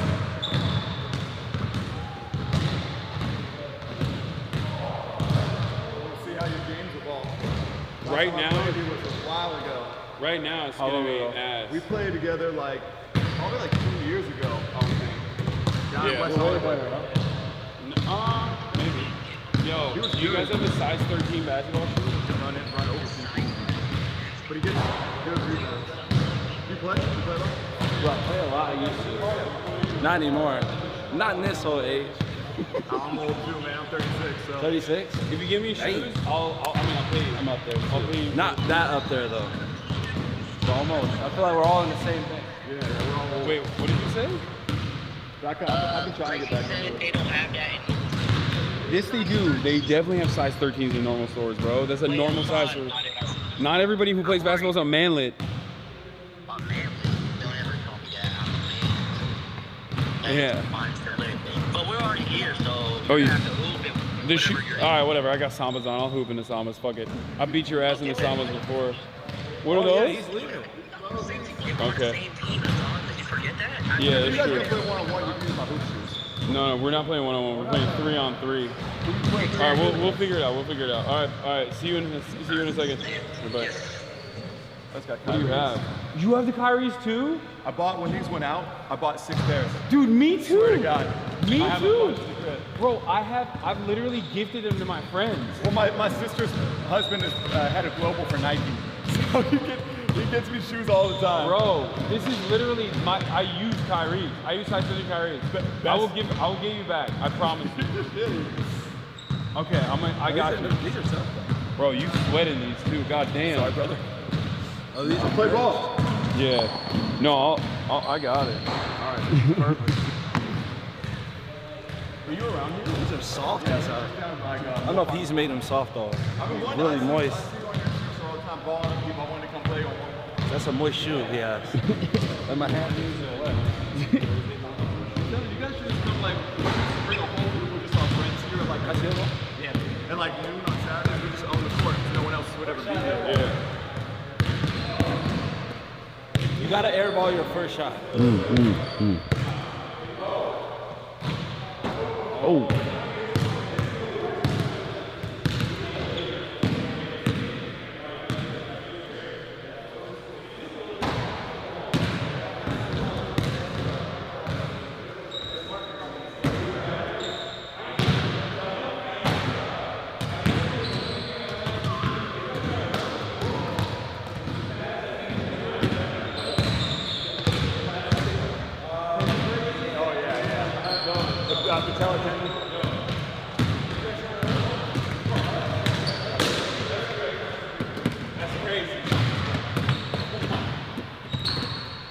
Okay,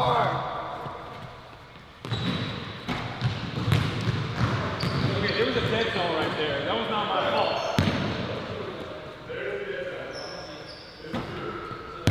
Where are they? So I avoid them. Have you played basketball since? They're mainly underneath the rim. What? Underneath the rim? Underneath the rim.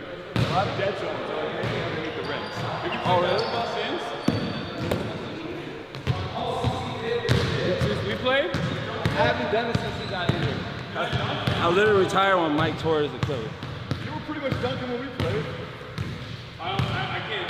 Actually, I don't know. I'm not even going to try right now. No. I got it. You got it. Don't do it right now.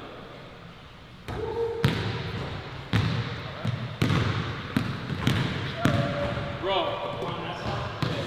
you know how there's like a massive advantage to playing indoors after playing outdoors? This court is so ass, you don't even get that advantage. It's crazy.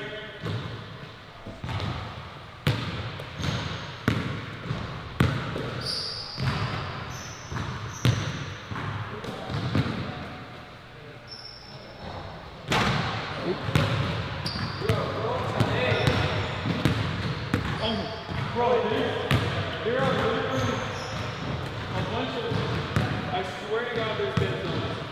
Like, oh, that's not, yeah. That's not right here.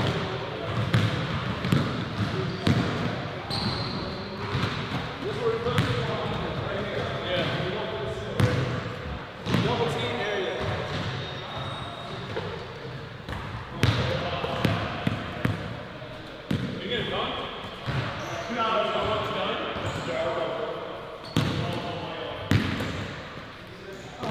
I'm not in basketball shoes, bro. Yeah, I mean, he gets those pretty well. Don't try anything crazy, Cat. Look that way. That's crazy.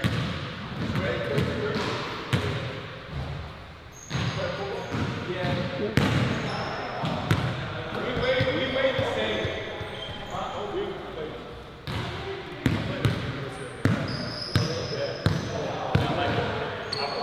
36, so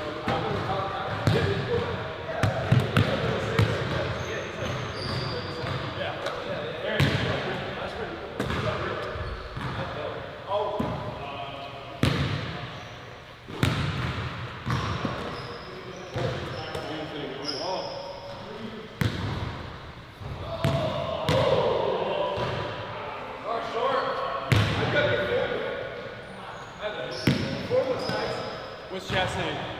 Oh, I'm not reading chat. Oh. I will check what they're saying though.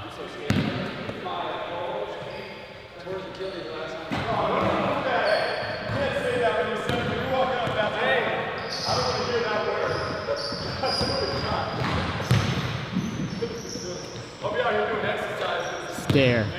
Stare. I see you, chat. Nothing. They're having a great time. They're saying you're so good.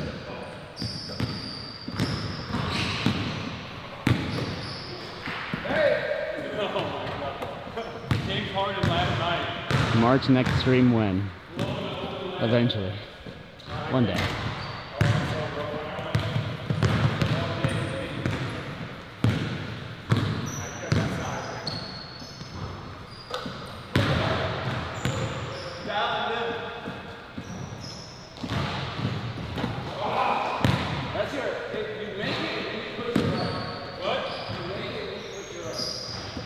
Address the height allegation. What height allegation? Me?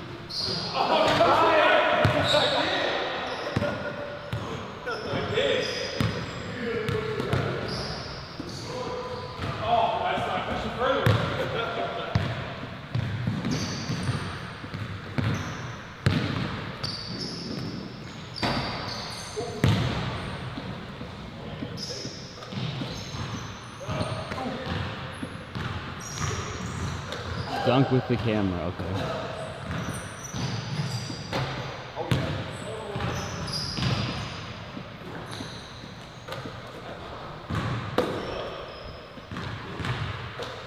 Jesus Christ. Oh my God.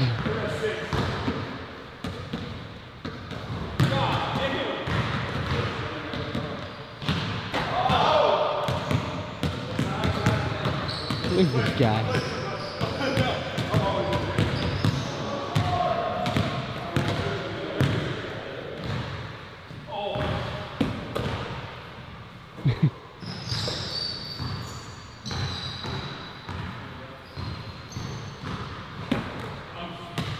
Just go left.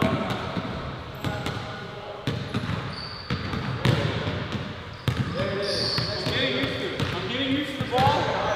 I'm getting used to the ball, and I'm getting used to the court. That's what it is. There you go. Okay. Just getting used to it. That ball is good ball. Okay, I'm realizing I have to do it now.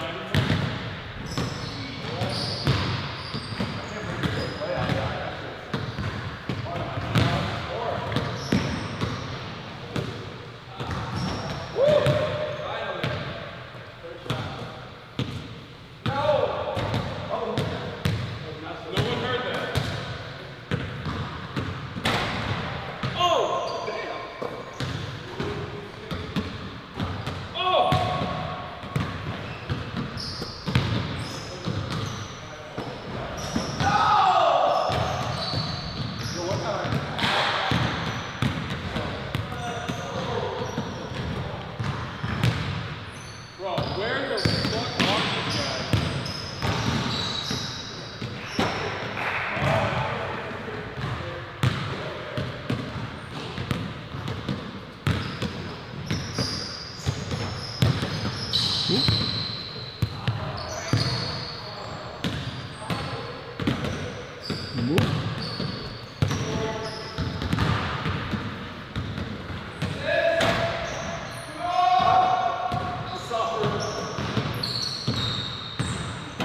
Notice how Hassan didn't point at me after I gave him an assist.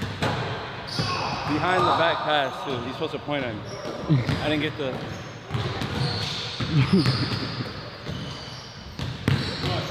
I gave you an assist and I didn't get the point. When you point back, you don't think that's the coolest thing in basketball? Hey! Where have you been? Dude, it's like max security down there. Oh, you were late? Okay, but you were late to the Bradley Martin shit. So listen, we're even now, okay? Fair. I missed you.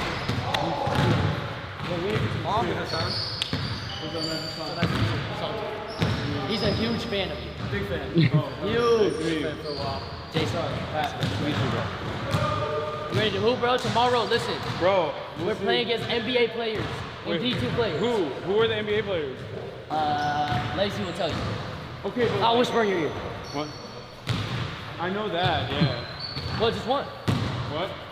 Just one. Oh, just one NBA player. Okay, you said play yours, I thought. Multiple. No, but I feel like you can beat that person. You're like around like 6'7". Bro. 6'7". Oh, you know it, you're him. Cringe He's ass. him. He's him. Zoomers. Don't call me a zoomer. Yo, look. Bro, look I stole his shoes. Really? Yeah. What happened? Oh, this beast. Bro, look at, okay. I'm gonna suck right now, and I feel like it's messed up because I have a LeBron jersey on. And I feel like you can't disrespect the Oh my God, we got Luka Pacic downstairs with LeBron James. Is he wearing the Luka Pacic? Yes. Yeah. I bought it last night, and I'm wearing it, and it's cringe because, like, I'm too geared up to, you know, not do well. How are you already making excuses? Yo, Hassan, you know what's crazy? What? You're actually really good at basketball. I feel like you lack confidence. I think I said that about you. You say that You about lack me? confidence. I lack confidence. No, trust me, I have confidence. I'll chuck a 3 half court, but I'll just miss. I think I'm very realistic about my limitations. That's what it is. What's my role for tomorrow, coach? What do you mean? You're a point guard, right? Because I don't know who the third is. Marlon, you don't Marlon? I don't know him. Is that the handsome guy? No, I'm the handsome guy. Okay, is that the tall and handsome guy? Yeah, that's it. Yeah, I've seen some of his clips. Isn't he homeless? I thought he was I thought he's like a homeless guy, and then he lives in a shed or something. Let's see his shots, huh? Oh my God. You know you're going against a good team first round.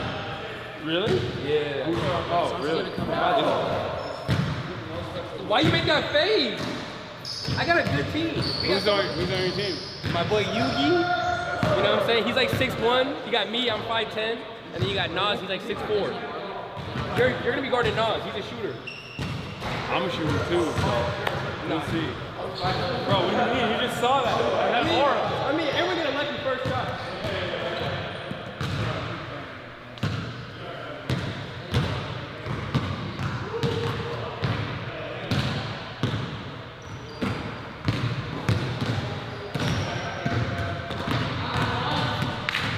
It's Tom!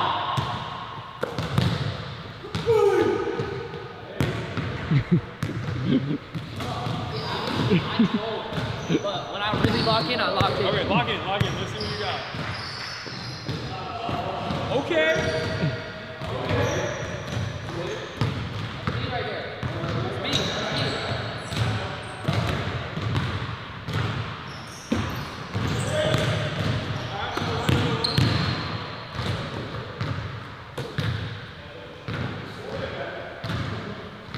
I know. This form will confuse you because you're like, oh, his release is fine. The release is quick. My arc is really high because I'm short. So that's not necessary. Yeah, these are bad. These are extremely nice, man. By the way? Yeah. Crash Dummies podcast. They're hilarious. You might have seen the TikTok clips. Are you a hooper though? Am I a hooper? No. Let me see a shot. What is classified as a hooper? Like hell? No, you're a football player. Oh yeah. Let me see a shot. A shot? I'll get sprayed. Dang! No, he's a hooper, but so like not other hoopers walking. There we go. That's what football players do. We make the first shot, and then we miss the second shot to throw off the scent. Hopefully they don't guard me. I'm gonna throw you lobs in the game. It's not bad lob. It's a lob.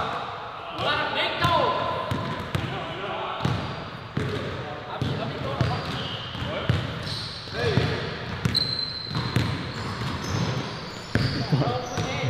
I saw him.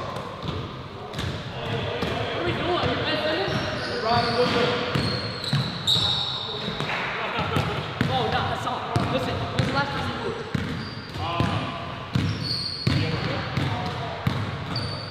I'm old and I'm tired and hurt. You're not. I am old. Where's your knee braces and your ankles? I don't have them. I didn't even have my shoes. I had to get his shoes. So you came to the home in a LeBron jersey and some freaky ass shorts and no shoes. Those are ballers. Hey,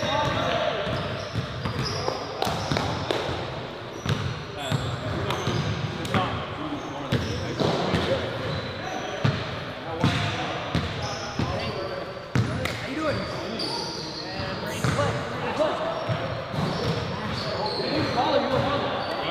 You have a very tall squad. No, I mean, I am playing. What position is you in my shoes? You play 20. You play 8. Yeah, I play 8. Whatever you do it. All right. Hey, who's the tallest? You might, I don't know. I ain't like, give me that. Yeah, you out of here, though. You're out of here, Jake. Oh, you wanna get a TikTok in? You wanna get a mock TikTok? Yeah, nah, go ahead. Hey, go ahead, y'all. Go ahead. Yeah, go ahead. Yeah, little bro me. Yeah. This is funny, y'all. Y'all are hilarious.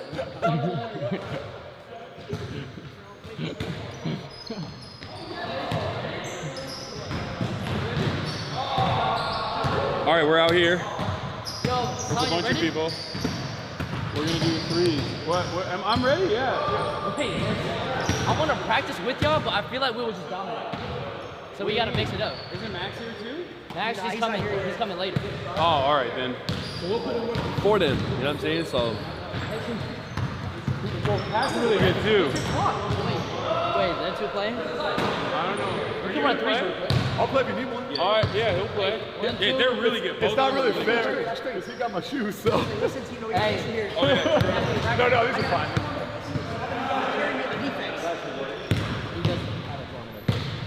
Wait, Lacey, you can shoot, right? You good? He can only shoot. I've seen the clips where you just like casually just go boom. Alright, wait, Super Bowl. If it's you, me, and Marlon against them three, we might lose. Like, they're good. Warm up in the I'm not that good. I got shoes. Yo, are you kidding me? Where's the confidence? I've played with them many times. What? Very good. What? I've played with them many times. He said we're gonna lose if we play against them. No, I'm saying we might actually unironically lose. They are very good. You're crazy.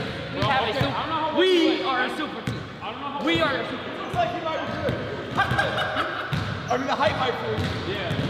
What about me? What about me? I've seen you play. Against him, though. Chat, the assessment that you're supposed to make is off the drip. Okay?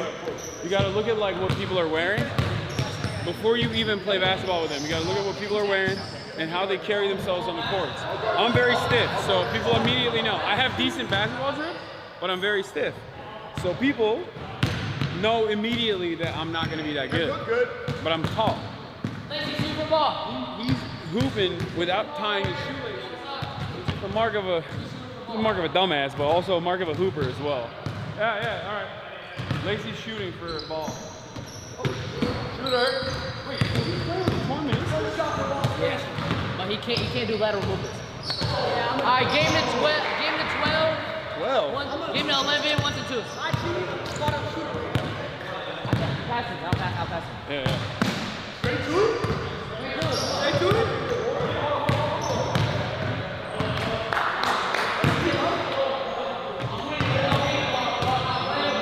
I'm not playing with y'all. We are. Chat, I'm overstimulated.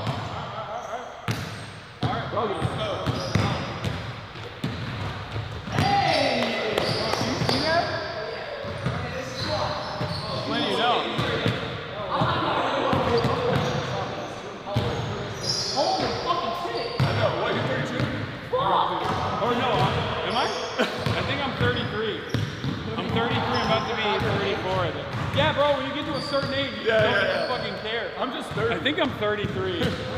But I'm mid-30.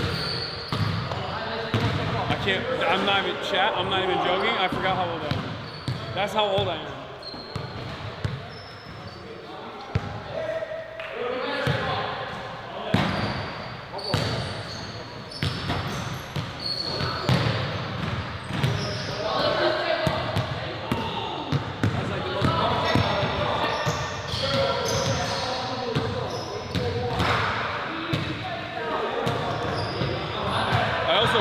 This morning, so I'm gonna be very stiff. But it'll be all right.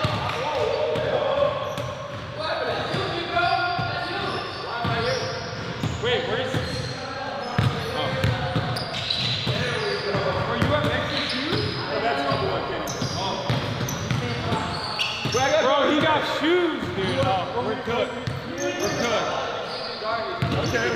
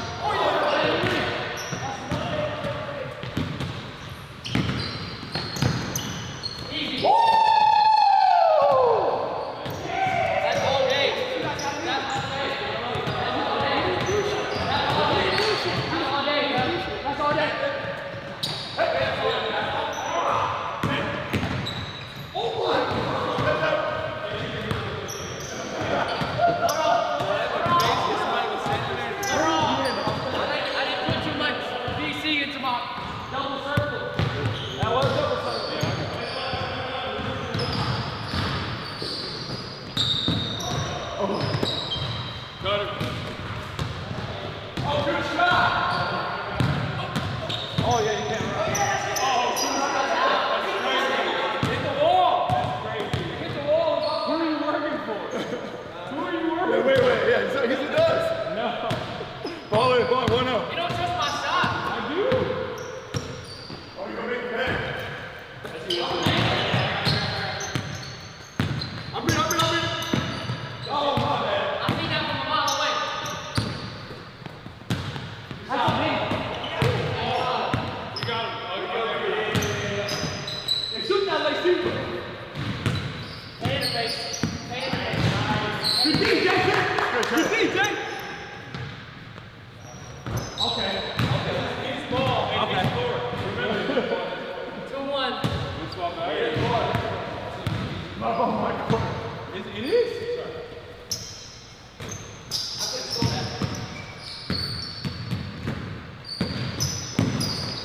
Oh, nice. Now we What's the score? 3-1. 3-1. I'm not worried. Big run coming, Jason.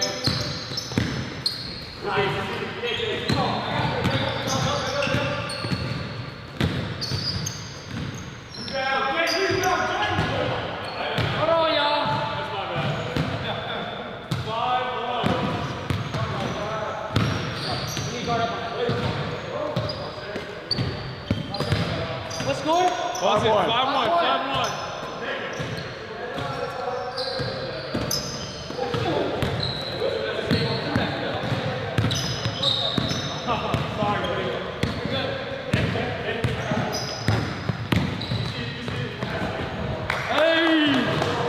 He played like Jokic. He played like Jokic.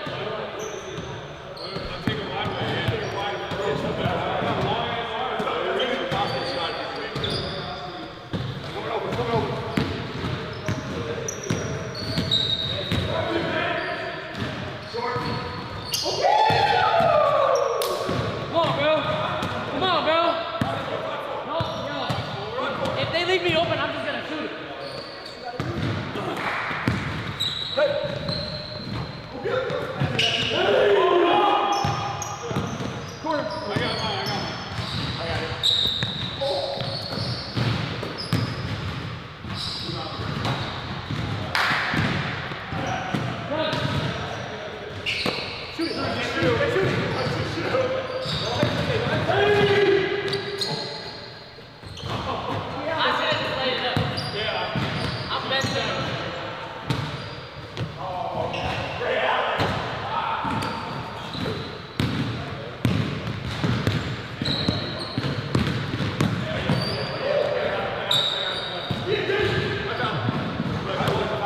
See how high I got up for that rebound though?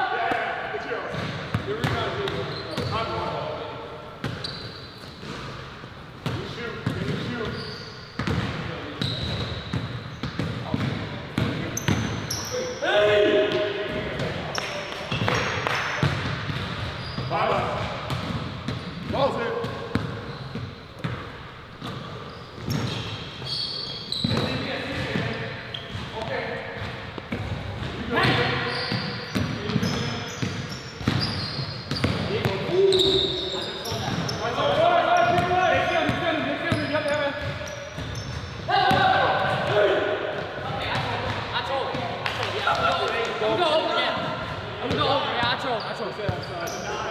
Wait, that's 9? 9 myself.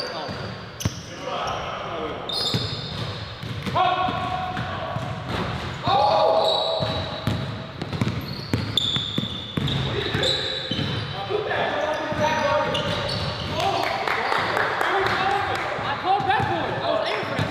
I like that. That's what I like. 6-6. 6.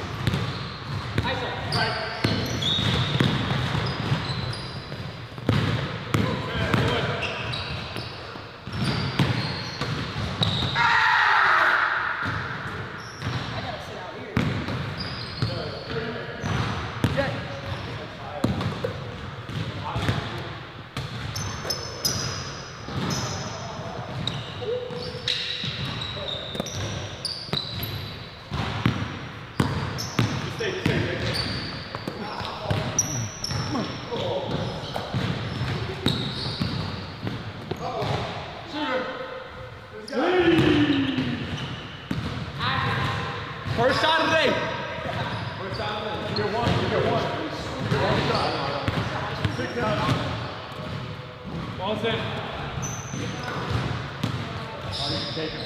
Hey, y'all. I'm on your hip. You got it.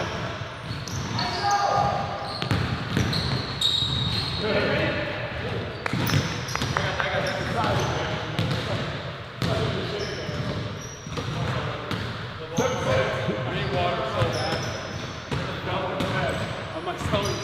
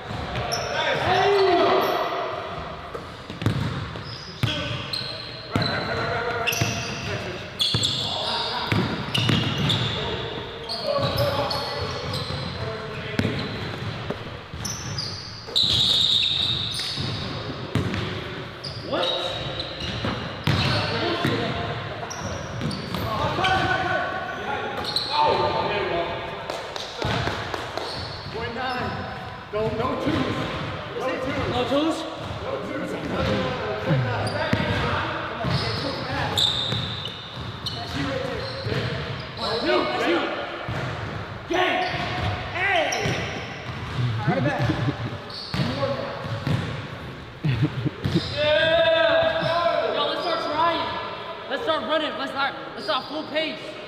Let me get a water. We got it.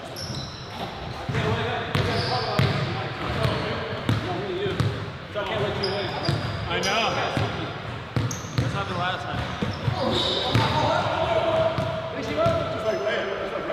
Wait, where's who's wrong? I got a fresh one. Just lay it up like you're laying off the mat.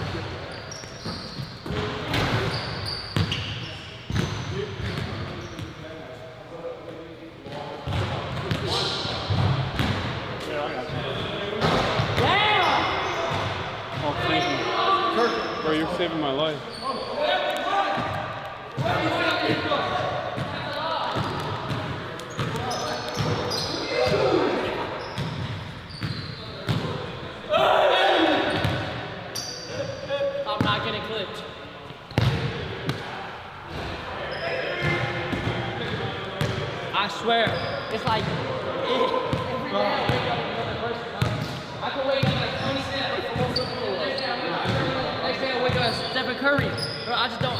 gotta be consistent.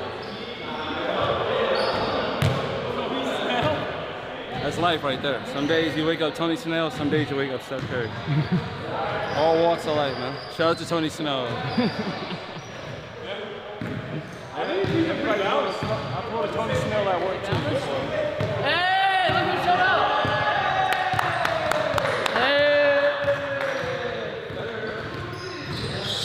We got more people with cameras. That's Edward.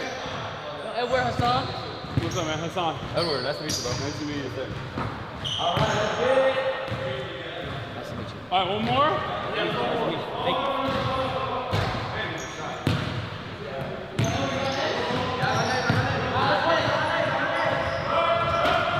Check ball. Check ball.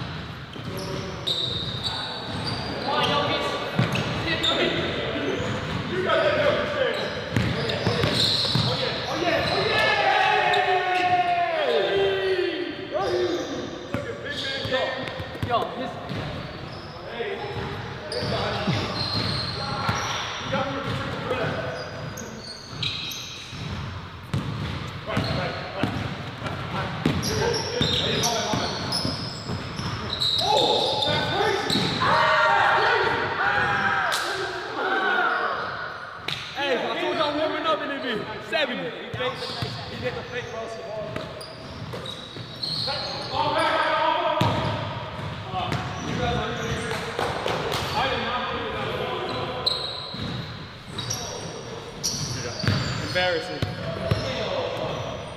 3-0. Hold it.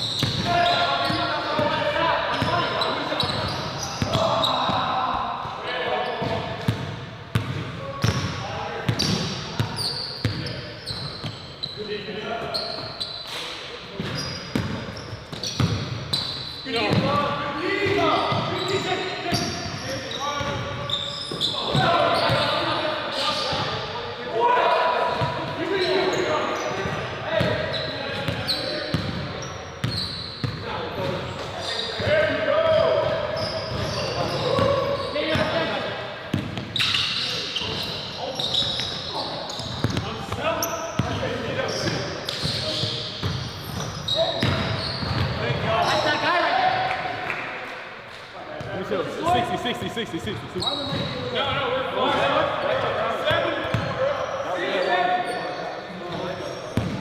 What is that?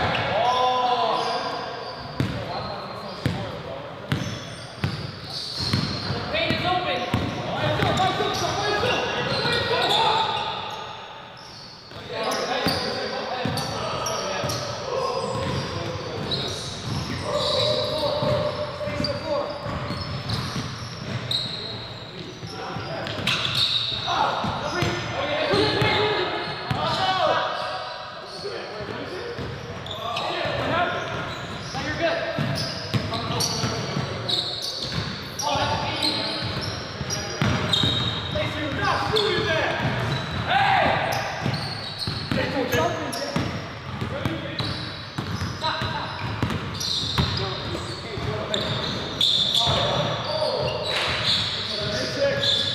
I'm so out. I'm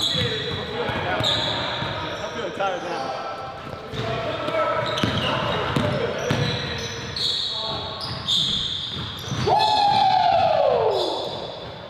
Come on, bro. Go to the building.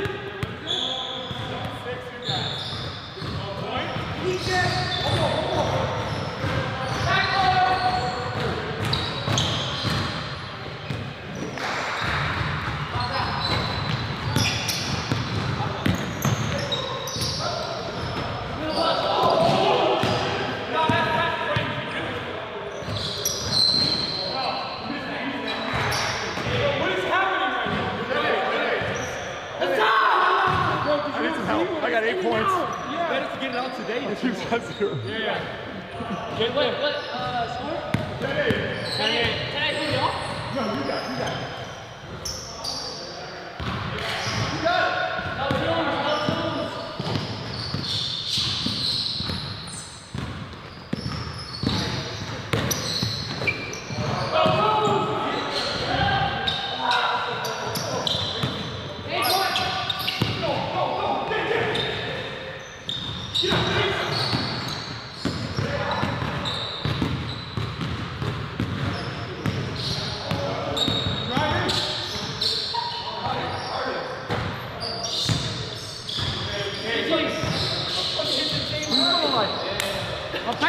I'm practicing my dribble moves and shit.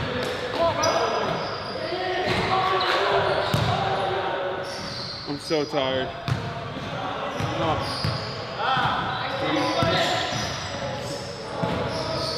The one, yeah, I know. Game point though.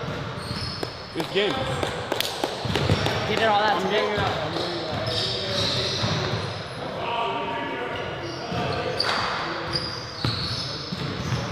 I think this might honestly be the worst indoor basketball court I've ever played basketball in.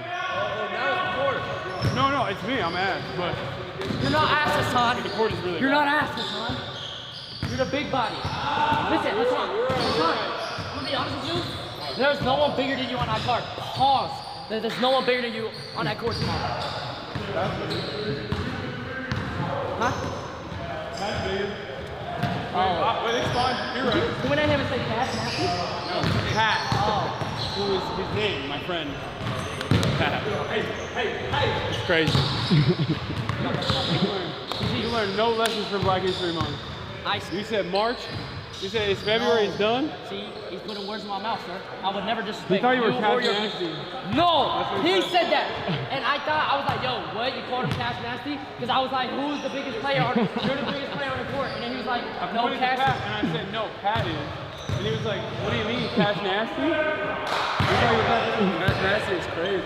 I did that. I think you got Cash Nasty. That's right. So you know what's going against Arky and Yuki first game. Arky, Yuki, and Nas. It's a good warm-up. So basically a warm-up game. No, actually, I'll be fast. Yo, Edward. He's really nasty. Who's your squad? I don't need to do shit. And then boom. Oh, you're ready? Because we got one, right? Yeah. We streaking. Hey, we streaking all night. We streaking all night. All right, we don't have that much. We got like maximum one more game before we leave. We have to leave because we got a pod. Okay. All right, let's go. Yo, let's run it, y'all.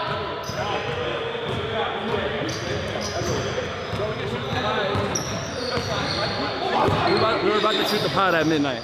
Yeah. There's no way there's one more game. And I'm guarding Hassan this game.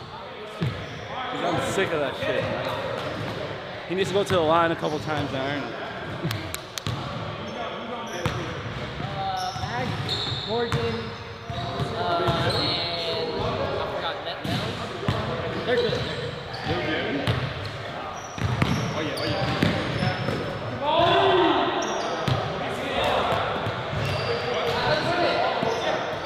Let's run it. Let's play.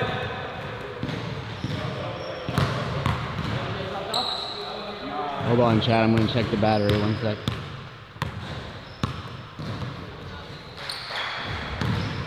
All right, we're still good. What? I was having to tell him I'm a comedian. Oh, you were apologizing for your racism? Oh, you did call me. You did call me casual. That's crazy. Check out, y'all. Let's check out the ball. What's up? Marlon, you ready?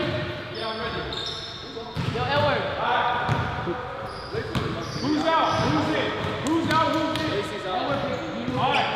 Okay. I'll say those things. Where's your team at? Where's your team at? All right. What about it? I need some shooters. Sniper. Hey, you actually shot us out. That's good though. Who was? Yeah! What are we going to, 13? 11. Give me 11.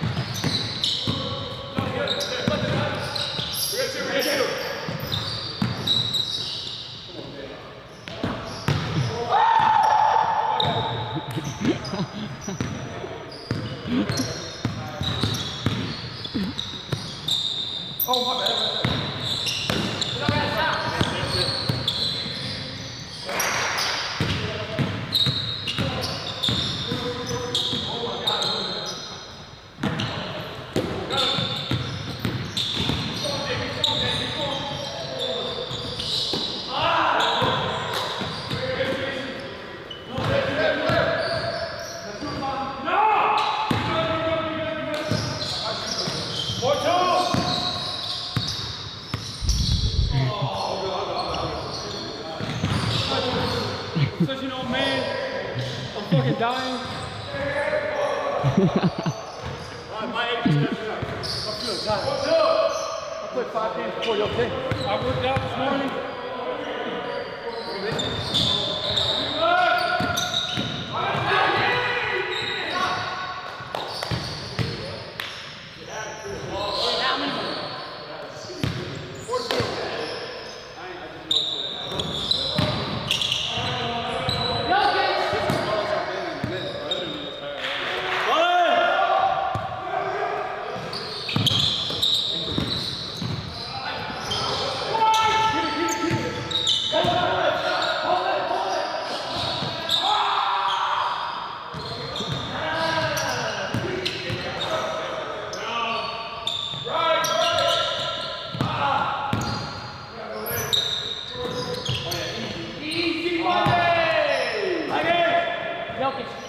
I'm out of breath. Watch this. We love getting assists. Time. Okay, let's work. 4-4. Ball in. This one's getting stronger with time.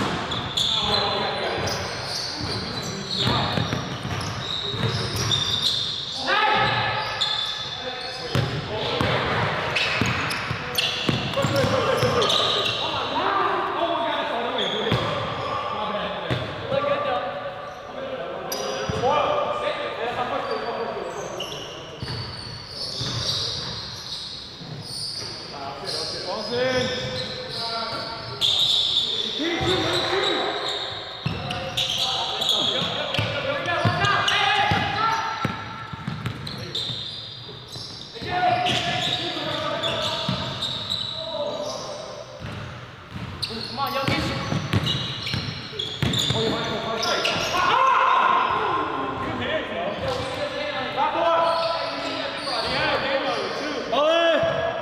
Flat forward.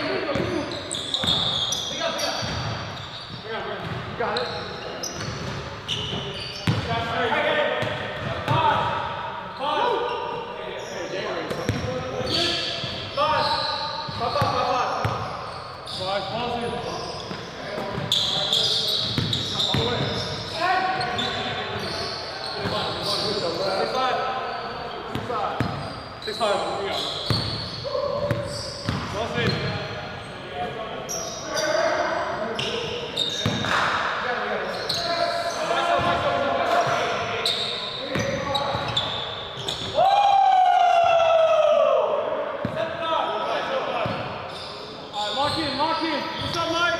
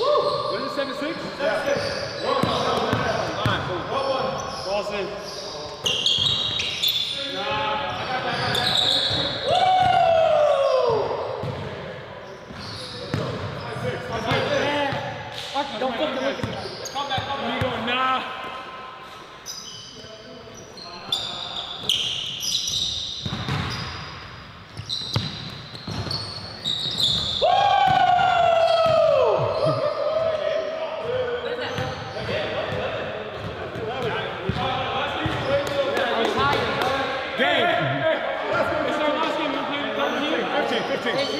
15. Hey, finish. Hey, Pat. Finish it at 15. All right. This is the last game. You good? No. I'm done. We're gonna go. We're late. 1 to 7. 1 to 7. We're pushing it up. You don't want to just push it to 15? Yeah. We'll push it to 15. I'm fine with that. Hey, we'll push it to 15. So it's the same score. I'm not trying. So it's 11 to game. Now you're not going to try. I may not try harder.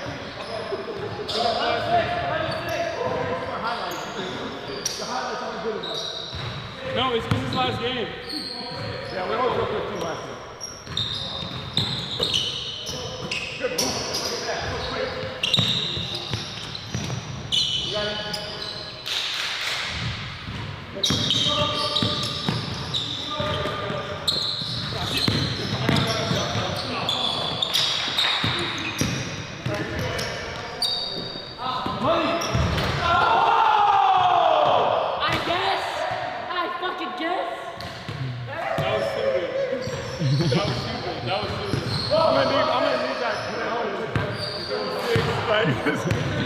Yeah. This don't happen much anymore. He has the assassin shoes on.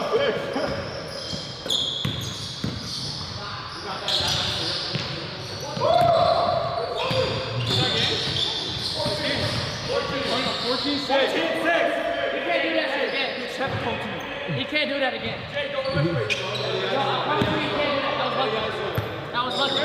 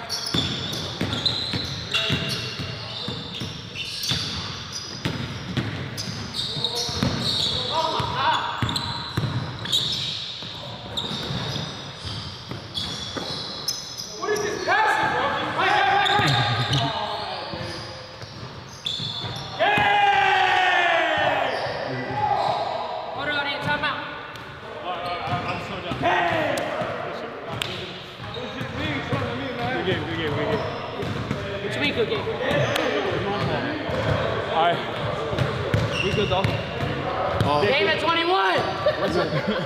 Game at 21! Or tomorrow, we just lock in the full day. No, I'll be good. I'll be fresh. I'll be fresh. Yeah. I'll be fasted. I'll be ready to go. Let's get it. Let's get that done tomorrow. My knee brace is on too, so. Okay, bet. Okay. Chat. Giving up the mic. That's my Alice. Back. It's good. Is that, you're looking out there, you're like. No, I don't miss it, man. I'm retired. My shit's in the rafters. He cooked my ass, and then he got his ass cooked, and then now he's done. I'm done. I'm retired, man. Hassan is part of a core memory of me rupturing my Achilles. For months, I felt like I was responsible. Even though I didn't do shit. It was such a casual game, too. Yeah. He wasn't like trying that hard. It was such a chill game. He just had a moment of explosiveness. He's just like that. When I ruptured my Achilles. Oh, yeah. He's just like that. He just blows up sometimes. It's crazy. Oh, yeah, we're about to go back home. And we're about to... I got tired, I swear. I gotta run back. I got bad cardio. I gotta run home. Oh, you do? Okay, you can shower mine if you want, if you have clothes. We got your clothes. I got a car. I brought this. Oh, you have a car? Yeah. Oh. All right. Because you're right there near him. Yeah, we're always doing this. Oh, all right, perfect. All right, you can drive to the kitchen so quick. Oh, hell yeah, okay. Well, on that note, chat, we're gonna be done for today. Thank you so much for all the money we raised today. For the Palestinian charity, we raised like $95,000, I think. It's a good dude right here. And then also, yeah, we had dudes who straight up flew from Palestine at my house, like with his whole family. They're up for an Oscar. And then we had the Crash Dummies podcast, which is, of course, much more significant guest. No, that's it. No, Yeah. Don't say that. Don't say that. Crash Dummies podcast. Ain't nobody does it like them. No, don't say that either. We're doing another Fear and collab. Yes, Bro, I gotta tell you about the massage I got today, bro. Right after what I just said, Mike explains exactly why they're such a valuable. I think Mike got milk today, so we might do that. Nah, that shit was crazy. I'll talk about it on the pod, man. Anyway, we'll talk about it on the pod. Love you guys, and I'll see you tomorrow. Tomorrow we got the 3-on-3. It's gonna be the team that you saw today, me, that handsome gentleman, and that handsome. We're gonna play 3v3. We're playing actually against pro ball players. I'll also reveal who that is on the podcast as well. But there's a really funny person that we're gonna be matching up against. But I'll be streaming that, and then after that I got Noah Colwin, who will also be on the broadcast tomorrow. So.